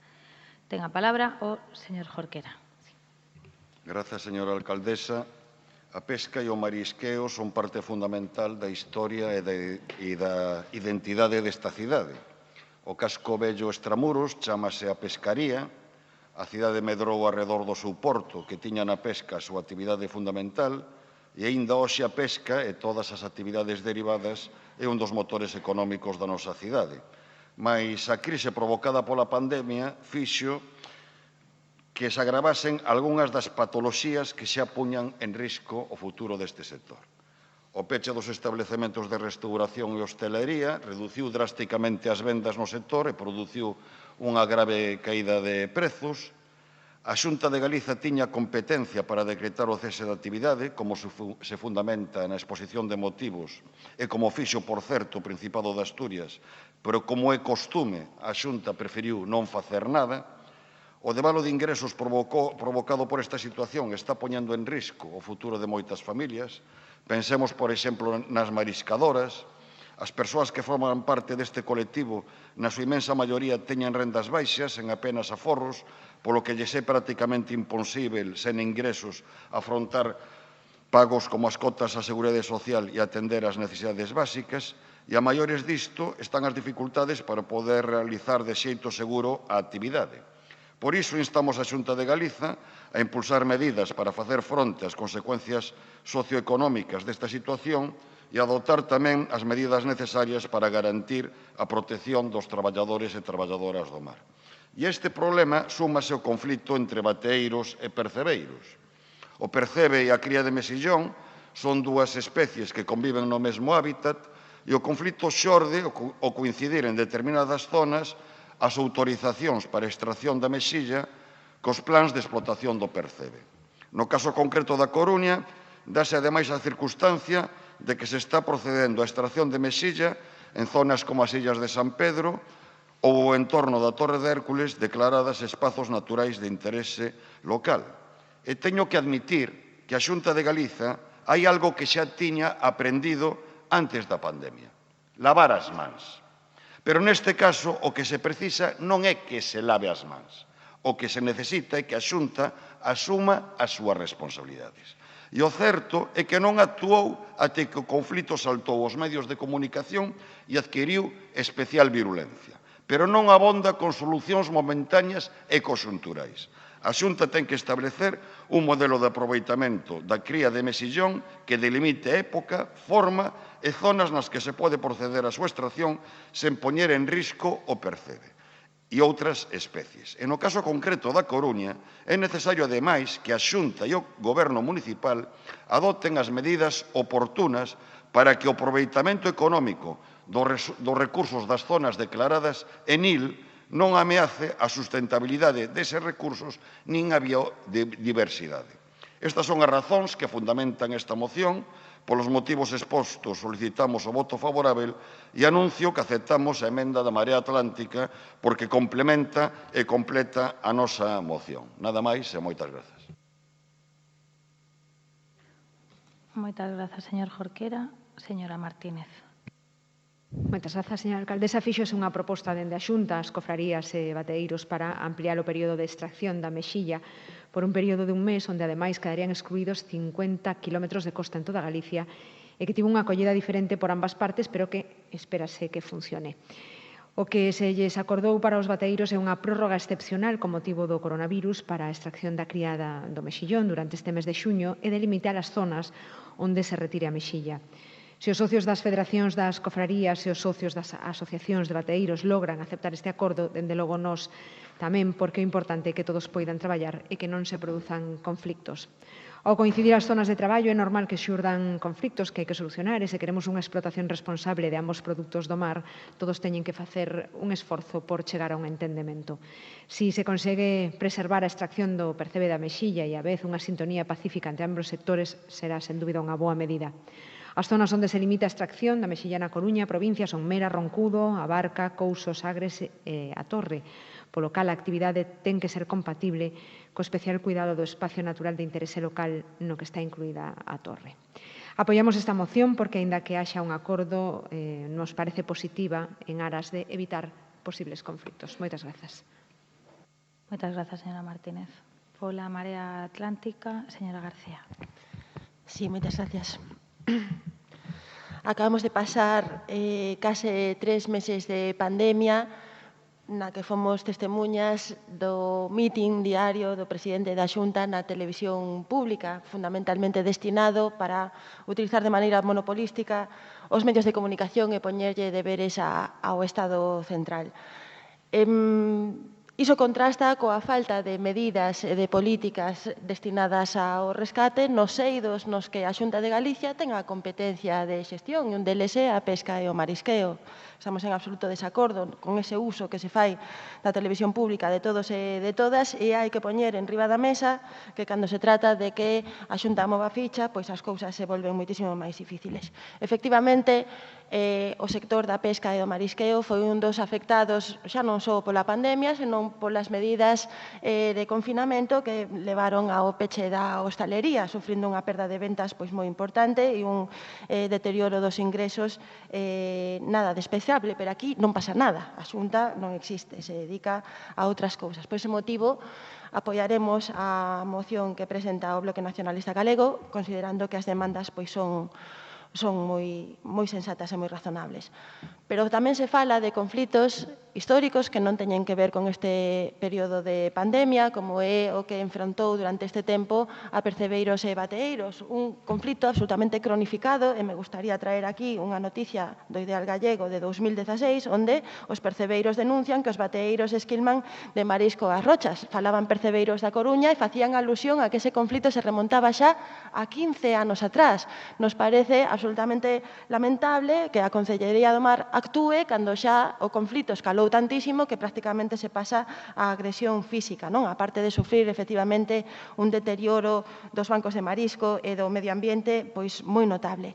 A Marea presenta unha emenda con dúas aportacións a esta moción. En primeiro lugar, é que a esas áreas reservadas á extracción do percebe se lle engada a área do Portiño, as illas de San Pedro e Punta Langosteira, sabendo que son zonas de marisqueo que utilizan os percebeiros da zona, e, por outro lado, que o Concello, en colaboración coa confraría, a lonxa, a hostalería e o sector da cultura, pois utilice tamén ese presco para esas medidas de promoción do produto local.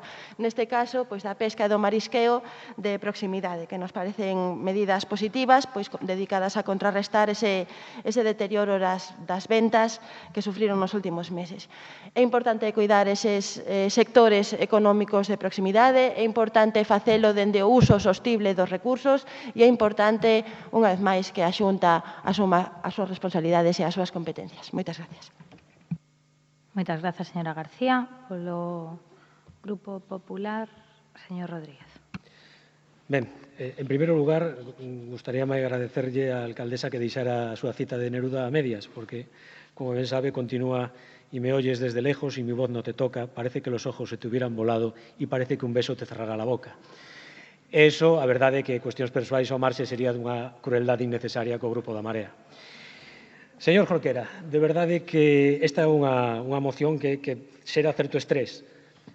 É algo estresante, non interesante, tamén pola importancia do sector na nosa economía, na economía da cidade, pero estresante porque vai ser moi complicado que eu poida dicirlle en 3 minutos todas as medidas que dende o inicio da pandemia está a desenvolver a Xunta de Galicia en apoio ao sector pesqueiro. Ainda así, roubo uns segundos para dicirlle que Galicia é líder en enerxías renovables. Fala vostede de medidas para garantir a actividade, recomendacións e indicacións de seguridade e hixiene para o desenvolvemento de actividades na pesca, nas lonxas e no marisqueo, o 15 de abril. Reparto de 30.000 máscaras para profesionais da pesca, marisqueo, lonxas e sector bateeiro, desinfección de espazos portuarios, realización de test ás tripulacións e protocolo de actuación ante a presenza de coronavirus a bordo de pesqueiros, control dos moluscos bivalvos que permitiron a venda de 15.000 toneladas de recursos marisqueiros con todas as garantías sanitarias durante a pandemia. Ante outras administracións, aclaracións ante o Goberno do Estado do cese de actividade do marisqueo ante as dificultades de realización con formas novas de prevención, demandas ante a Unión Europea de axudas á articulación das mesmas mediante a flexibilización do FEMP e petición de inclusión do marisqueo a pé nestas axudas. En relación coas mesmas, lembrar que a Xunta articula as axudas aos sectores do marisqueo, recursos específicos, acuicultura e transformación, así como organizacións de produtores, e que estas achegas realízanse sen recibir fondos adicionais do FEM, é dicir, todo o esforzo o soportará Galicia. En canto ás demandas para favorecer tamén a actividade da flota de gran altura e liñas de achega da liquidez. Préstamos de apoios á industria marítimo-pesqueira, dende o 4 de abril, con 9,4 millóns de euros de liquidez. Mediante financiamento do tráfico comercial, préstamos avalados e a baixas empresas. Flexibilidade coas tasas portuarias, dende o 4 de abril tamén 7,25 millóns de euros de liquidez. Agilización na tramitación das axudas comprometidas, dende o 14 de marzo 19 millóns en axudas xa resoltas, todas elas para abono de fondos xa investidos ou de novas necesidades derivadas da COVID-19. Falaba vostede tamén da solicitude de mediación da Xunta no conflicto entre bateiros e percebeiros. Chegan vostedes tarde. A Xunta xa emitiu recentemente 2 resolucións polas que prorroga a extracción de mesilla durante o mes de xullo e adopta medidas para garantir a convivencia pacífica entre bateiros e percebeiros froito dos contactos mantidos coas dúas partes para facer fronte a esta situación extraordinaria. Sobre o espazo natural de interese local, seguro que o Goberno lle dará tamén cumplida información, pero o plan de conservación redactado polo Concello e xa co visto bo da Xunta establece a normativa e as medidas de xestión necesarias para garantir os valores naturais do Nil nos próximos 6 anos. Iso supón a garantía de previdencia das especies e hábitats presentes con a serie de medidas ás que se fará unha achega de 100.000 euros, aínda que o ENIL non ten por que conlevar a asignación de recursos económicos por parte da Xunta. En todo caso, aínda que penso que este tempo reducido non lle fixo xustiza a toda a batería de medidas que veño de resumir, sí que quero dicir que non queremos frustrar a súa petición e, polo tanto, sendo cousas coas que estamos de acordo pero que se están facendo, anunciamos que nos absteremos nesta moción. Mais nada, moitas gracias. Moitas grazas, señor Rodríguez. Pecha o turno o señor Laje Tuñas polo Grupo Socialista. Gracias, señora alcaldesa. Señor Jorquera, adiantolle que o noso grupo vai a votar favorablemente esta iniciativa. Entendemos tanto o fondo sustanciado nas propostas que traen aquí, como tamén a exposición que vostede fixo, sendo coincidente en moitos aspectos coas políticas que nos vimos defendendo no ámbito do sector primario, neste caso concretamente do sector pesqueiro.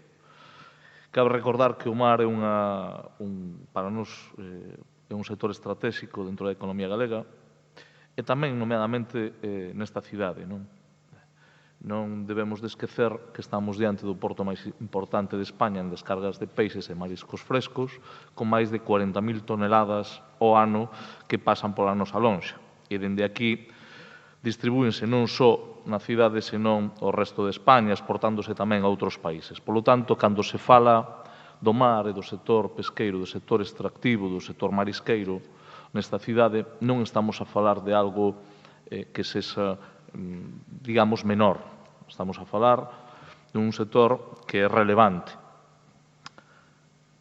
Recollo, ademais, a proposta, a invitación que facía a señora García ao falar do Presco.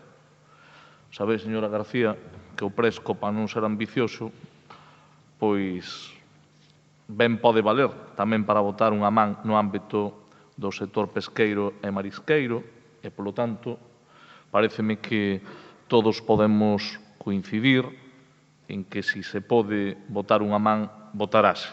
Ao final, está claro que é moito mellor falar moito máis de Neruda que estar cabreados. Nos vai a ir moito mellor a todos porque o vamos a levar seguramente de outro xeito. Da pesca nesta cidade viven en torno a 10.000 persoas, só tendo en conta os empregos directos vinculados á propia pesca, á comercialización e ao transporte. Nos entendemos que é esencial facer a defensa dos intereses do sector que se fixo hoxe aquí. E, ademais, entendemos que reivindicar diante da Administración autonómica, que é a competente, é dicir, que a Xunta de Galicia sexa capaz de establecer un diálogo constante co sector para coñecer as súas necesidades, mellorar a súa seguridade e introducir garantías de carácter económico sobre o seu futuro, é algo que forma parte do ámbito competencial da comunidade autónoma, pero tamén debe formar parte do que se denomina o compromiso de país. É dicir, un equilibrio necesario entre os diferentes sectores económicos e, desde logo, tendo en conta algo que forma parte tamén da nosa especificidade. É dicir, nós podemos ter un plus, podemos ter unha iniciativa moito maior que outras comunidades en determinados terreos e este é un deles, polo tanto, non só cabe pedir diálogo, senón tamén traballar no terreo da comercialización, traballar no terreo da resolución dos problemas. Remato, señora alcaldesa, pensando que o motor económico non é exclusivamente dependente dun sector. A pesca e o marisqueo son sectores importantes e nós vamos dar o noso apoio a un problema que é vello, pero que, desde logo, necesita solución. Moitas grazas, señor Laje. Señor Jorquera, desculpe, porque non escoitei, acepta a emenda da Marea. Ben, pois votamos xa a moción coa emenda incorporada. Votos a favor da mesma. Moitas grazas. Votos en contra. Abstencións. Moitas grazas. Queda aprobada a moción. Segunda moción do Bloque Nacionalista Galego sobre a lingua galega. Hai unha emenda de adición da Marea Atlántica. Señora Beira. Sí, comezo xa dicindo que aceptamos a emenda da Marea Atlántica a esta moción. Ben, trátase dunha moción en defensa, como di ao propio inicio desta moción, unha moción en defensa da lingua galega. É certo que estamos en xuño, parece como que estas cuestións só se adoitan circunscribir o mes de maio, pero a nosa intención con esta emenda é desestacionalizar, se o queremos dicir así, a defensa da lingua galega e adiala a todo o ano, as 24 horas do día, os 365 días do ano. Creemos que, como ben di a moción, que o proceso de normalización da lingua galega impulsado até o día de hoxe por parte das administracións públicas non foi suficiente para garantir o dereito a vivir libremente na lingua propia de Galiza. Eu convido a todos os concelleiros e todas as concelleiras desta corporación a que intenten vivir durante unha semana as 24 horas do día en galego, porque realmente hai serias dificultades para completar a vida íntegramente en galego, desde as complicacións sociais de vivirnos nun país con diglosia a dificultades que existen tamén no ámbito público en diferentes ámbitos, como o dos medios de comunicación, etcétera, etcétera. Constátanse importantes vulneracións á legalidade vixente, como o Estatuto de Autonomía, a Lei de Normalización Lingüística ou a Carta Europea de Linguas Rexionais ou Minoritarias. Mas tamén existe un importante desleixo por parte da Xunta de Galiza, a posta en marcha de políticas que favorezan o uso do galego e contribúan, que isto é importante, a aumentar o número de galegofalantes. A política lingüística emprendida polo actual goberno galego non vai na dirección correcta e así o demostran os diferentes estudos realizados polo Consello da Cultura Galega e a Real Academia Galega en relación á lingua, tamén do Instituto Galego de Estatística, datos os que eu facía referencia no pasado pleno a respecto da aprobación do regulamento de escolas infantís. Datos tan elocuentes como que en 2008 un 25%, que xa é pouco, unha cuarta parte dos nenos e das nenas entre 5 e 14 anos aprenderan a falar en galego e en 2018, 10 anos despois, só fixeran un 18%. A perda de transmisión xeracional do galego é un feito que pode rematar coa saúde da nosa lingua e non acontece por casualidade. Hai medidas políticas que se poden poñer en marcha e o que pretendemos con esta moción, animar o goberno galego a que emprenda o camiño da defensa da lingua galega. Creemos, ademais, que esta pandemia nos deixa un mal sabor de boca porque o cambio ou o empeoramento da actitude do presidente da Xunta de Galiza respecto da nosa lingua, dirixíndose en castelán na maior parte das súas intervencións, non só orais, sino tamén nas redes sociais, supón un desprezo á nosa lingua que creemos que é absolutamente inaceptável. Nada máis. Moitas grazas, señora Beira. Señora Martínez. Moitas grazas, señora alcaldesa. Ademais, do mes de maio, como apuntaba a señora Beira, este debate sempre xurde en campaña electoral e como así o entendo, pois tampouco me vou extender moito nesta exposición. Eu creo que o plurilingüismo debe ser unha vantaxe para as persoas, nunca unha barreira. Penso que hai que defender o uso das dúas linguas oficiais da nosa comunidade e que hai que garantir o dereito das persoas a elexir. Claro que hai que defender e protexer a nosa lingua, claro que hai que apostar por ela, pero nunca a costa de obrigar a usala. E o señor Feijóo fala castelán nas súas intervencións porque na maioría das veces hai televisións nacionais e precisamente para que se lle entenda que non lle teñan que poñer subtítulos, por eso fala castelán. Non son eu a que teña que defender o señor Feijóo, pero é evidente que non o fai por menosprezar a lingua galega e a mesma mensaxe que transmite en castelán, pois antes ou despois a repite en galego as veces que faga falta. A mensaxe é clara, hai que garantir a igualdade de oportunidades e tamén no uso das linguas. Neste caso, ímonos a abster nesta moción. Moitas grazas. Moitas grazas, señora Martínez. Pola Marea Atlántica, señor Martínez. Ben, bo día, case boa tarde. Conxunto da Corporación, persoal municipal, xornalistas, veciños e veciñas que nos seguen. Vexo que maiormente a través do streaming. Imos votar a favor desta moción, non preciso estenderme demasiado para argumentalo. sabe perfectamente o BNG que compartimos o espírito da iniciativa e seguramente sexa así, que compartamos o espírito porque tamén compartimos o diagnóstico sobre o que supuxeron Feijóo e o seu mal chamado decreto do plurilingüismo, antecedente, por certo, do PIN parental en algunhas cuestións para o galego e para os seus falantes en Galicia. Pois basicamente o mesmo que a Lei Mordaza, un retroceso en materia de dereitos sociais e culturais, como ven de denunciar o relator especial das Nacións Unidas.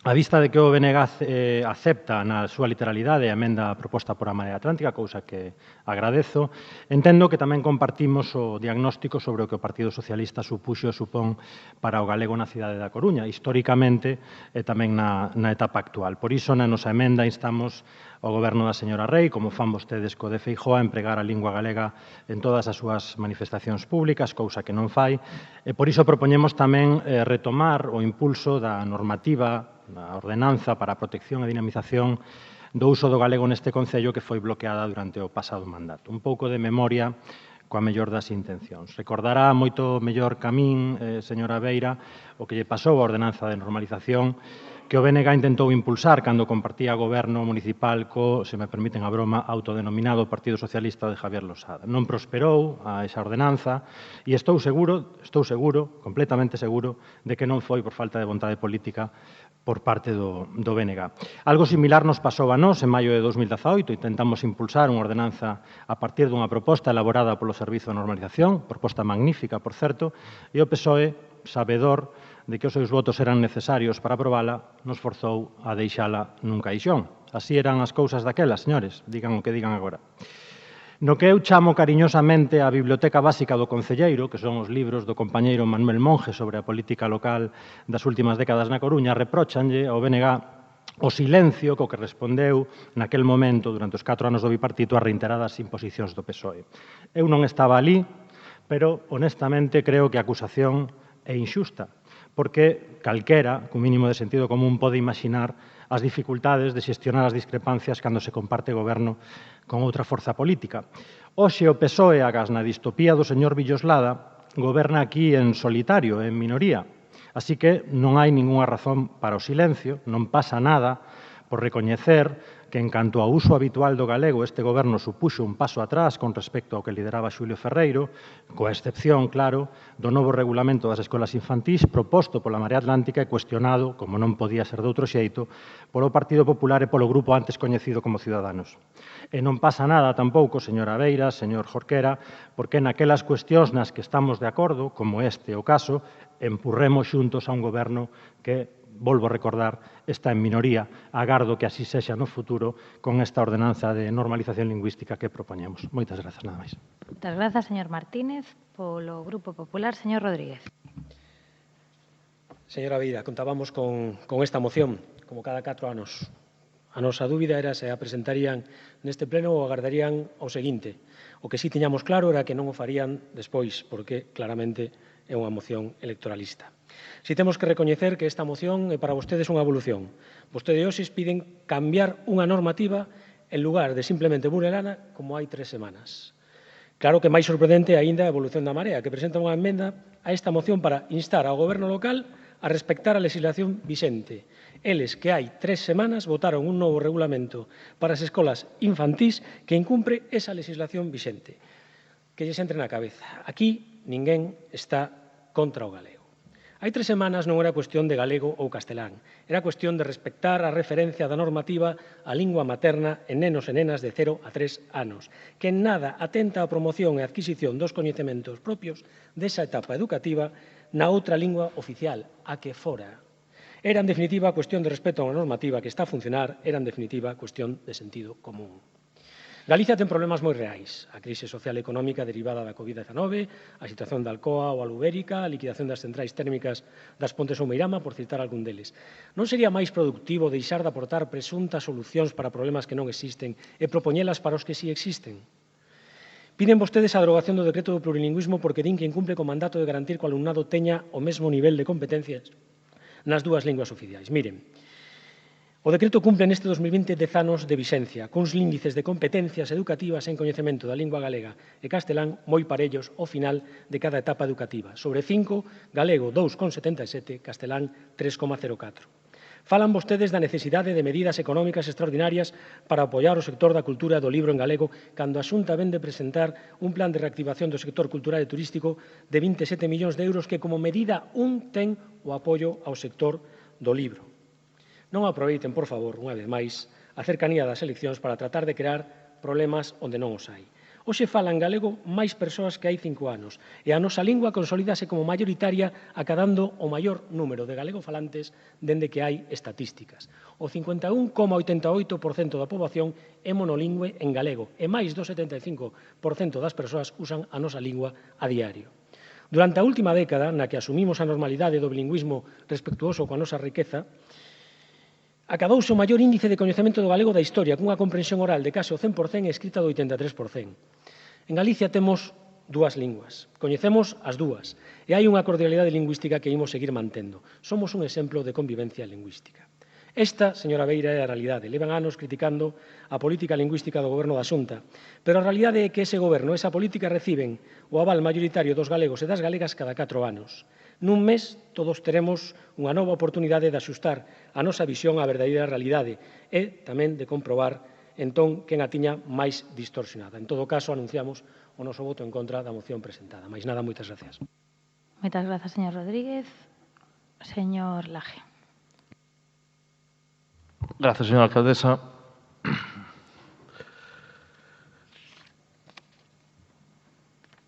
Señora Beira, bo día. Decirlle que non hai ningunha dúbida sobre o compromiso do Goberno que preside Inés Rei co uso e promoción da lingua galega. Non se trata dunha decisión autoimposta nin artificial. Falámola porque é nosa, é a nosa. Gústanos. E, ademais, señora Beira, eso non é incompatible, non está en dúbida co respecto á cooficialidade, á riqueza que temos de ter dúas linguas como o castelán e o galego, a poder expresarnos na que nos pete e a facelo en uso da nosa liberdade. É bo que un se poda expresar na súa lingua e, por iso, cada un o fai con absoluta normalidade. Pero entendo que nun país coa riqueza de sumar dúas linguas oficiais debemos tamén de procurar ser quen de defender a nosa lingua a que o artigo 5 do Estatuto de Autonomía di que é a lingua propia de Galicia. O obxectivo é que chegue o día no que non haxa que debater aquí mocións deste tipo, no que cada un fale no que lle pete e no que cada un, cando vai a facer unha escritura, por exemplo, dun piso, dunha casa, do tipo de vivenda que sexa. Se sabe que eu nesas cousas non me meto, creo que cada un cos seus cartos fai o que considera convinte. É dicir, pode ter grandes mansións ou pequenas mansións, eso non vai con cuestións ideolóxicas. O que si vai é na defensa dunha moción que vostede fai e que nos imos a respaldar, evidentemente, na que fala moito do goberno galego, tamén fala algo do goberno local, e no que teño que decirlle que os feitos son os que demostran o movimento e o que se está a facer. Baixo o mandato desta alcaldesa, o orzamento de normalización lingüística medrou un 40%. Esos son feitos. Despois, ten que permitirme que lle diga que os feitos están aí e falar das escolas infantís ou falar da lingua vehicular, a mí non me cabe ninguna dúbida o compromiso do BNG. Penso que faríamos ben todos en traballar de forma armónica para defender a nosa lingua e defender a liberdade de cada quen a utilizar calquera das linguas nas que podemos facelo. O Goberno está comprometido na utilización da lingua galega. Creo que un bo exemplo é quen preside esta corporación e quen é a alcaldesa desta cidade. De feito, saludo que os concelleiros e concelleiras da Marea teñan a ben citar a alcaldesa, porque a veces costalles mencionar a palabra alcaldesa e vexo que na emenda que se incorpora e que se asume, falan da alcaldesa da cidade, está moi ben. Decirlles que, señor Martínez, a verdade, sobre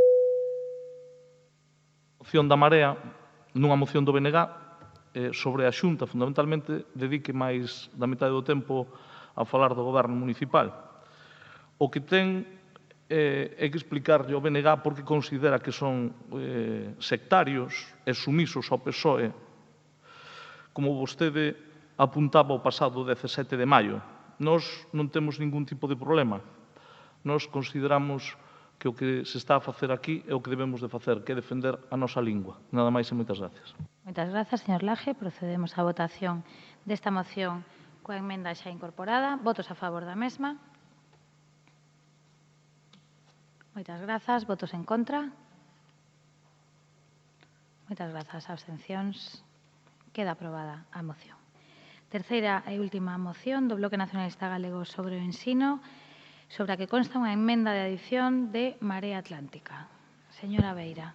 Sí, neste caso non imos aceptar a emenda da Marea Atlántica porque unha das cuestións que se apuntan xa está recollida noutra moción propia da Marea Atlántica. No caso do segundo punto, como falamos xa na Comisión de Educación e Cultura, pois a nosa disposición sobre, ou a nosa idea sobre o programa Potenciate é que o Concello o poida pois concordar ou acordar cos propios centros e, polo tanto, realmente a nosa moción vai dirixida á Xunta de Galiza e preferimos mantela tal e como a rexistramos. Pois adiante coa defensa da moción. Ben, vou dedicar estes minutos a defender esta moción do ensino porque me parece fundamental, pero podería desmontar case cada palabra das que dixo o señor Rodríguez en canto á moción anterior. Pero voume dedicar a falar do ensino. A Xunta de Galiza suspendeu as aulas presenciais en todos os centros de ensino cun primeiro día en que foi optativo que o alumnado acudise o 13 de marzo e logo xa a partir do día 16 a suspensión das aulas até novo aviso. Nese momento, no seu característico respecto ás profesionais e ás direccións dos centros, e falo, obviamente, en ton irónico, a Xunta de Galiza comunicou públicamente aos medios de comunicación a suspensión das aulas moito antes de llo comunicar aos propios centros de ensino. Así comezou o Goberno galego unha actitude que non iría a mellor. Desamparo é a sensación maioritaria que tiveron moitas e moitos profesores durante este período en que todo foron indicacións difusas da Consellería de Educación. Alén da falta de diálogo ou da actitude de botar balóns fora e culpar o Ministerio de todo canto mal se facía, a Xunta de Galiza non tomou ningunha decisión para axudar as familias, as nenas, os nenos, a mocidade a levar a cabo este confinamento e desconfinamento educativo.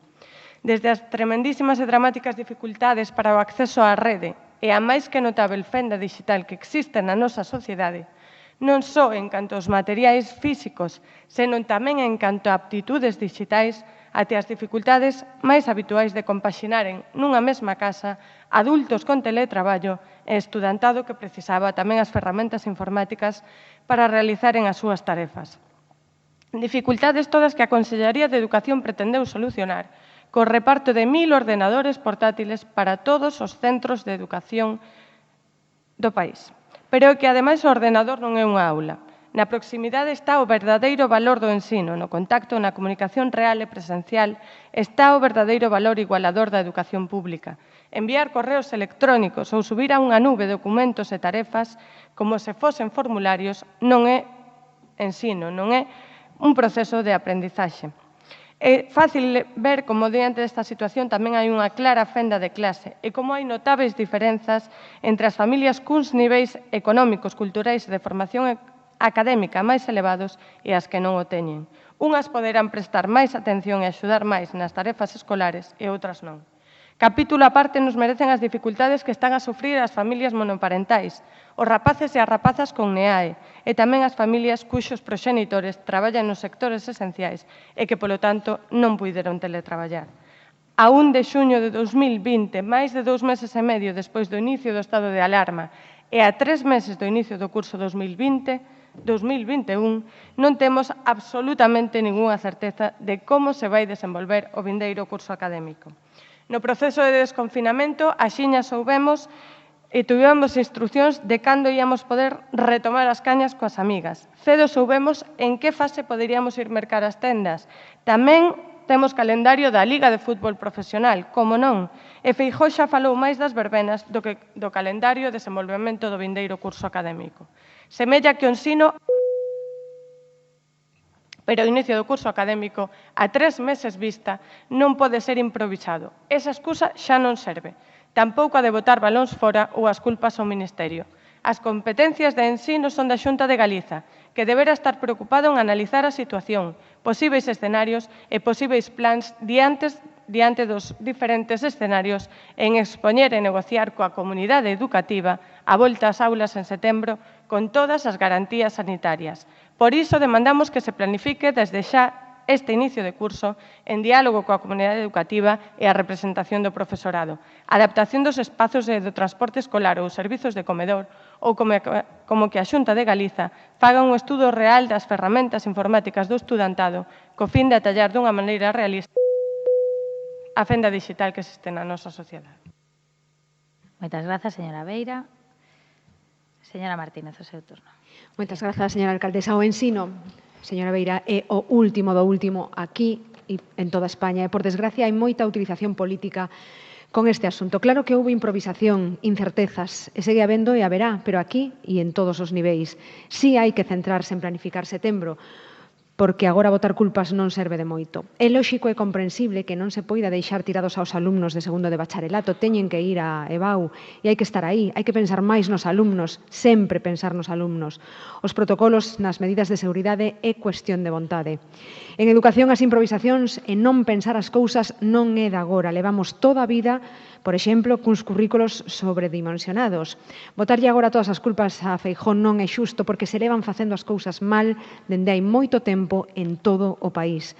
Que haxa improvisación agora entra dentro do normal e non todos os colexios e institutos son iguais, tamén están as persoas. Son moitos pais de coles desta cidade que agradecen a labor dos profes durante esta pandemia porque están en contacto permanente cos rapaces, chámanos continuamente e se preocupan e iso é o importante. Por primeira vez a saúde é realmente importante. Hai moitas cousas por arranxar que non creo que sexa o máis adecuado usar as incertezas que tamén as hai no ámbito do ensino como arma política. Non podemos exixir agora a perfección neste momento de emerxencia cando nunca se fai. Cantas veces se queixaron os profesores do mal que vai a internet nos seus centros? Démonos conta agora que se fixo imprescindible ou a falta de ordenadores? Pode que só haxa unha casa, pero móviles teñenos casi todos os rapaces. E senón, teñen os deberes en papel como se fixo en moitos sitios. É todo vontade, é todo pensar nos alumnos. E quen pensa neles? Cando hai que cinguirse a un programa, hai queixas. Cando hai liberdade para facer cousas online, hai queixas. En definitiva, hai moito por facer, moitas inercias que cambiar. Nestes meses de incerteza para todo o mundo e para todos os sectores, onde hai unha boa dirección e profesores implicados, as familias están contentas, pero hai moita xente que está para o que está, que é ter razón. Claro que hai que pensar en setembro, habría que habilitar espazos exteriores, hai que pensar na conciliación e habría que pensar en que esta pode ser unha boa oportunidade para mellorar a calidade do ensino, encaixar os alumnos en pequenos grupos, permitindo a conciliación e a seguridade é todo un desafío que hai que plantexarse desde xa, e pensando en que o virtual non pode sustituir nunca a interacción persoal entre mestre e alumno. Nestes momentos de incerteza deberíamos pensar tamén a medio e longo prazo cara onde queremos ir na educación como sociedade, que cousas poderían facerse de outra maneira, que cousas hai que cambiar para mellorar de aquí a setembro, que cousas aprendemos e cales son significativas e transformadoras. Hai propostas xa moi interesantes como a da Asociación Nacional de Educación en Natureza, que diseñou un protocolo e unha proposta de educación dos centros educativos convencionais para adaptarse a esta realidade post-Covid sin que as familias teñan que renunciar aos seus traballos. Unha proposta que combina formación na aula, ferramentas digitais e clases no exterior, convertindo o entorno ou a cidade nun alivio educativo. Fagamos caso aos expertos. Moitas grazas. Moitas grazas, señora Martínez. Pola Marea Atlántica, señora Cameán. Sí, moitísimas grazas, señora Rei. Ben, antes de nada, moi bo día a todas. Gustaríame comezar esta intervención sendo moi breve, pero facendo un agradecemento.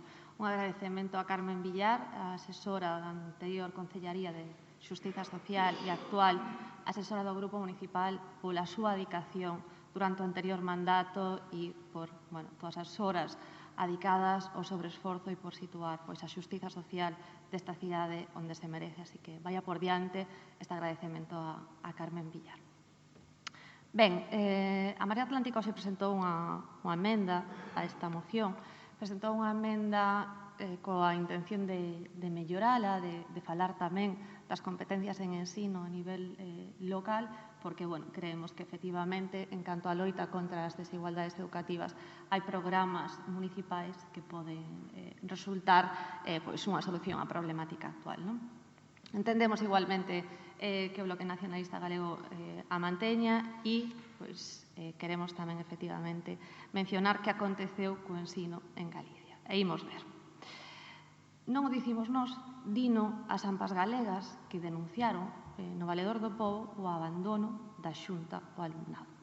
E non só dixeron eso, é que dixeron tamén que os colectivos de necesidades educativas especiais non tiveron a educación que deberían de ter. Nesta denuncia, ademais, comentan que os profesores non recibiron ningún tipo de instrucción, non recibiron ningún tipo de directriz, non recibiron absolutamente nada que os guiase nas súas funcións. É dicir, quedou todo o peso nos seus ombros, pero a administración que os debería de apoiar, a administración que os debería de guiar, que neste caso é autonómica, pois deixounos absolutamente abandonados tamén. Non asumiu a administración autonómica as súas funcións, pero que, ademais, tiveron a tentativa de facer o que máis lle gusta ao Partido Popular, que é privatizar. Privatizar e desmantelar son dous verbos que o Partido Popular conxuga moi ben. E que intentaron facer? Pois intentaron privatizar as nosas universidades galegas, pero non contaba o Partido Popular con que en Galicia hai unha comunidade educativa potente que defende efectivamente o público e que lles parou os pés, pero que en riba de pararlles os pés vostedes saíron con unha prepotencia bastante bochornosa, todo hai que dicilo, e ademais criminalizando a comunidade educativa por facer o que tiña que facer, que era defender a universidade pública. E ben, hai unha diferencia entre quen decide investir en propaganda e quen decide investir en educación. Hai gobernos que deciden venderse e hai gobernos que deciden conquistar o futuro das súas veciñas. Nos creemos que os gobernos deben de apostar polo ensino, deben de apostar polo ensino por ser unha das mellores ferramentas que racha coas desigualdades e deben de apostar un pouco menos ou bastante menos pola propaganda. Aquí na nosa cidade, e digo yo con todo cariño, señor Celemín, e con todo o aprezo persoal que lle teño, sabe vostede que a Asociación de Directores protestou porque puxeron en marcha programas sen falar previamente con eles, e iso que son vostedes o goberno, parece ser do diálogo, pero que, ademais, estamos en xuño e nada sabemos da matrícula das escolas infantís municipais. Nada sabemos da matrícula das escolas infantís municipais. E, ademais, traen a Xunta de Goberno local as becas comedor que, lamentablemente, pois en setembro non van a estar concedidas. E non xa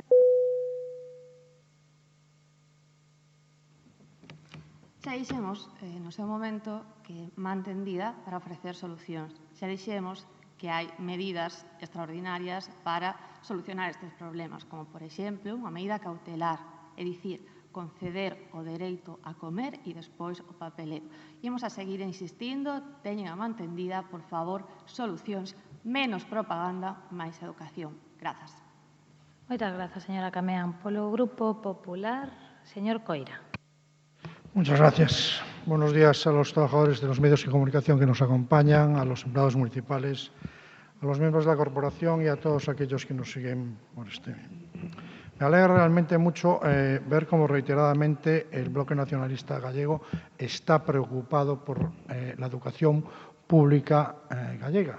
Yo creo que es una preocupación que compartimos todos los grupos. También me gustaría aprovechar para recordarle al Grupo del Bloque Nacionalista Gallego, que siempre critica reiteradamente el sistema educativo público, pues aprovechar para recordarle el informe PISA, la publicación del último informe PISA de este sistema educativo público que ustedes dicen que es tan malo y tan nocivo y que funciona con tantas irregularidades y con tantas ineficiencias, dice que somos la comunidad número 1 en competencia en ciencias de España.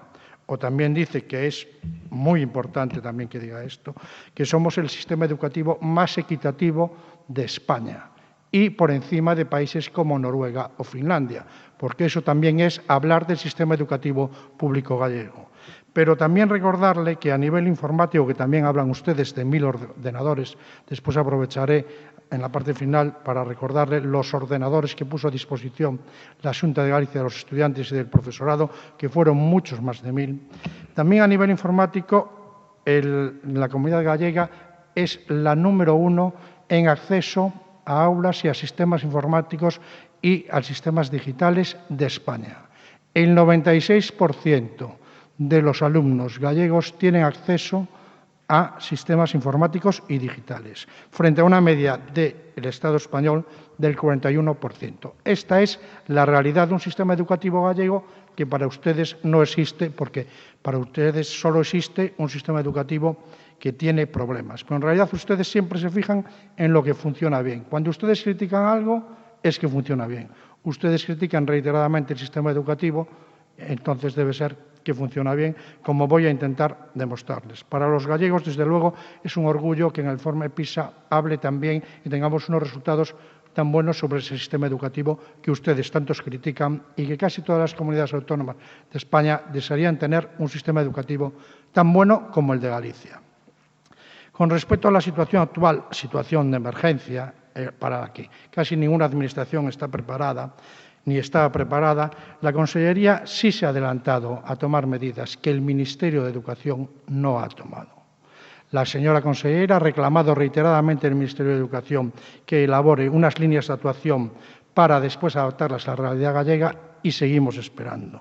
La señora ministra se reunió la tarde del pasado lunes 1 de junio, con el señor Fernando Simón para discutir sobre los criterios para aplicar y reducir los riesgos durante el próximo curso académico.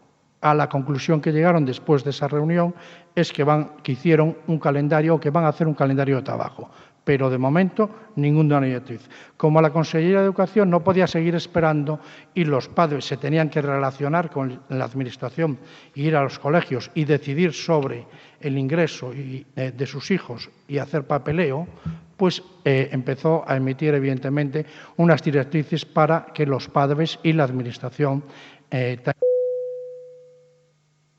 termino ya, que los padres puedan tramitar todo ese papeleo, pudieran asistir. Y con respecto, usted entra en la página web de la Consellería y ya viene desde el día 12 todas las publicaciones y todas las normativas que publicó y todas las actuaciones de la Xunta de Galicia, que son muchísimas que podría enumerar. Simplemente recordarle que se pusieron 2.750 ordenadores a disposición de los alumnos, no 1.000, que la brecha digital, según la última encuesta que hizo la Confapa, es del 30% y que estos ordenadores se destinaron a estos alumnos que no podían acceder y que esto no se parece en nada a los 1.000. Nada más y muchas gracias. Muchas gracias, señor Coira. Por el Grupo Socialista, señor Celemín. Gracias, señora alcaldesa. Buenos días a todas y a todos. Solo una aclaración, señora Beira, que en la comisión informativa este concejal se comprometió a tener un programa de apoyo educativo, no el de Potenciate, que fue un programa de la legislatura pasada y que no llevó a cabo porque hacía una injerencia clara en la labor docente del profesorado y fue rechazado por los claustros, los equipos directivos y la jefatura territorial. Hecha esa aclaración, le anuncio que vamos a apoyar a favor de su moción, porque la Xunta de Galicia, que tiene todas las competencias en cuanto a materia educativa se refiere.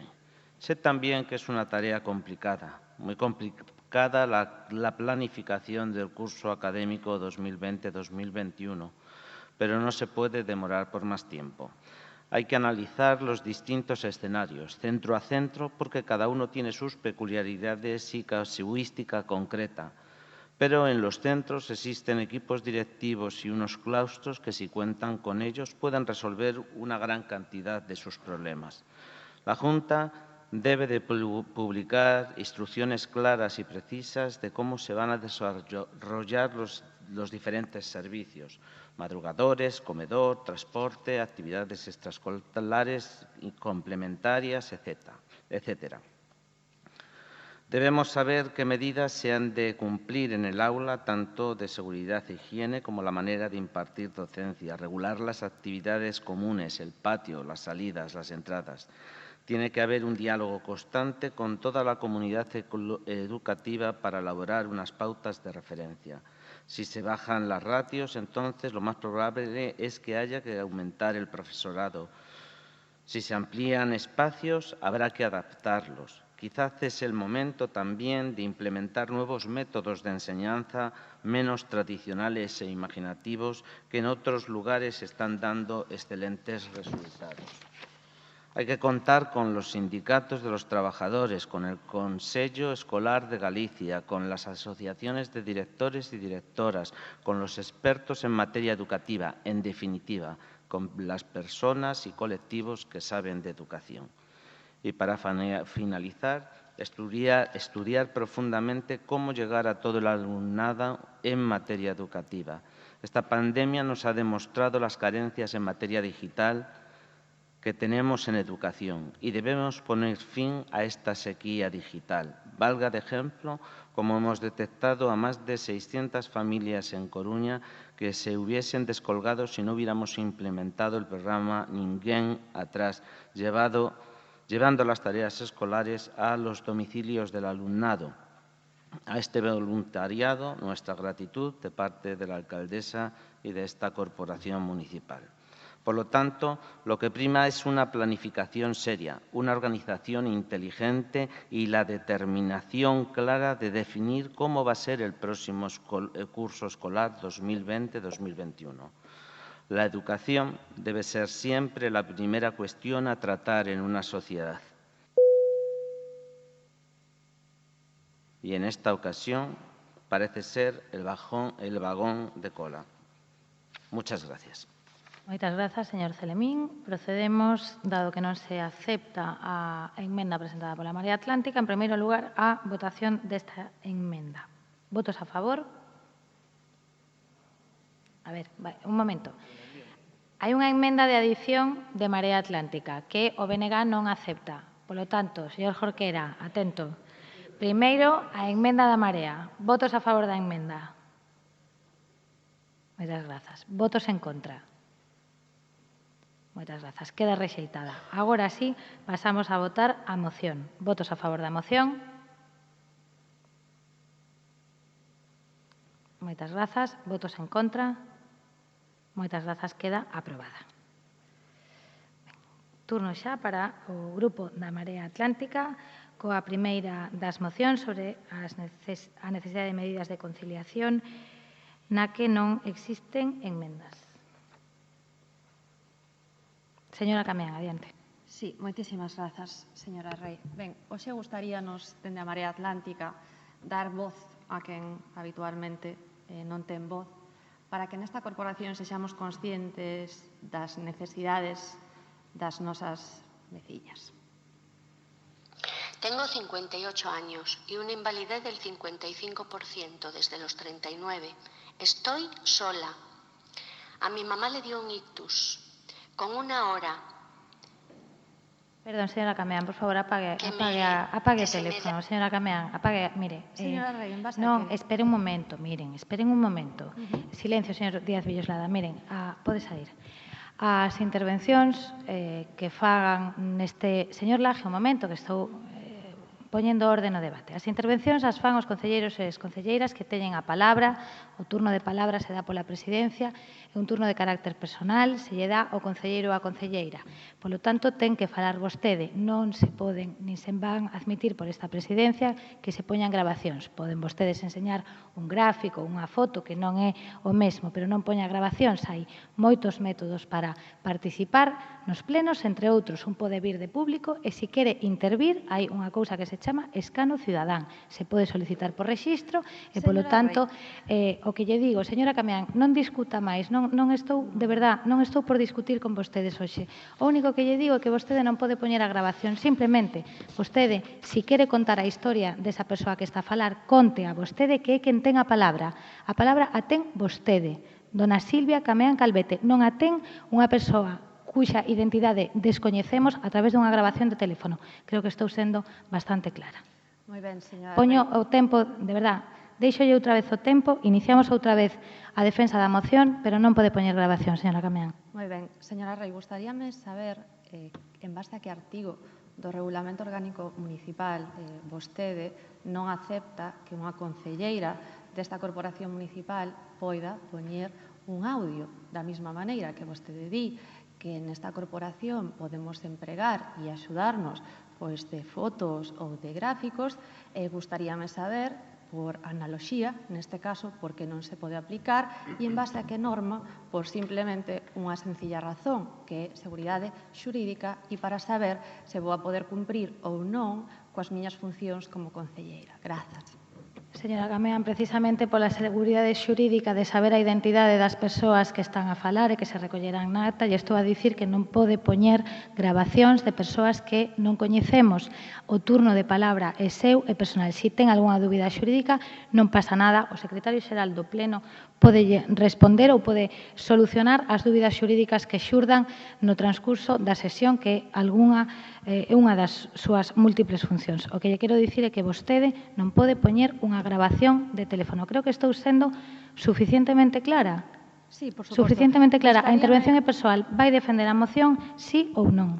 Gustaríame, moi clara, señora Rei, gustaríame escoitar a opinión de que nos asesora neste pleno, que é o señor secretario. Grazas.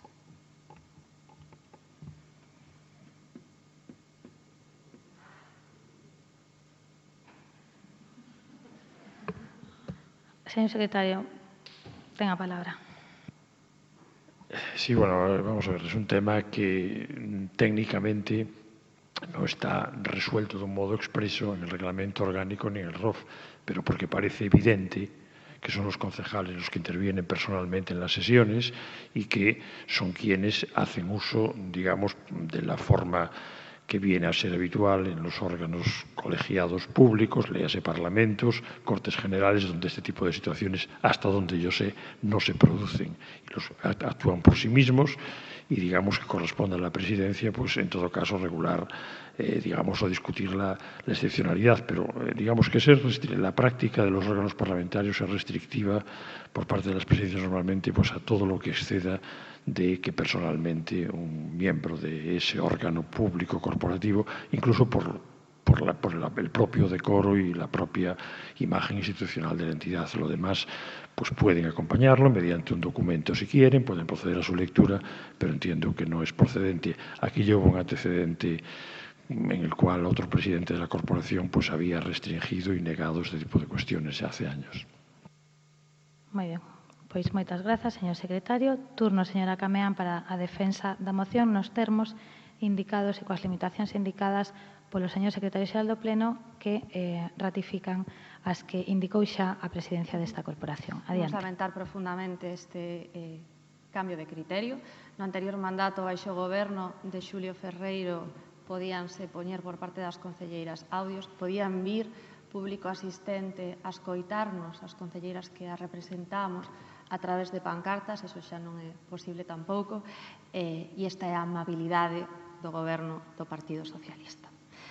Ben, imos falar de conciliación, ainda que non podamos escoitar as nosas veciñas, vou non facer coa miña voz, e quero que coñezan cal é a realidade das persoas da nosa cidade, unha realidade que vostedes en moitas ocasións non sei se por unha cuestión de propaganda e por construir un relato de bo facer ou por outras cuestións que prefiro que non sexan así, pois non teñen a ben entender. Imos ver. Dende hai varios meses non podemos sair na casa. Dende hai varios meses os colexios están pechados. Dende hai varios meses os centros de día están pechados. Dende hai varios meses os centros de diversidade funcional están pechados.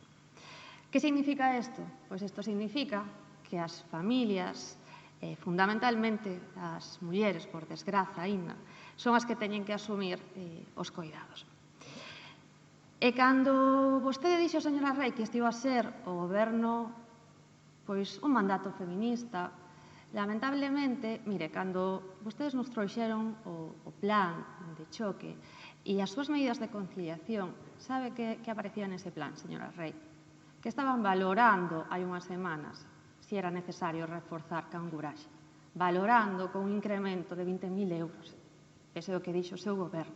Pero, por sorte, a oposición pois pensaba que, efectivamente, era necesario reforzar xa non só a partida de Canguraxe, senón, ademais, outras partidas. A Marea Atlántica propuxo reforzar a atención a domicilio das persoas dependentes. A Marea Atlántica propuxo que se abrisen os patios dos colexios.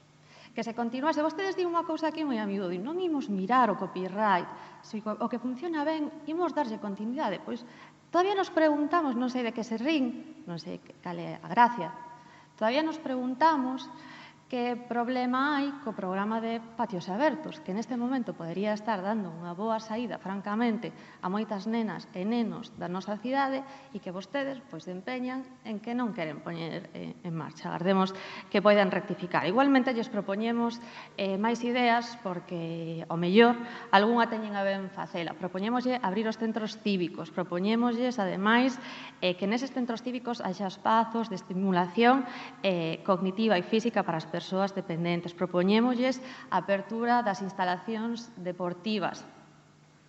Propoñémosles tamén pois que efectivamente se inste a Xunta de Galicia e que a Xunta de Galicia tamén colabore. Agora que teñen tan bo entendemento co Partido Popular, ata incluso pode que poñan uns cartiños para poñer aquí programas de conciliación en marcha e incluso tamén pois pedimos a outra administración que a estatal que poña en marcha prestacións para dar ese apoio ás mulleres e para dar ese apoio aos coidados. Eu creo que as veciñas da nosa cidade é o que nos reclaman, as veciñas da nosa cidade o que nos reclaman en este momento é apoio e de verdade que creo que é unha problemática que está afectando a moitas persoas, unha problemática que me gustaría que se pudese escoitar aquí. Hai xente que pide acceso ao escano cidadá, señora Rei, tamén lle denegan porque lle din que non é interese xeral. Lamentamos esas decisións e, dende logo, dende a Marea Atlántica, seguiremos traendo aquí a voz das nosas veciñas e as súas preocupacións. Moitísimas grazas. Moitas grazas, señora Cameán. Señora Martínez, o seu turno. Grazas, señora alcaldesa. Cando se fala de patios aberto ao barrio como área de esparexemento para que nenos poidan gozar durante o verán e así facilitar a conciliación familiar, non deixa de ser un risco se non se vixía que se cumpran as medidas preventivas por unha banda e por outro, porque tampouco este tipo de espazos abertos ao lecer non garda relación coa conciliación de vida familiar laboral. Os pais terían que estar pendentes da seguridade dos seus fillos. O pai ou nai que traballa deberá necesitar axuda, xeralmente dos avós, para poder levar e recoller os seus fillos a estes centros, tendo en conta que a conciliación laboral duns non coincide co horario habitual laboral dos outros. Os nosos fillos poderán ter todas as actividades lúdicas que lles permitan gozar das xornadas vacacionais, pero o que se abran nestes patios non significa que se chegue a un modelo de conciliación óptimo. Sempre se fala de conciliación, pero debería considerarse tamén que sería máis adecuado falar de integración, modelo que se aplica, por exemplo, en Suecia. A xornada laboral non termina cando se chega a casa do traballo, faise un return to work despois de atender como algo totalmente habitual aos nosos fillos. Sen presas, sen abafos, sen unha parte máis da nosa vida cotiá o dispor desas horas para dedicarlles aos nosos fillos atendidos por nós, os seus proxenitores, sen necesidade de implicar aos nosos maiores a súa educación. Eles xa educaron antes. Integrar a vida laboral na familiar e a familiar na laboral cun horario flexible que lle permita levar ao fillo ao médico no caso de que este enfermo, a un adestramento, a clases de música, e non por iso ver a vida laboral alterada. Fomentar o teletraballo, o traballo de moitos pais estará ao día sempre que poidan integrar a súa vida laboral na súa vida familiar, debe de se entender a integración como algo natural dentro dos nosos quefaceres diarios. Nesta integración haberá tempo para o lecer, e o lecer e esparexamento non ten por que reducirse a un espazo delimitado, patio, chamado gueto tamén. De acordo, e así o entenden algúns pais que estes espazos chamados aberto ao barrio constitúen un aproveitamento de espazos libres que están infrautilizados, pero estarían suxeitos a uns horarios que non serían compatibles cos horarios dos proxenitores integrados ao mundo laboral. Se nai e pai traballan, aínda que o home asumise os novos roles sociais, aínda é a muller a que leva o maior peso no fogar. É importante tamén a cuestión económica. En países como Noruega, unha baixa maternal non é impedimento para que se remunere o 100% do salario. O ter fillos non debe supoñer un sacrificio. E volvendo á integración do traballo no fogar, o traballo é o noso medio de vida, sen el sobrevivir é moi difícil e aquí, cando os gobernos deben actuar e mellorar as condicións das baixas por maternidade.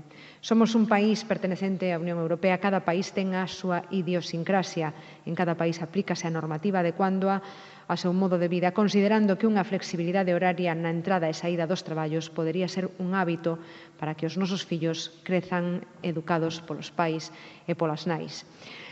Un fillo non debe ser unha carga para un avó e un país debería axudar para que os descendentes sexan mulleres e homes de futuro ben formados, con principios éticos, morais, afectivos. Un fillo educado nun fogar seguro e tranquilo será unha boa promesa para un futuro mellor. Moitas grazas. Moitas grazas, señora Martínez. Polo BNG, señora Beira. Sí. É obvio que durante o estado de alarma, o confinamento e desconfinamento por causa da COVID-19, todas as persoas que temos fillas e fillos ou persoas dependentes das que temos que coidar e que precisamente os coidados son un piar básico do estado do benestar. E sono porque nun contexto de patriarcado estrutural onde de maneira secular as mulleres nos encargamos de balde desta tarefa, a única maneira de asegurar a igualdade de condicións para o acceso ao traballo é un estado do benestar forte que asegure a conciliación. E isto que semella moi básico conceptualmente é complicadísimo de aplicar na práctica. Cando hai gobernos que a subían mirando cara arriba, cara a outro lado, como cando unha disimula, porque levamos compañeiras e compañeiros da corporación máis de 2 meses e medio sen ningunha axuda para conciliar. Nin da Xunta de Galiza, nin do Goberno do Estado. Ningunha, que se di pronto. E tiña que ser do primeiro que saíse, se isto importase. Eu penso nas familias monoparentais, nas familias onde os proxenitores traballan en sectores esenciais e que non poden teletraballar. Nas numerosísimas nais que teletraballamos a deshoras para poder cumprir as exixencias das súas empresas, mentre soportamos nunha maior medida as tarefas domésticas e a carga mental. E agora que a reincorporación aos traballos nun momento de crise económica tamén, que vai pasar coas menores e cos menores? Que vai pasar cos coidados? Pois que xa está pasando, que hai familias ás que non lles queda outra que deixar os menores na casa. Sós.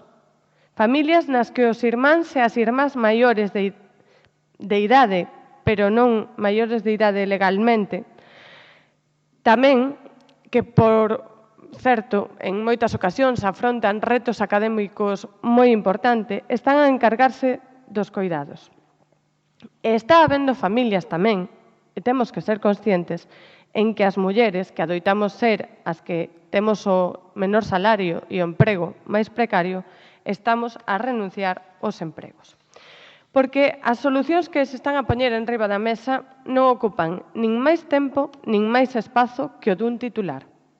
O bono coidado, que agora anuncia a presidencia da Xunta de Galiza, ou a prestación dos coidados anunciado polo Goberno do Estado, chegan tarde, mal e a rastro. O bono coidado é unha proposta irreal, tanto como que a maior parte das familias non ten cartos nin medios para contratar dignamente e legalmente unha persoa para cuidaren a seus fillos. E a prestación por coidados, até unha maior explicación de como se vai implementar, é moi probável que continúe a inclinar a balanza cara ao mesmo lado. E aquí o problema de fondo é este, a corresponsabilidade, desde o ámbito máis individual e doméstico até o máis colectivo, por parte do empresariado e por parte dos gobernos. E non se trata só de aparcarmos os nenos e as nenas, mentres lle dedicamos 26 horas ao traballo, senón de termos tempo para crialos, para escoitalos, para educalos, para pasarmos tempo con eles. Para rematar unha cuestión da moción que nos chamou a atención, é que obvia a existencia dun servizo municipal que é o da canguraxe, por certo, un servizo que ben valía uns cantos mapis e non o plan de contratación anual. Ben podía comunicarse dunha maneira máis eficiente a existencia deste servizo, señor Laje, a existencia deste servizo á cidadanía para que, efectivamente, poidan facer uso del, porque pode facilitar a vida de moita xente. Moitas grazas. Garde silencio, señor Laje, non ten a palabra. Si está falando, que estou escoitando eu. A ver se estou tola. Eu non estou falando, eu estou escoitando. Vale que ás veces o escoito sin que fale, tamén é verdad, pero desta vez estaba vostede a falar. Polo Grupo Popular, señora Gutiérrez. Buenas tardes a todos los miembros de la corporación y al resto de las personas que asistan al Pleno de otras formas. Bueno, el plan de desescalada fijado por el Gobierno de España para la crisis del COVID y la forma en la que se ha producido la reincorporación de los ciudadanos a su puesto de trabajo traen consigo importantes problemas de conciliación familiar. Esto es debido a que todas las personas dependientes, niños y mayores que en circunstancias normales desarrollan sus actividades en los centros especializados correspondientes, pues o bien no saben qué hacer o a cargo de quién quedar para su cuidado. Considerando que este núcleo de población no es cuantitativamente nada despreciable, no deja de ser curioso que el Gobierno de España no haya pensado en la necesidad de estas familias que, tras el duro confinamiento, ven ante sí surgir un nuevo problema que afrontar y ante el que se ven huérfanos de apoyo. Por este motivo y desde este Grupo municipal consideramos que es imprescindible que el Gobierno de la Nación desarrolle este Plan Nacional de Conciliación Familiar, que tenga en cuenta la delicada situación que afecta a miles de familias españolas y que facilite la incorporación laboral en las mejores condiciones, sin menoscabo de la situación familiar y mucho menos de la de los menores y las personas dependientes que necesitan cuidados. Por otra parte, ya vemos que los diferentes gobiernos municipales van tratando de proponer medidas que aligeren el peso de esta crisis de cuidados que sufren las familias. En el fondo, de lo que se trata es de habilitar espacios y cuidados suficientes en horarios adecuados y con programas provechosos para poder incorporar a todos ellos a esta parte de la población que siempre es quien más la precisa de forma directa y apoyar a quienes de forma incondicional prestan estos cuidados. Por este motivo, la propuesta del PP, que se incluyó en el Plan de Medidas Sociales y Económicas que se aprobó el lunes por este Pleno, una partida de 250.000 euros para reforzar el servicio de canguros y otra de otros 250.000 euros para acompañamiento de personas mayores.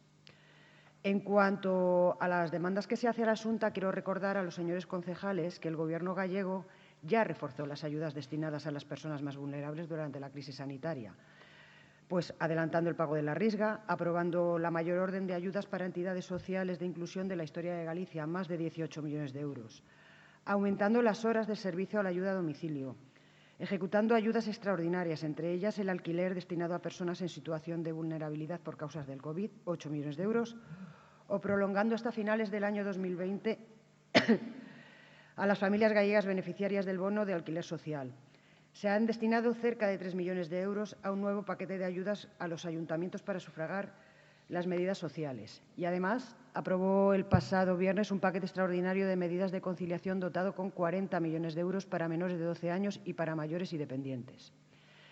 Feijóo explicó que se trata de un bono cuidado extraordinario para la infancia, dotado de una inversión de 18 millones de euros y que contará con una ayuda de 500 euros al mes. De un bono cuidado extraordinario para mayores y dependientes con una inversión de 11 millones de euros y dotado igualmente con otros 500 euros al mes para cubrir la atención de que se contratase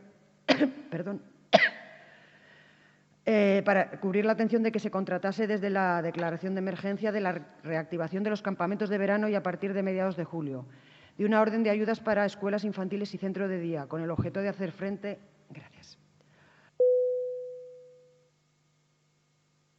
a sus costes fijos durante la suspensión de la actividad. El presidente de la Xunta indicó de que se trata de un paquete extraordinario en una situación extraordinaria y para una conciliación familiar en un momento extraordinario. Por tanto, la Xunta ya ha aprobado y ha puesto en funcionamiento este plan de conciliación autonómica. Gracias. Moitas grazas, señora Gutiérrez. Pecha o debate a señora Neira.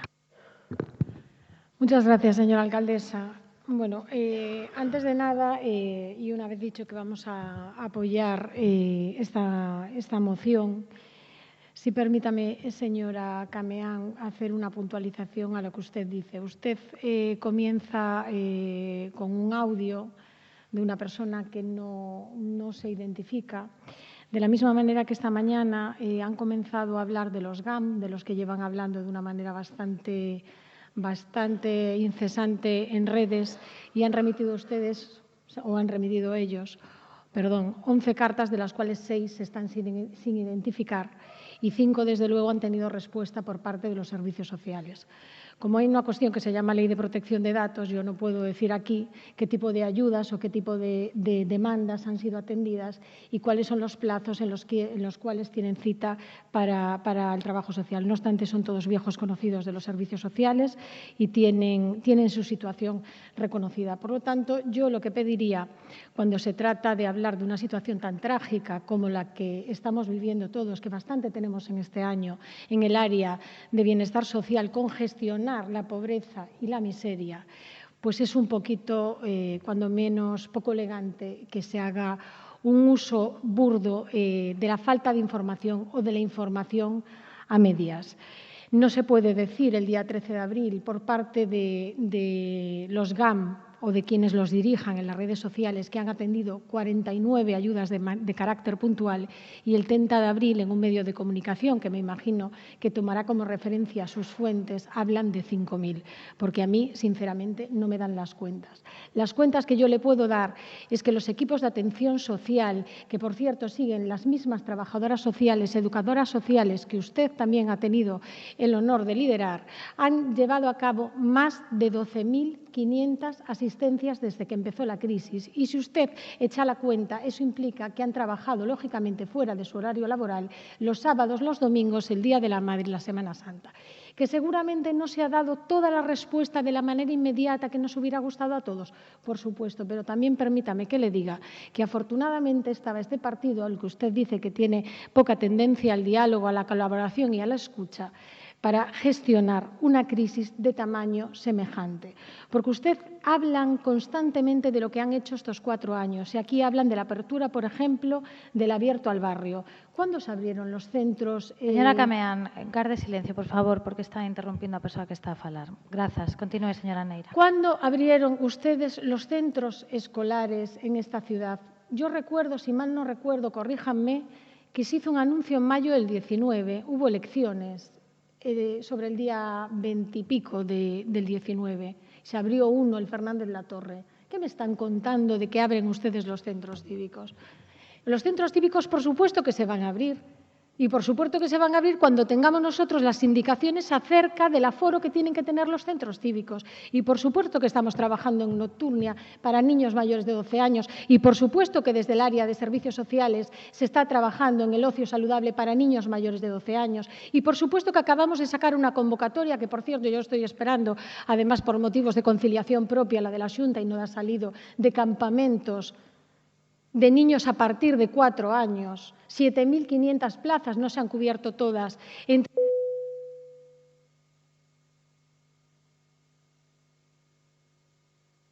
Y por supuesto que se hace un incremento en canguros, pero usted comprenderá, porque ha sido responsable política, que para saber lo que se tiene que incrementar se tendrá que analizar y se tendrá que saber. Y eso de las medidas cautelares en becas comedor, en primer lugar, no sé, aquí estamos muchos licenciados en Derecho. La medida cautelar, hasta donde yo sé, en el procedimiento administrativo no está. Y en segundo lugar, quedamos primero de comer y nos saltamos el procedimiento administrativo y posteriormente reclamamos las ayudas que hemos concedido. Señora Cameán, disculpe un momento, señora Neira, un momento, señora Cameán, non está no uso da palabra, non está vostede no uso da palabra, nin pode respostar a concelleira que está falando. Por favor, pídolle que garde silencio. Remate xa, señora Neira, lle quedan 15 segundos. Una cuestión es el estado de emergencia y todas las decisiones que se tomen para paliar el estado de emergencia. Y otra cuestión es que usted, responsable política que se sienta en este salón de plenos, me diga a mí, responsable política, que la ha sucedido en el cargo, que me salte el procedimiento administrativo para conceder no se sabe qué, en base a no se sabe qué criterios. Porque las administraciones públicas, nos guste o no nos guste, se rigen por una serie de normas y en el cumplimiento de la legalidad tenemos que estar todos. Así que eso de primero damos de comer y después ya vamos viendo qué papeleo. Moitas grazas, señora Neira. Procedemos á votación desta moción. Silencio, por favor. Votos a favor da mesma. Moitas grazas. Votos en contra? Abstencións? Moitas grazas. Queda, polo tanto, aprobada. Facemos neste momento unha pausa. Por favor, garden silencio. Facemos neste momento unha pausa, aínda non levantei a sesión. Xa sei que teñen fame, pero agarden un momento. Ás 15:30 retomamos a sesión plenaria. Moitas grazas.